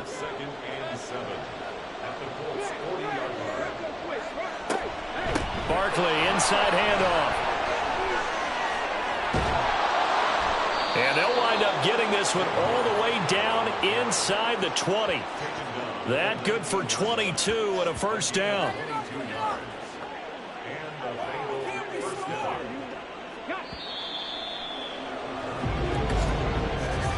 After 1, 7-0 on EA Sports. Start of the 2nd quarter, and it's the Bengals in control of the football. So here's a 1st and 10 now, down inside the 20. They'll run it again with Barkley. They'll get forward for 3 down to the 16-yard line. It went right back to him, but he pretty much had nowhere to go on that play. Yeah, the previous carry looked pretty good. That one, maybe he was a little tired. I don't know. Yeah, maybe he should have tapped out and had a 2nd back come in and maybe make that run. Who knows? They try to throw on 2nd down, but this one is incomplete. So much of this game is focus and concentration. And whenever I see guys running the in route, I know that in the back of their mind, they're always wondering who's lurking inside that might put a big hit on them as they try and catch the ball. And this is going to be intercepted. Picked off by Reed Blankenship. And the Colts Bills are going to take possession here. It's a touchback, and they'll take over at the 20-yard line. Definitely not the ideal time to see that mistake, partner, because this is still a one-possession game, and that's at least a field goal that just vanished with that turnover. Now, pressure's on defensively to prevent that pick from turning into points for the other side. And now Indianapolis set to take the field. And the results for them have not been strong to this point. 2 drives have ended in a turnover and then a punt. So would it be too snarky for me to say that they've shown improvement? Because you had two drives with turnovers. Now they punted it away, so at least they didn't turn it over. So that's good, right? You're going to get some angry users reaching out to you on social media. Well, I don't mean to be. I was actually looking for the positive. Silver lining, you know. The drive starting play, a good one. Give him 19. From up near the 40 now after the big play to start. Here's another 1st and 10. Out of the shotgun, it's Love. This will be swung out wide for Taylor. They'll wind up getting just a yard out of it, and that will bring up 2nd down. Love now. Out of his hands quickly to Pittman. And he's got another 1st down as the tackle's going to be made at the Bengals' 44-yard line. Give him 17 yards that time as that'll move the chains. This offense finding its legs now. Here's another 1st and 10. Love looking to throw it. Throw out right, pulled in by Downs. And past the 35, he'll be dropped a yard or 2 shy of the 30. Line of scrimmage, the 31 now on 1st and 10. Love, they go play action now. That's going to be taken in by Downs. And he's going to be taken down right at the 10-yard line. And partner, they're locked in man coverage out left, and they end up running a crossing route. Rounded it a little bit more than a slant. He's just going to angle himself towards the right side of the field, and that's very difficult for a defender to shadow him across all that ground. So not quite a 1st and goal. It's 1st and 10 from the 10. This will be caught at about the 5. And they'll get him down after a pickup of 8. 2nd and 2. Here's 2nd and 2 now from the 3. The option to give to Taylor here. And he'll get into the end zone. Touchdown, Indianapolis. Jonathan Taylor, his 9th touchdown of the season. And the Colts are within an extra point of tying up this ball game. And the thing you have to love about Jonathan Taylor, he's a shifty speed guy most of the time when you hand him the football, but he's not coming off the field when you get down near the goal line because he's as tough and gritty as they come. And he finishes things off here by getting into the end zone.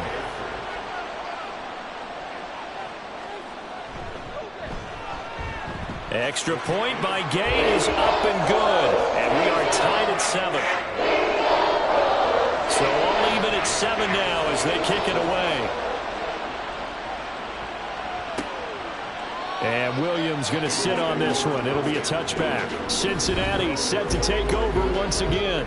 They had the interception last drive, led to the tying touchdown. So 7-7 the score as they begin 1st and 10. Try to shake off the interception. He'll look to throw. This short pass into the hands of Njoku. And he's going to be dropped following a pickup of 7 past the 30 to the 32. They'll operate from the 32-yard line here, 2nd and 3. Up the middle with Barkley. And he'll get about 3 up close to the 35. Pretty good job defensively. Thought he was going to get it, but they knew where that marker was, and they stopped him just short of it. What it does is emphasize that strategic football and situational football is not just played on the offensive side, is it? Defense understanding, as you noted, where the 1st down marker was and making sure they didn't get there. 3rd catch of this 1st half for him, and this one is a 1st down. Well, sometimes our pregame meetings do pay off, don't they? What do the guys in the locker room call him? Well, they said it with a chuckle. They called him Old Reliable. Yeah, that means he doesn't move quite as fast as he used to, but he still knows all the tricks, doesn't he? Even that little gentle push-off in order to get open, he finds a way to pick up a 1st down. Able to slither by. And he'll work free from 1 tackle, but that's about all as he's taken down. So the completion good for just 3. And it's 2nd down. They're going to look to throw. That's taken in by Higgins. And taking it across midfield and inside the 45. Third catch of this first half for him, and this one is a first down. Out of the shotgun, they run with Barkley. And to the 36-yard line, taken down there after getting 8 yards. Ball on the 36 now. Here's second down and 2. Here's a play fake as they set up to throw. Open man downfield is Chase. He's got it. Touchdown, Bengals. Jamar Chase. 36 yards. And the Bengals have taken the lead. And there they got him the ball. Just get it to him, let him do the rest. You know, he probably said that to his quarterback as he broke the huddle. I like the play call. Just get it to me. I'll take care of the rest of it. Helping out his rack, right? RAC? Run after catch, and he loves that, and he's going to carry that in at contract time. McPherson now for the extra point. And he's got it. It's now a 14-7 ball game. So that drives 7 plays in length. And it was Jamar Chase who finished it off with a touchdown reception. From a couple yards deep, he'll bring it out of the end zone. And he's up past the 20 to the 22-yard line. Here comes the Indianapolis offense now as they get set to take over. A long drive last time out for this offense, Charles. If you remember, they started basically in the shadows of their own end zone, marched it down the field, and a lot of that was through the passing game. And partner, as a former defensive back, I'm having almost a physical reaction watching what's happening right now. But let's give credit where it's due, because they've done an excellent job moving the ball through the air. Secondary getting picked apart pass by pass. Obviously, they need to make some adjustments there on the back end. And because offensively, we know that they're not going to be shy about throwing that football. The throw over the middle taken in. And they're going to get this beyond the 40 before he's taken down. A gain there of 21 yards. And maybe that touchdown on the previous drive has re-energized this offense a little bit.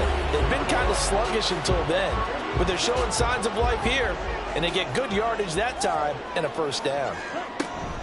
First and 10, Taylor now. And he'll be pretty well stopped in his tracks. Give him a yard up to the 42. Early down stuff to put this offense in a precarious position. We know that securing the point of attack, especially against the big-bodied guys in the middle of this D, has got to be priority one. Now here's a throw that's complete.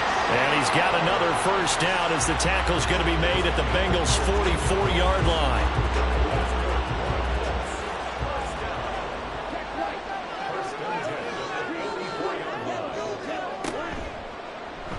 Love going to keep it on the option. And this will leave him a yard short.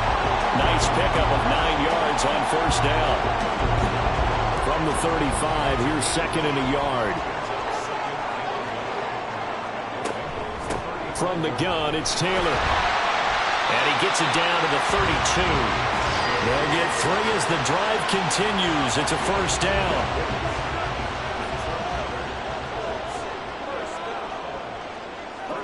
To pass, here's Jordan Love. He'll find a man over the middle. It's Pittman.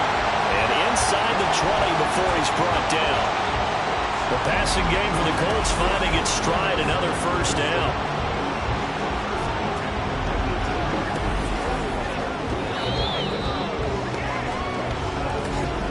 We've hit the 2-minute mark of the second quarter, 14-7. So from inside the 20, here's first and 10 at the 18.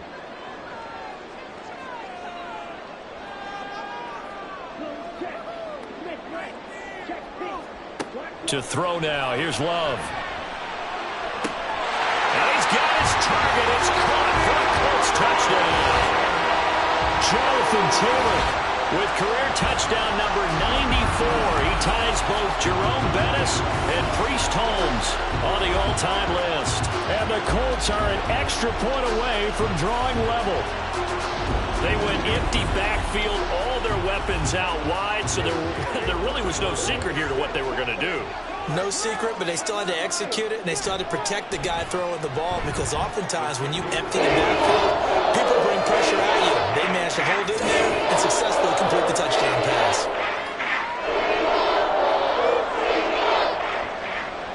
This one tied at 14 now as he sends this one away. This fielded right at the goal line. And he returns this to the 22. Their quarterback in this offense heading back out to the field. He found Jamar Chase with a touchdown pass on their previous drive, and they'll try again here with a first down. They'll try and start this drive in the air. Over the middle, that's caught by Chase. They'll wind up getting 7 on the play, and it's second down. It's a gain of 7. Brings up 2nd and 3 at the 28-yard line. Looking to throw. Over the middle, he finds Higgins. And they work this well upfield across the 45. Now the Bengals going to use the first of their timeouts. So as they talk it over, we step aside. Good strong throw and catch right there. And so far in this game, the alleys have been open for them to get completions, and they're taking advantage of it. Throwing on first down, but this one winds up to be incomplete. The coverage keyed in on him since that last completion his way. He earned a little more attention on that route, and that made it a lot tougher to get a clean throw his way. Again, he'll drop to throw. This one goes out wide for Barkley.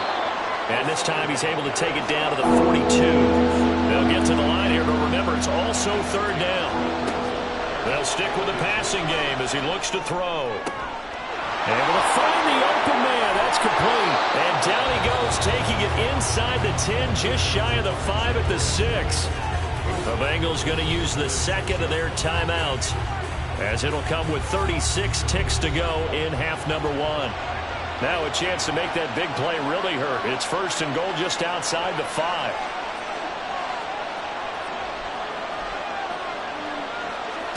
Back to throw again.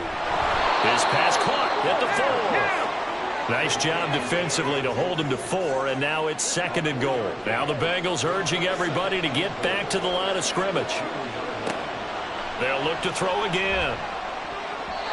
Looking in zone, but it's incomplete.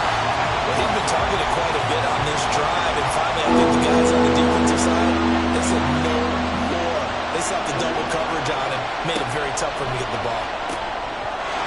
Open man is Higgins, and he's got it. Touchdown, Cincinnati. A great effort there as the first half is winding down. And the Bengals have taken the lead here in the final stages of this first half. So that really an almost perfect drive as they chew up some clock and wind up scoring late in this first half. And remember, they've got a chance to double dip here because they're going to get the ball first to start the third quarter. So they potentially could go up 2 scores before the other guys get a chance to do anything. Extra point by McPherson, up and good. And the lead is now 21-14.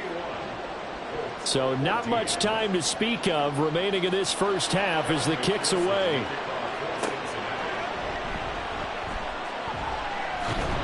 And they'll start this drive just across the 30. Pretty nice work on the return.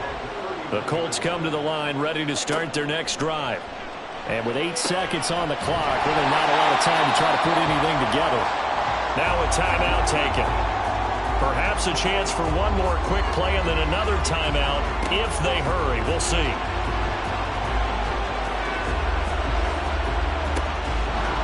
And now this throw incomplete, and that is how this first half will come to an end.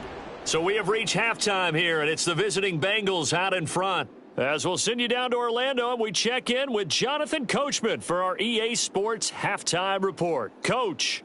All right, Brandon, we'll get back to you and Charles in a bit. But first, let's get to some of these scores around the NFL here in a busy Week 14.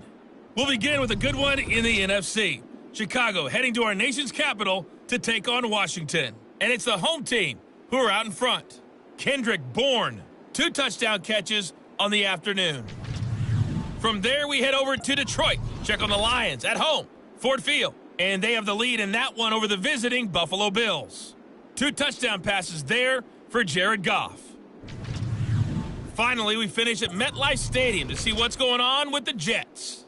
And they were losers in that one to the visiting Minnesota Vikings. Sky Moore, well over 100 yards receiving and a touchdown catch as well. Here, it was the always dangerous Saquon Barkley with the impressive first half. He had a touchdown run that helped get his guys this halftime lead. We saw a couple of high-octane offenses getting it done in the first half.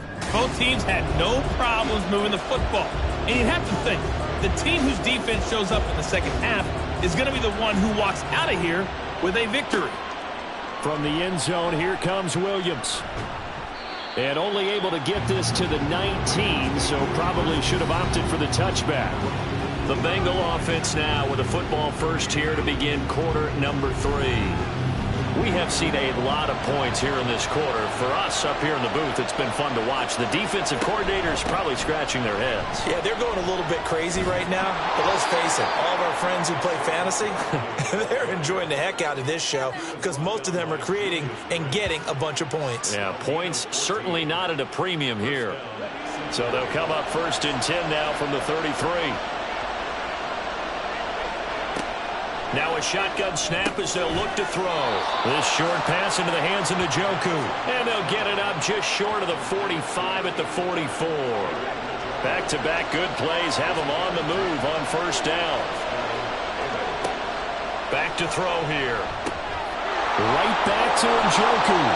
And he'll be taken down across the 50 at the 45 in enemy territory. So on the other side of the field now, it's first and 10 as they've got things rolling on this drive. A handoff to Barkley on the option. And he'll manage to pick up about 4. It's second down. On any running play that's called, they're always hoping that it's going to break big and go the distance. But when you get a nice game like that, you're able to do so many things anyway. You can come back and run essentially the same play again, continue to move the ball on the ground, or you can decide to throw the ball now because usually you have the defense back on its heels. It's a 5-yard gain, but they'll still be a yard short here with third down now looming. They'll set up to throw. This short pass into the hands of Njoku. And he is going to have a Bengals first down. At least it would appear that way. He didn't get it by much, but yes, they do get the conversion on 3rd and 1.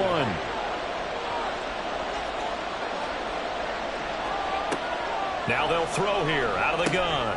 This short pass into the hands of Njoku. It'll go as a gain of 4, and it'll be second down.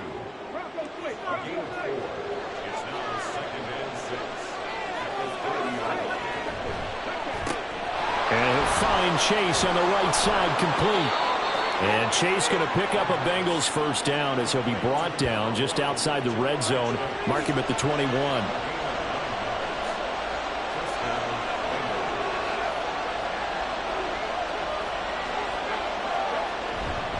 Here's a give to Barkley. Give him 5 on the carry there, and it'll be second down. And when you get good yardage like that on first down, it really does a whole lot of good for your entire offense. But I love the way he's finishing those runs. At the end of things, he's making sure he gets just a little bit extra.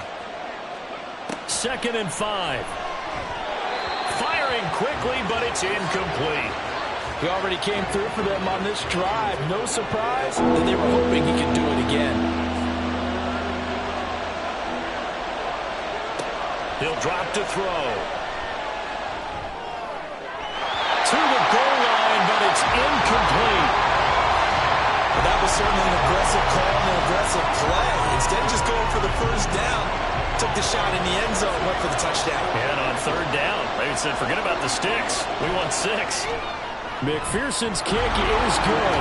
And the lead works its way up to 10, 24-14. Well, they picked up right where they left off in the first half. First drive after the break, they come away with 3 and increase that lead. Yeah, and you just want to keep building on that lead, don't you? Whether it's 6 points or 3 points, take everything you can get, keep maneuvering, keep adding to it, keep making it difficult for them to come back. Here's the Colts now as they get ready for their first possession on offense of the second half. And their deficit a little wider now than it was at halftime following the field goal a moment ago. But the goal is still the same because you know they want to come out, establish a rhythm in the second half, and get going. Make no mistake about it, though. kicking field goals, not in their game plan. They need to get the ball in the end zone. First down yardage on the first play of the drive, 14 yards.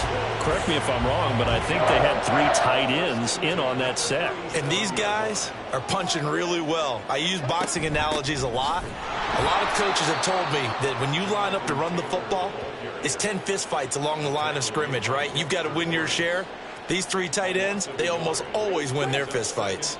Looking at a 2nd and 11 now after the loss. Love now. That is caught. Michael Pittman with it. And he'll go down, but not before getting this inside the 30. Last play, they didn't even get back to the line of scrimmage. Now they gain almost 40 yards here. Well, Fard, I'm not sure how this drive's going to end, but how about the way they flip field position there? A nice attacking play that picked up a heck of a chunk of yardage. So now then, the big play has them all the way inside the 30 now, 1st and 10. Love, they go play action now. And that is incomplete. Oh, the coverage a little too good there, and it's 2nd down.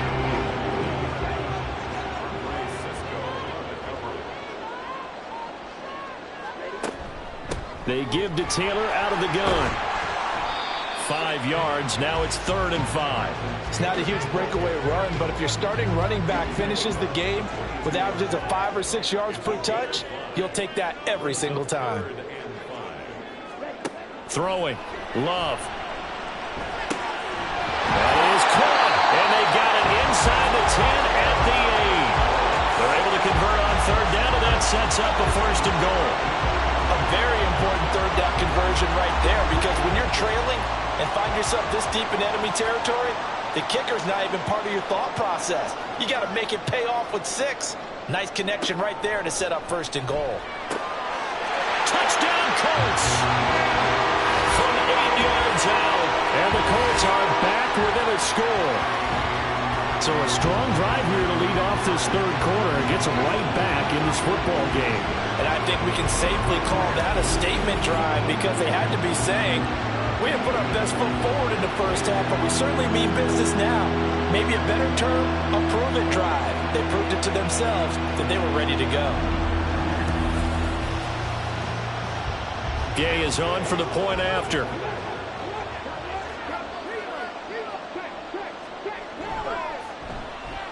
It's up and good, and this now becomes a 24-21 ball game. So that winds up a 7-play drive all told, and it culminates in an Indianapolis touchdown. And he'll get it up past the 20 to about the 22. The Bengals set to take over. Still enjoying the lead here in the 3rd quarter, despite their defense giving up that last touchdown. Now they'll see if they can get the equalizer here on this drive. They'll start out on the ground. It's Saquon Barkley, and he'll be taken down right around the 27. Julian Blackman bringing him down. Here's a 2nd and 5. Back to throw.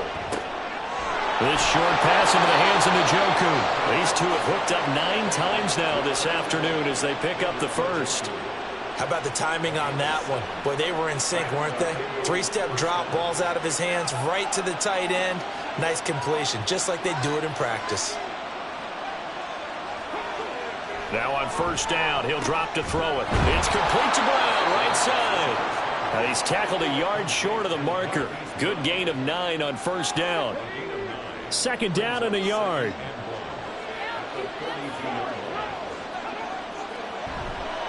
A play-action fake. They'll look to throw. He's going to let this go. Back of the end zone. And he's got it. Touchdown, Bengals.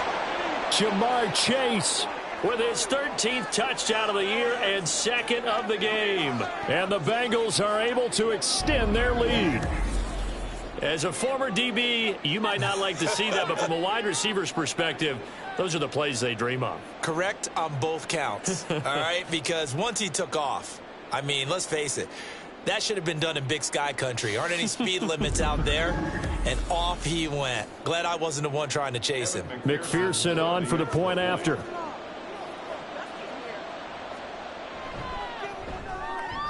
And his guys will take a 10-point lead. A drive there of just 4 plays. And it was Jamar Chase who finished it off with a touchdown reception. After the touchdown, McPherson on to kick this one away.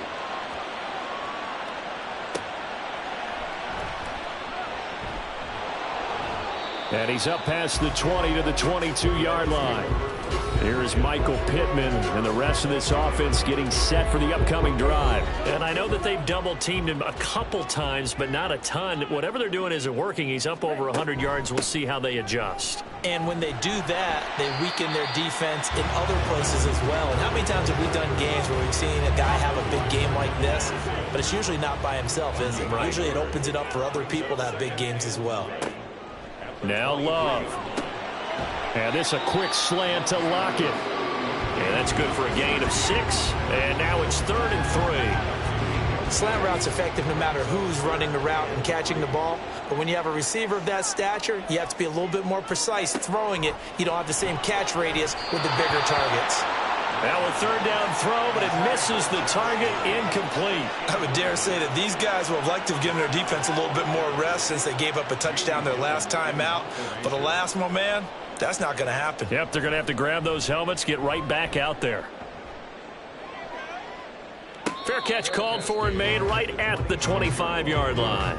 Jamar Chase hoping to be at center stage yet again as the offense returns to the field. Seems like the measuring stick for a receiver for a great game is 100 yards. Well, he's well past that now. And as we analyze how he's getting them, that's where it really becomes fun because, let's face it, they keep sending coverage at him, keep trying to put the pressure on, yet he finds ways downfield and finds openings. That's a really crafty receiver. From the 34-yard line, here's 2nd and 2.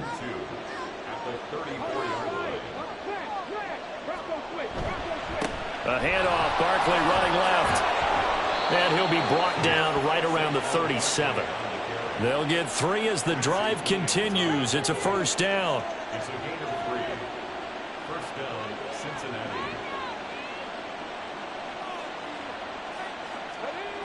He'll look to throw. And this nearly an interception, but it's incomplete. Well, a turnover really would have helped him there, but not to be. Here's 2nd and 10. They'll look to throw here. He's got Njoku over the middle. And he'll be taken down, but not before he works it past the 50. His big game continues. 10 catches now and another 1st down.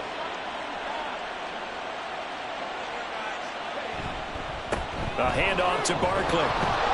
And a 6-yard gain gets him right around the 43. It's a pickup of 6, and that is going to do it for this 3rd quarter. We have played 3 quarters. We'll return with more after this. This is the NFL, and it's on EA Sports. Back now here on EA Sports. Line of scrimmage, the 43 on 2nd and 4. It's the Bengals in possession of the football and in possession of the lead as well as we start the 4th. Oh, and this one may need to go back to the drawing board. He's going to be swallowed up right away. Line of scrimmage, the 37 on 1st and 10.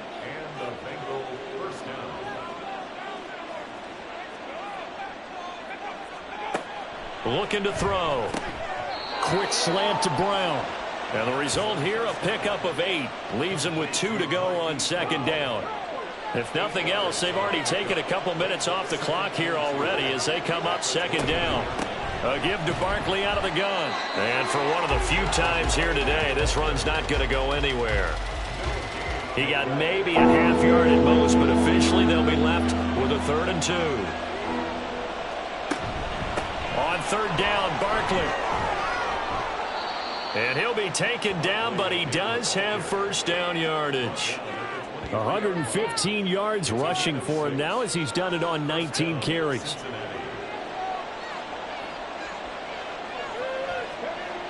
They'll look to throw here on 1st down. That's to the right side and complete to Njoku. And he'll go out of bounds in the red zone just inside the 20. Now 2nd and 3. They'll set up a throw. He's got Smith here. And he's going to be taken down right at the 10-yard line. So not quite a 1st and goal. It's 1st and 10 from the 10. He'll look to throw toward the end zone, but that's going to wind up incomplete. Oh, man, for him to be that wide open and drop it. Sometimes you have just too much time on your hands, right? You end up thinking way too much, and your hands get shaky. And yes, he's a tight end, but that's a catch he should have made. And he will maneuver his way down to about the 7. And this offense on 3rd down today, can't fault these numbers. 7 for 9 thus far. This is 3rd and 7.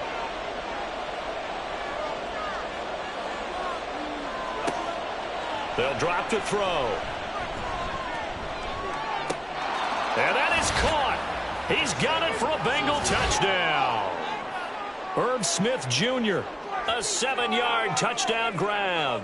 And the Bengals are looking to make it 2 straight as they add on to this 4th quarter lead. No surprise there. 3rd and goal down here. That's where they're going to look for their tight end. Yeah, you want that big guy running his routes because it doesn't matter who they cover him with. If it's another big guy, he might use his bulk against him. If it's a shorter defender, might go over the top. Either way, you tend to find a little bit of a mismatch in that area. Extra point by McPherson, up and good. And that'll make this a 3-score game now. The lead moves to 17.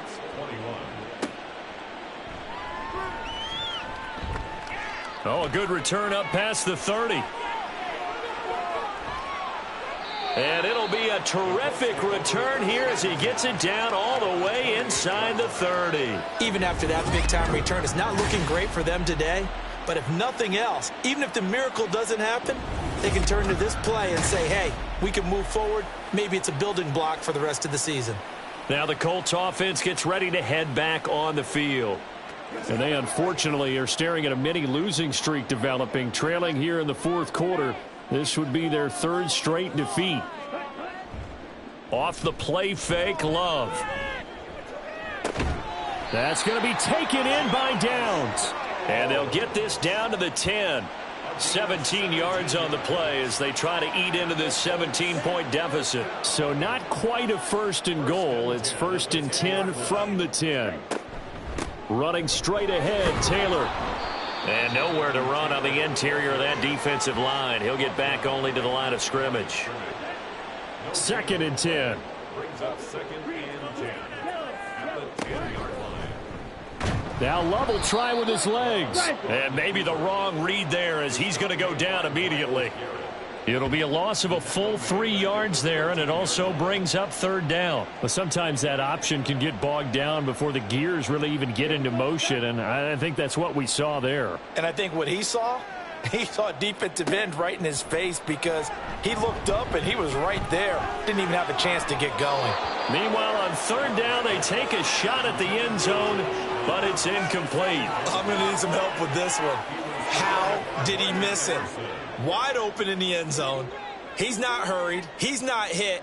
And somehow, incomplete? Yeah. What happened? During film study, that's one where he's just going to shake his head, not be able to believe it. 6 points go by the wayside on that one. They can't hook up here on the 4th down pass attempt, and the Bengals will get the football back. They kept it in the air on 4th, Charles. They ran on 1st and 2nd down, tried it through the air on 3rd and 4th. Couldn't come away with anything on 4th and goal. And remember, in these situations, the field is really condensed. Everything is squeezed tight.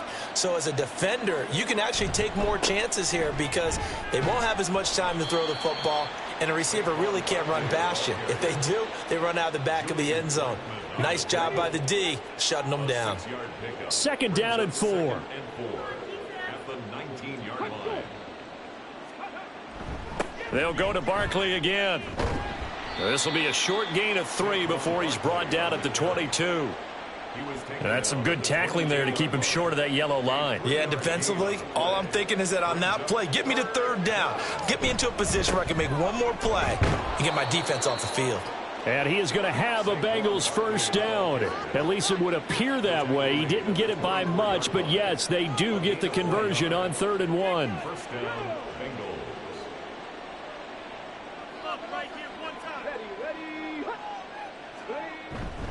A 1st down carry for Barkley. And they work this well upfield across the 45. And even 150 yards rushing for him now as his sensational afternoon continues. And he continues to pile up the yardage. That puts him over $150 now. And this defense has really had its problems trying to keep him contained. Couple of first downs to kick off the drive. Here's 1st and 10 up at the 46. It's Barkley on the counter. And he's going to take this one across midfield and into Colts territory. 7 yards on the pickup there, and it'll leave him with a 2nd and 3. Brings up 2nd and 3.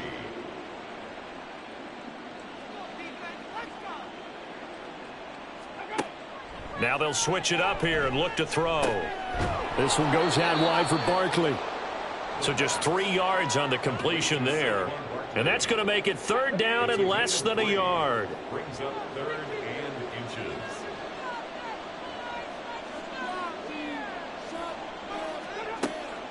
They'll look to throw. He's got his target. That's complete. Down the sideline he goes. And all the way in for a Cincinnati score. Hollywood Marquise Brown. 44 yards. And the Bengals are closing in on a 9th victory on the year as they extend their lead. He's got them out now to a 3-score lead here in the 4th quarter after that one, CD. And, well, he looked right off the line like he knew that that ball was coming his way, and he secured it for 6 points. Yeah, and I think when you're leading by a healthy margin already, it actually loosens you up and allows you to take maybe a few more chances and definitely play with more confidence, because he certainly saw something he could exploit in the defense, and he made sure to let his quarterback know, just get it to me. And the rest was all up to him, and he delivered and made it a 3-score game. After the touchdown, McPherson on to kick this one away. On the return, it's McBride. And he takes this near the 25. Just a little pass there. Call it the 26. The Colts getting another possession here on offense. We're facing a big 4th quarter deficit here. Things not looking good. You know, this offense, though, they've been in the top half of the NFL so far this season. But in this one, well, their defense has really struggled. And he'll protect himself at the end here as he winds up getting pretty decent yardage. He'll get 5 out of the scramble. It's 2nd down.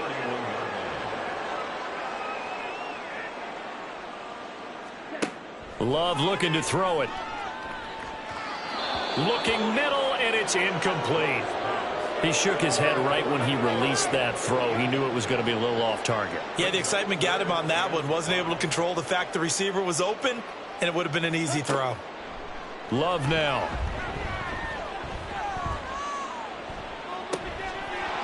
Well, had his hands on it, couldn't bring it in. Pretty symptomatic of how this game's been going. That's coverage you'd expect to see in a tie game late. Not in a lopsided game like this. They are not letting up.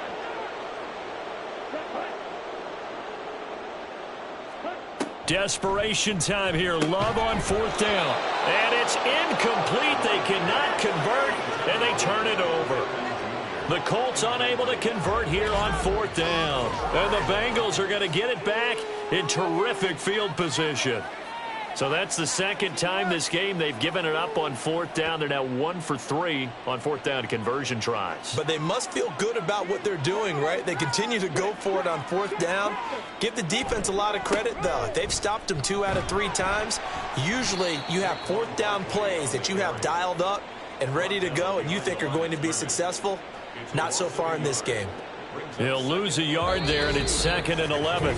Just 2 minutes remaining here in the 4th quarter of what has been a one-sided affair. So the Bengals in possession of the football here as we get you reset. And the scoreboard on their side, they're just looking to melt away these final couple of minutes and put this one in the left-hand column. And he'll be a couple yards shy of the red zone here at the 22-yard line. 167 yards rushing for him now in the ball game.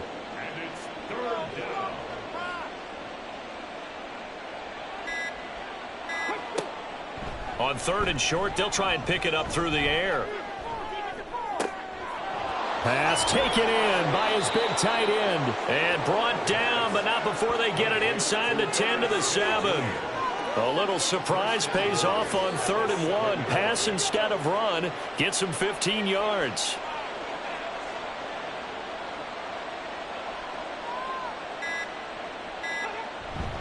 They'll try and run for it with Barkley.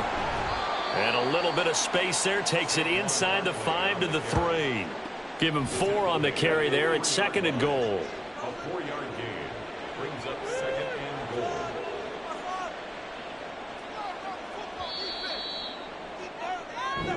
So this one in the win column now for the Cincinnati Bengals. And even playing on the road, the class of this ball club just too much to overcome. Yeah, deep down, I think even the fans knew how this one was going to turn out. All right, they just came to support their team, hoped they'd see some good football, and they did.